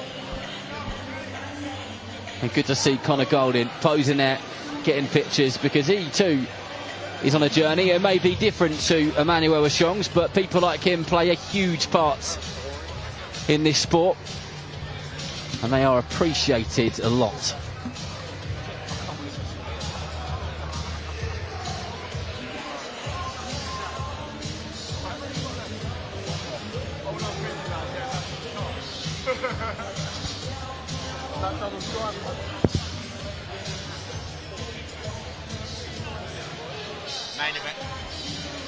Main event's ready to go, so I'll do 2 rounds. Well, Emmanuel Ashong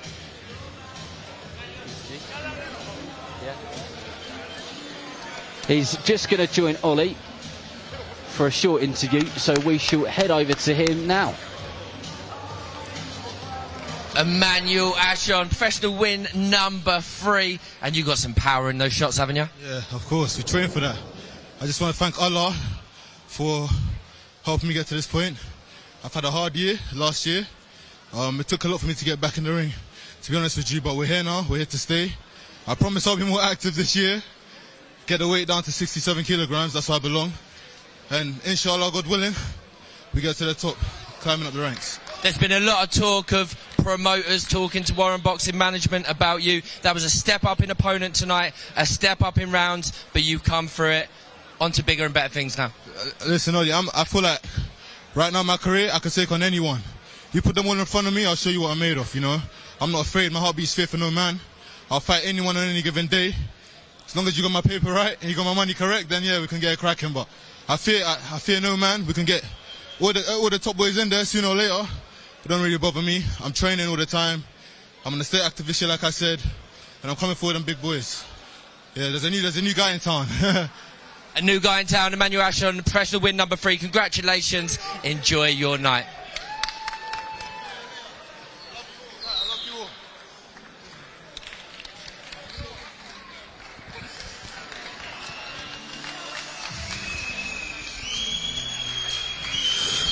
Ladies and gentlemen, please welcome into the ring from Germany by way of Armenia, Armenak Hovhannisyan.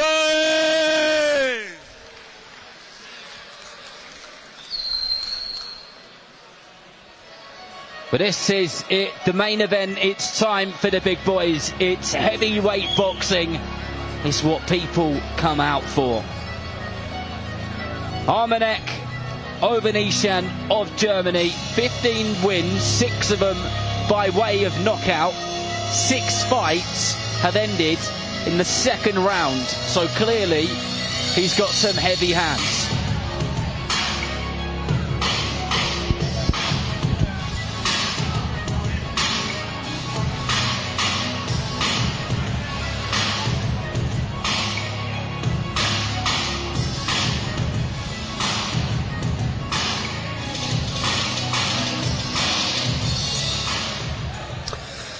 And please welcome into the ring from Bout, Albania, Alban Bermeta.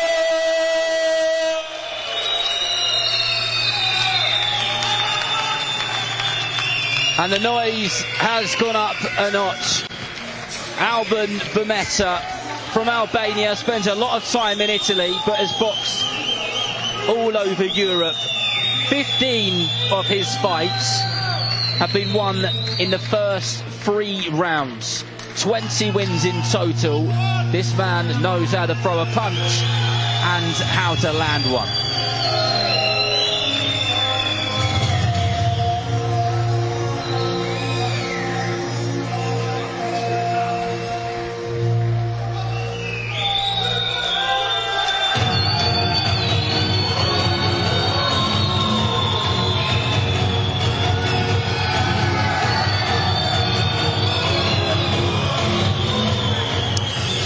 Ladies and gentlemen, our sponsors Hemp are proud to present the main event of the evening. 8 3-minute rounds in the heavyweight division. Firstly, in the red corner, with a record of 15 wins, 6 by way of knockout, 5 losses and a draw. Weighing in 185 pounds, 7 ounces, and tonight he wears the black shorts with gold trim.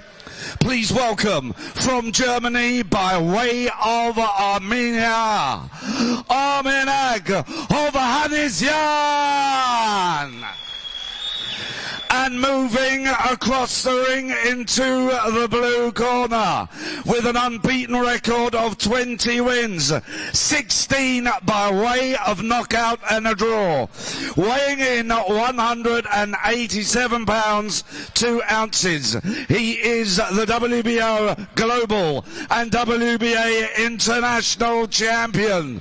Please welcome, wearing the white shorts with gold trim, from Bout, Albania, Alban Bermeta. Your referee is Sean McAvoy, who will now give his final instructions to both boxers. Okay, lads, 8-round contest. Keep it clean at all time. Keep yourself protected at all time. Touch gloves. Here we go. Good luck, lads. Ladies and gentlemen, 8 3-minute rounds.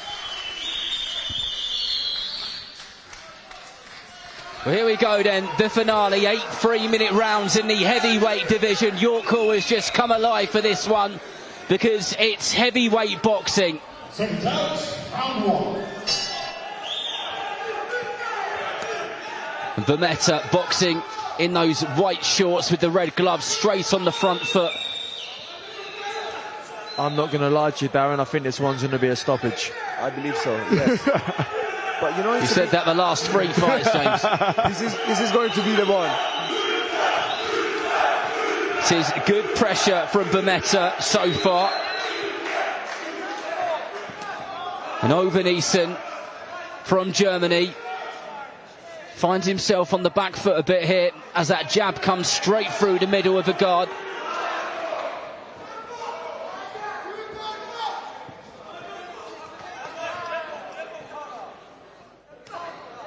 Good sturdy jab there from the Albanian, Bermeta, who's just going through a bit of a feeling out process at the moment, trying to gauge his distance. As I mentioned in his ring walk, 15 of his fights have been won in the first 3 rounds.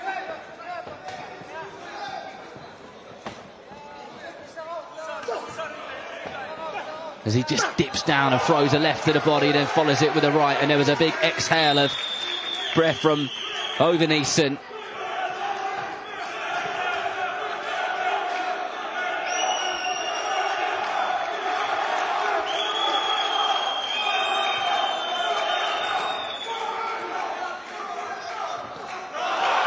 Good right hand there, just wobbled Hovhannisyan. And the ref, he's going to count him. And that is classed as a knockdown. And Bermeta will undoubtedly jump on him now.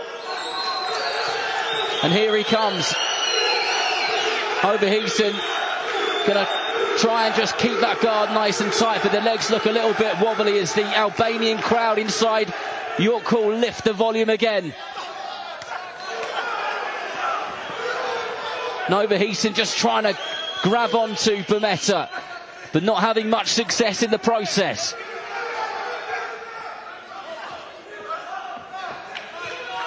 And I think he may well have survived this particular storm in this particular round.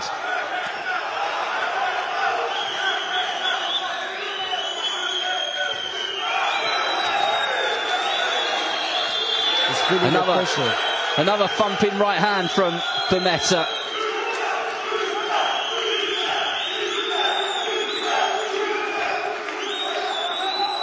And Hovhannisyan just not been as effective as he needs to be to keep his man off.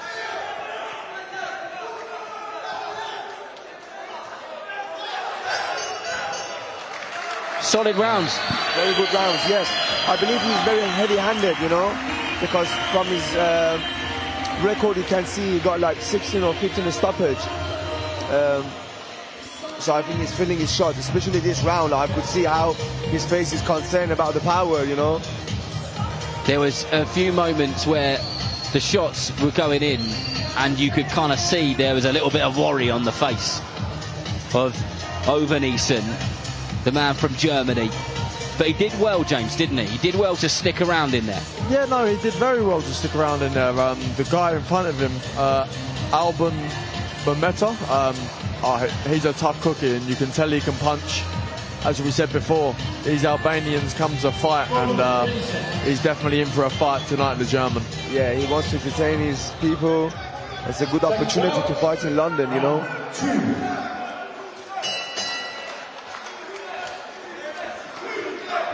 Well, here we go, round two. Hovhannisyan straight out of the corner and firing shots into the midsection of Bermeta. Bermeta with a vicious, unforgiving left hook to the body. And Hovhannisyan just finding himself on the ropes there, and trying to find an escape, but not having too much luck in the process.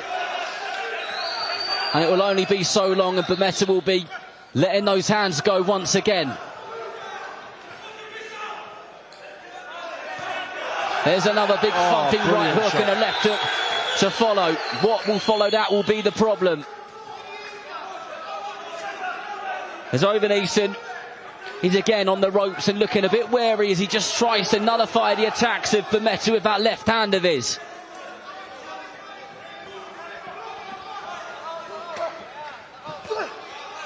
Solid left hook to the body there from Bermeta, just breaking his man down, punch by punch. Good jab. He's very good with his jabs. He's sinking. It's a good jab, and he switches and changes sides and changes the angles, and is quite a difficult character to read, I'd imagine.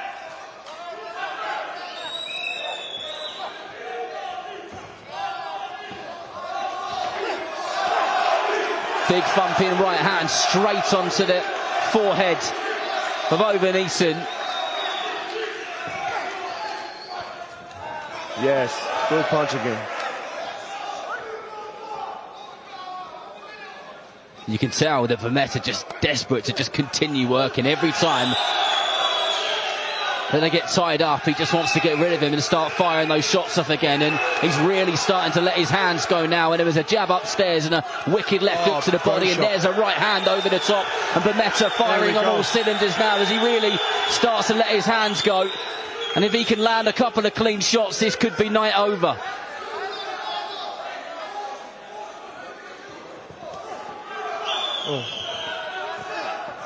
There's that jab again.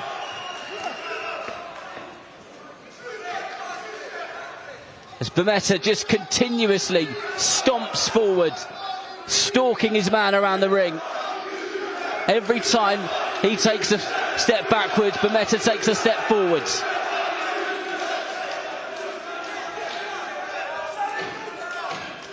Last few seconds of this round.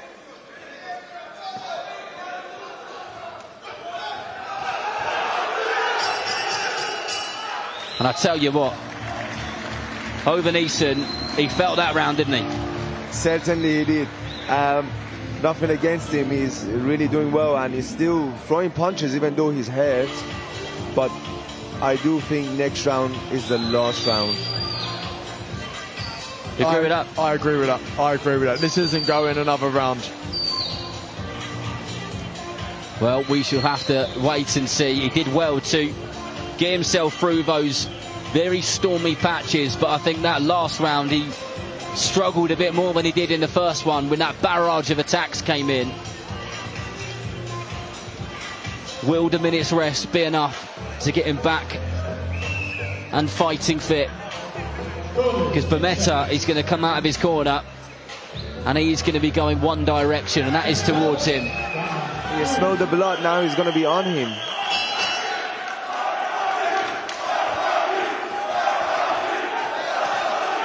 Accurate punching from Bermeta.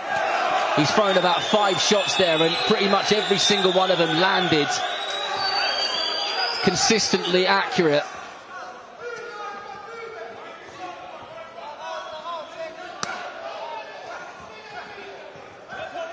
Hovhannisyan still firing back.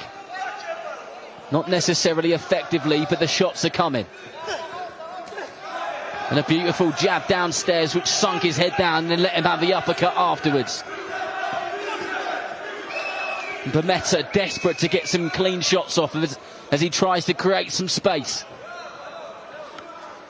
He felt that jab. I could feel that one from here. Yes.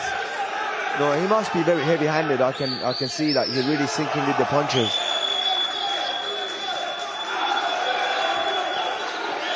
Lunging forwards with that jab is Bermeta. And Hovhannisyan just trying to grab hold of him, but he pushes him off to say, we're not here to cuddle, we're here to fight. And then on the attack with that jab over and over again as it sets up something which he's looking for. But this is good work trying to keep him off from Hovhannisyan. He's a tough man, is the German.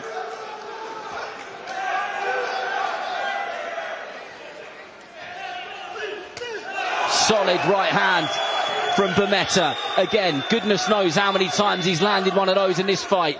As he chucks in a left hook to the body and another right hand over the top. This is good work from the Albanian. Got to say our German man got a good chin. Beautiful right uppercut from Bermeta. And he smells blood and really starts to go for it now. It's done. Oh my God.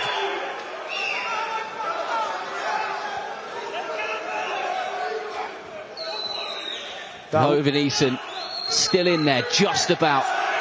But this contest can't have too much longer to go. Not with the way that it's going. Bermeta just soaks up the shots which are coming back and he looks for something big himself. And there's that right uppercut which he drives in right up the centre of the guard. Horrible uppercuts, aren't they? Yeah, they're really effective. Oh, he's holding on. Oh, man.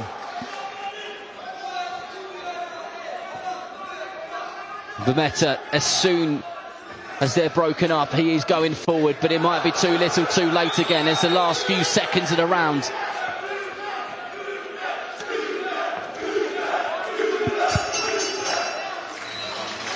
But I tell you what, none of us expected him to get through that round, Hovhannisyan, but he did. Well done to him, yeah. Just well done to him. Yes. I'm in shock. Yes. Is he going to get through the next round, do you think? No. Because he's shown that he's a survivor, hasn't he? No, certainly he got a good chin, you know, because some good uppercut got landed and right hook. and he started wobbling on his leg, but he kept coming forward, you know. That was the uppercut from hell, and that never took him out of the game, so he is a tough man.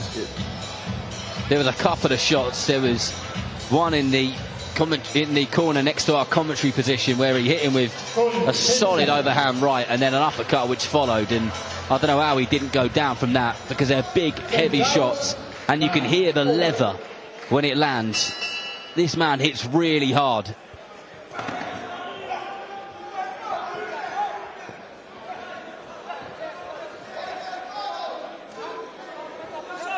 Bermeta straight with that stabbing jab to the body.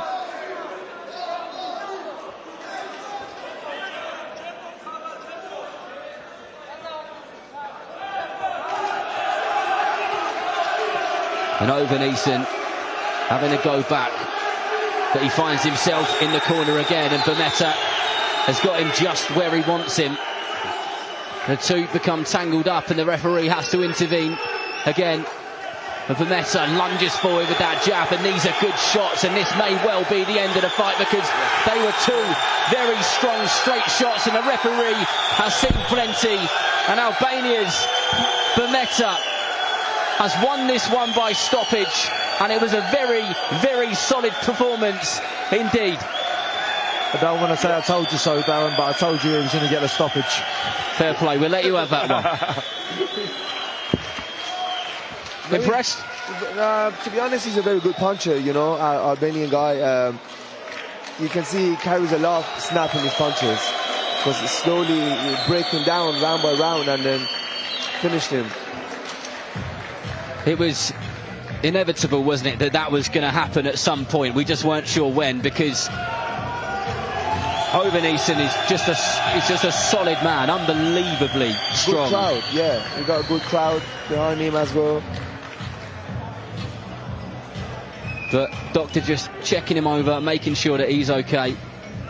That is the most important thing at this moment in time, because he did take some heavy, heavy blows there. He's going to feel them when he wakes up tomorrow, for sure. Absolutely.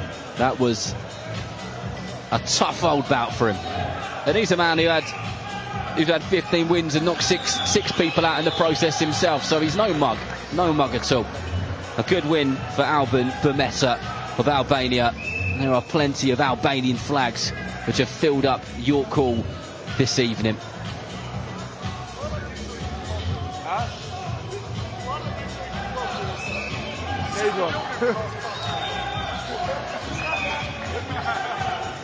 But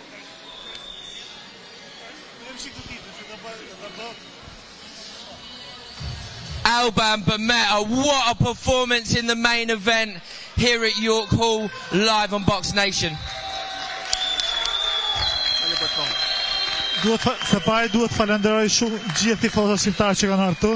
Së dy duhet falenderoj të gjithë skuderinë e Warren Boxing Promotion e dhënë mundësi. Faleminderit edhe inshallah ecim përpara me një nesër të madhe. First of all, I want to thank the Albanian fans for supporting me, and I also want to thank Warren Boxing Management for giving me this opportunity, and hopefully we'll achieve big things together. It was a tough fight, a tough few rounds. Your opponent was there toe-to-toe with you, but you had the edge, you got the stoppage. Would you have liked to get it a little earlier? Kundërshtar ishte një kundërshtar me eksperiencë, ishte kundërshtar i fort, por e kisha studiuar edhe unë jap servitër fort me krejt stafin tim, edhe unë du luft, nuk është e thonë do në pa në rënd dytë apo me pikë, po më pëlqejnë ishte e forta, prandaj jam shumë i lumtur edhe duhet të them që e kam kërkuar edhe një herë tjetër, duhet të them then we dagger, I'm ready.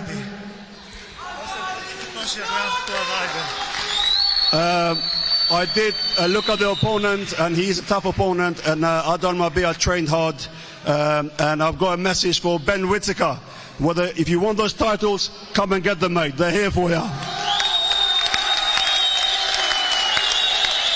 Let me bring in Sonny Warren. Alban is calling out Ben Whittaker there. Every single promoter has spoken to you about Alban over the last few months. It's got to be a big one for him next. That is a statement performance from Alban Betta tonight. No one has ever done that to Armenak, and Armenak done a great, brave performance to stay in there that long. All light heavyweights need to be on notice because the Albanian eagle over here is coming from everyone, and he's going to show them all in the UK what he's made of. Final question to Alban. Do you have a message to all your fans in York Hall tonight? Një mesazh fundit, a ke mesazh për fancat tu në York Hall sot? Besoj që mesazhin e keni marrë pa e dhënë fare, shisat mirë jena ne. Po janë që shqiptarët, Hajde Alban Bermeta, the winner in the main event tonight. Congratulations to everybody involved. Would you like to say something else? Duhet falenderoj çik stafin. Duhet falenderoj krejt stafin tim për sorturin, drejtorin, krejt çunat, gjithashtu edhe Asgarin. Faleminderit gjithëve që më keni ndihmuar hapur. I just want to thank his staff, Drayton, Asgar, and everyone that's been supporting him on his way. Alban Bermeta, the winner in the main event here tonight in London, live on Box Nation. That is it from us tonight here. Thank you for everybody that tuned in. For us at Box Nation, from Alban Bermeta, who's on to big things. One final word before we say goodnight. Duhet të them edhe fjalë Sonit tek orën. Soni, come on. Kam besim te ty, më organizon me Beno i Tegër. I've got a final message to Sonny Warren. Sonny, I've got a big belief in you. Bring Ben Whittaker here, and I'll show him a lesson.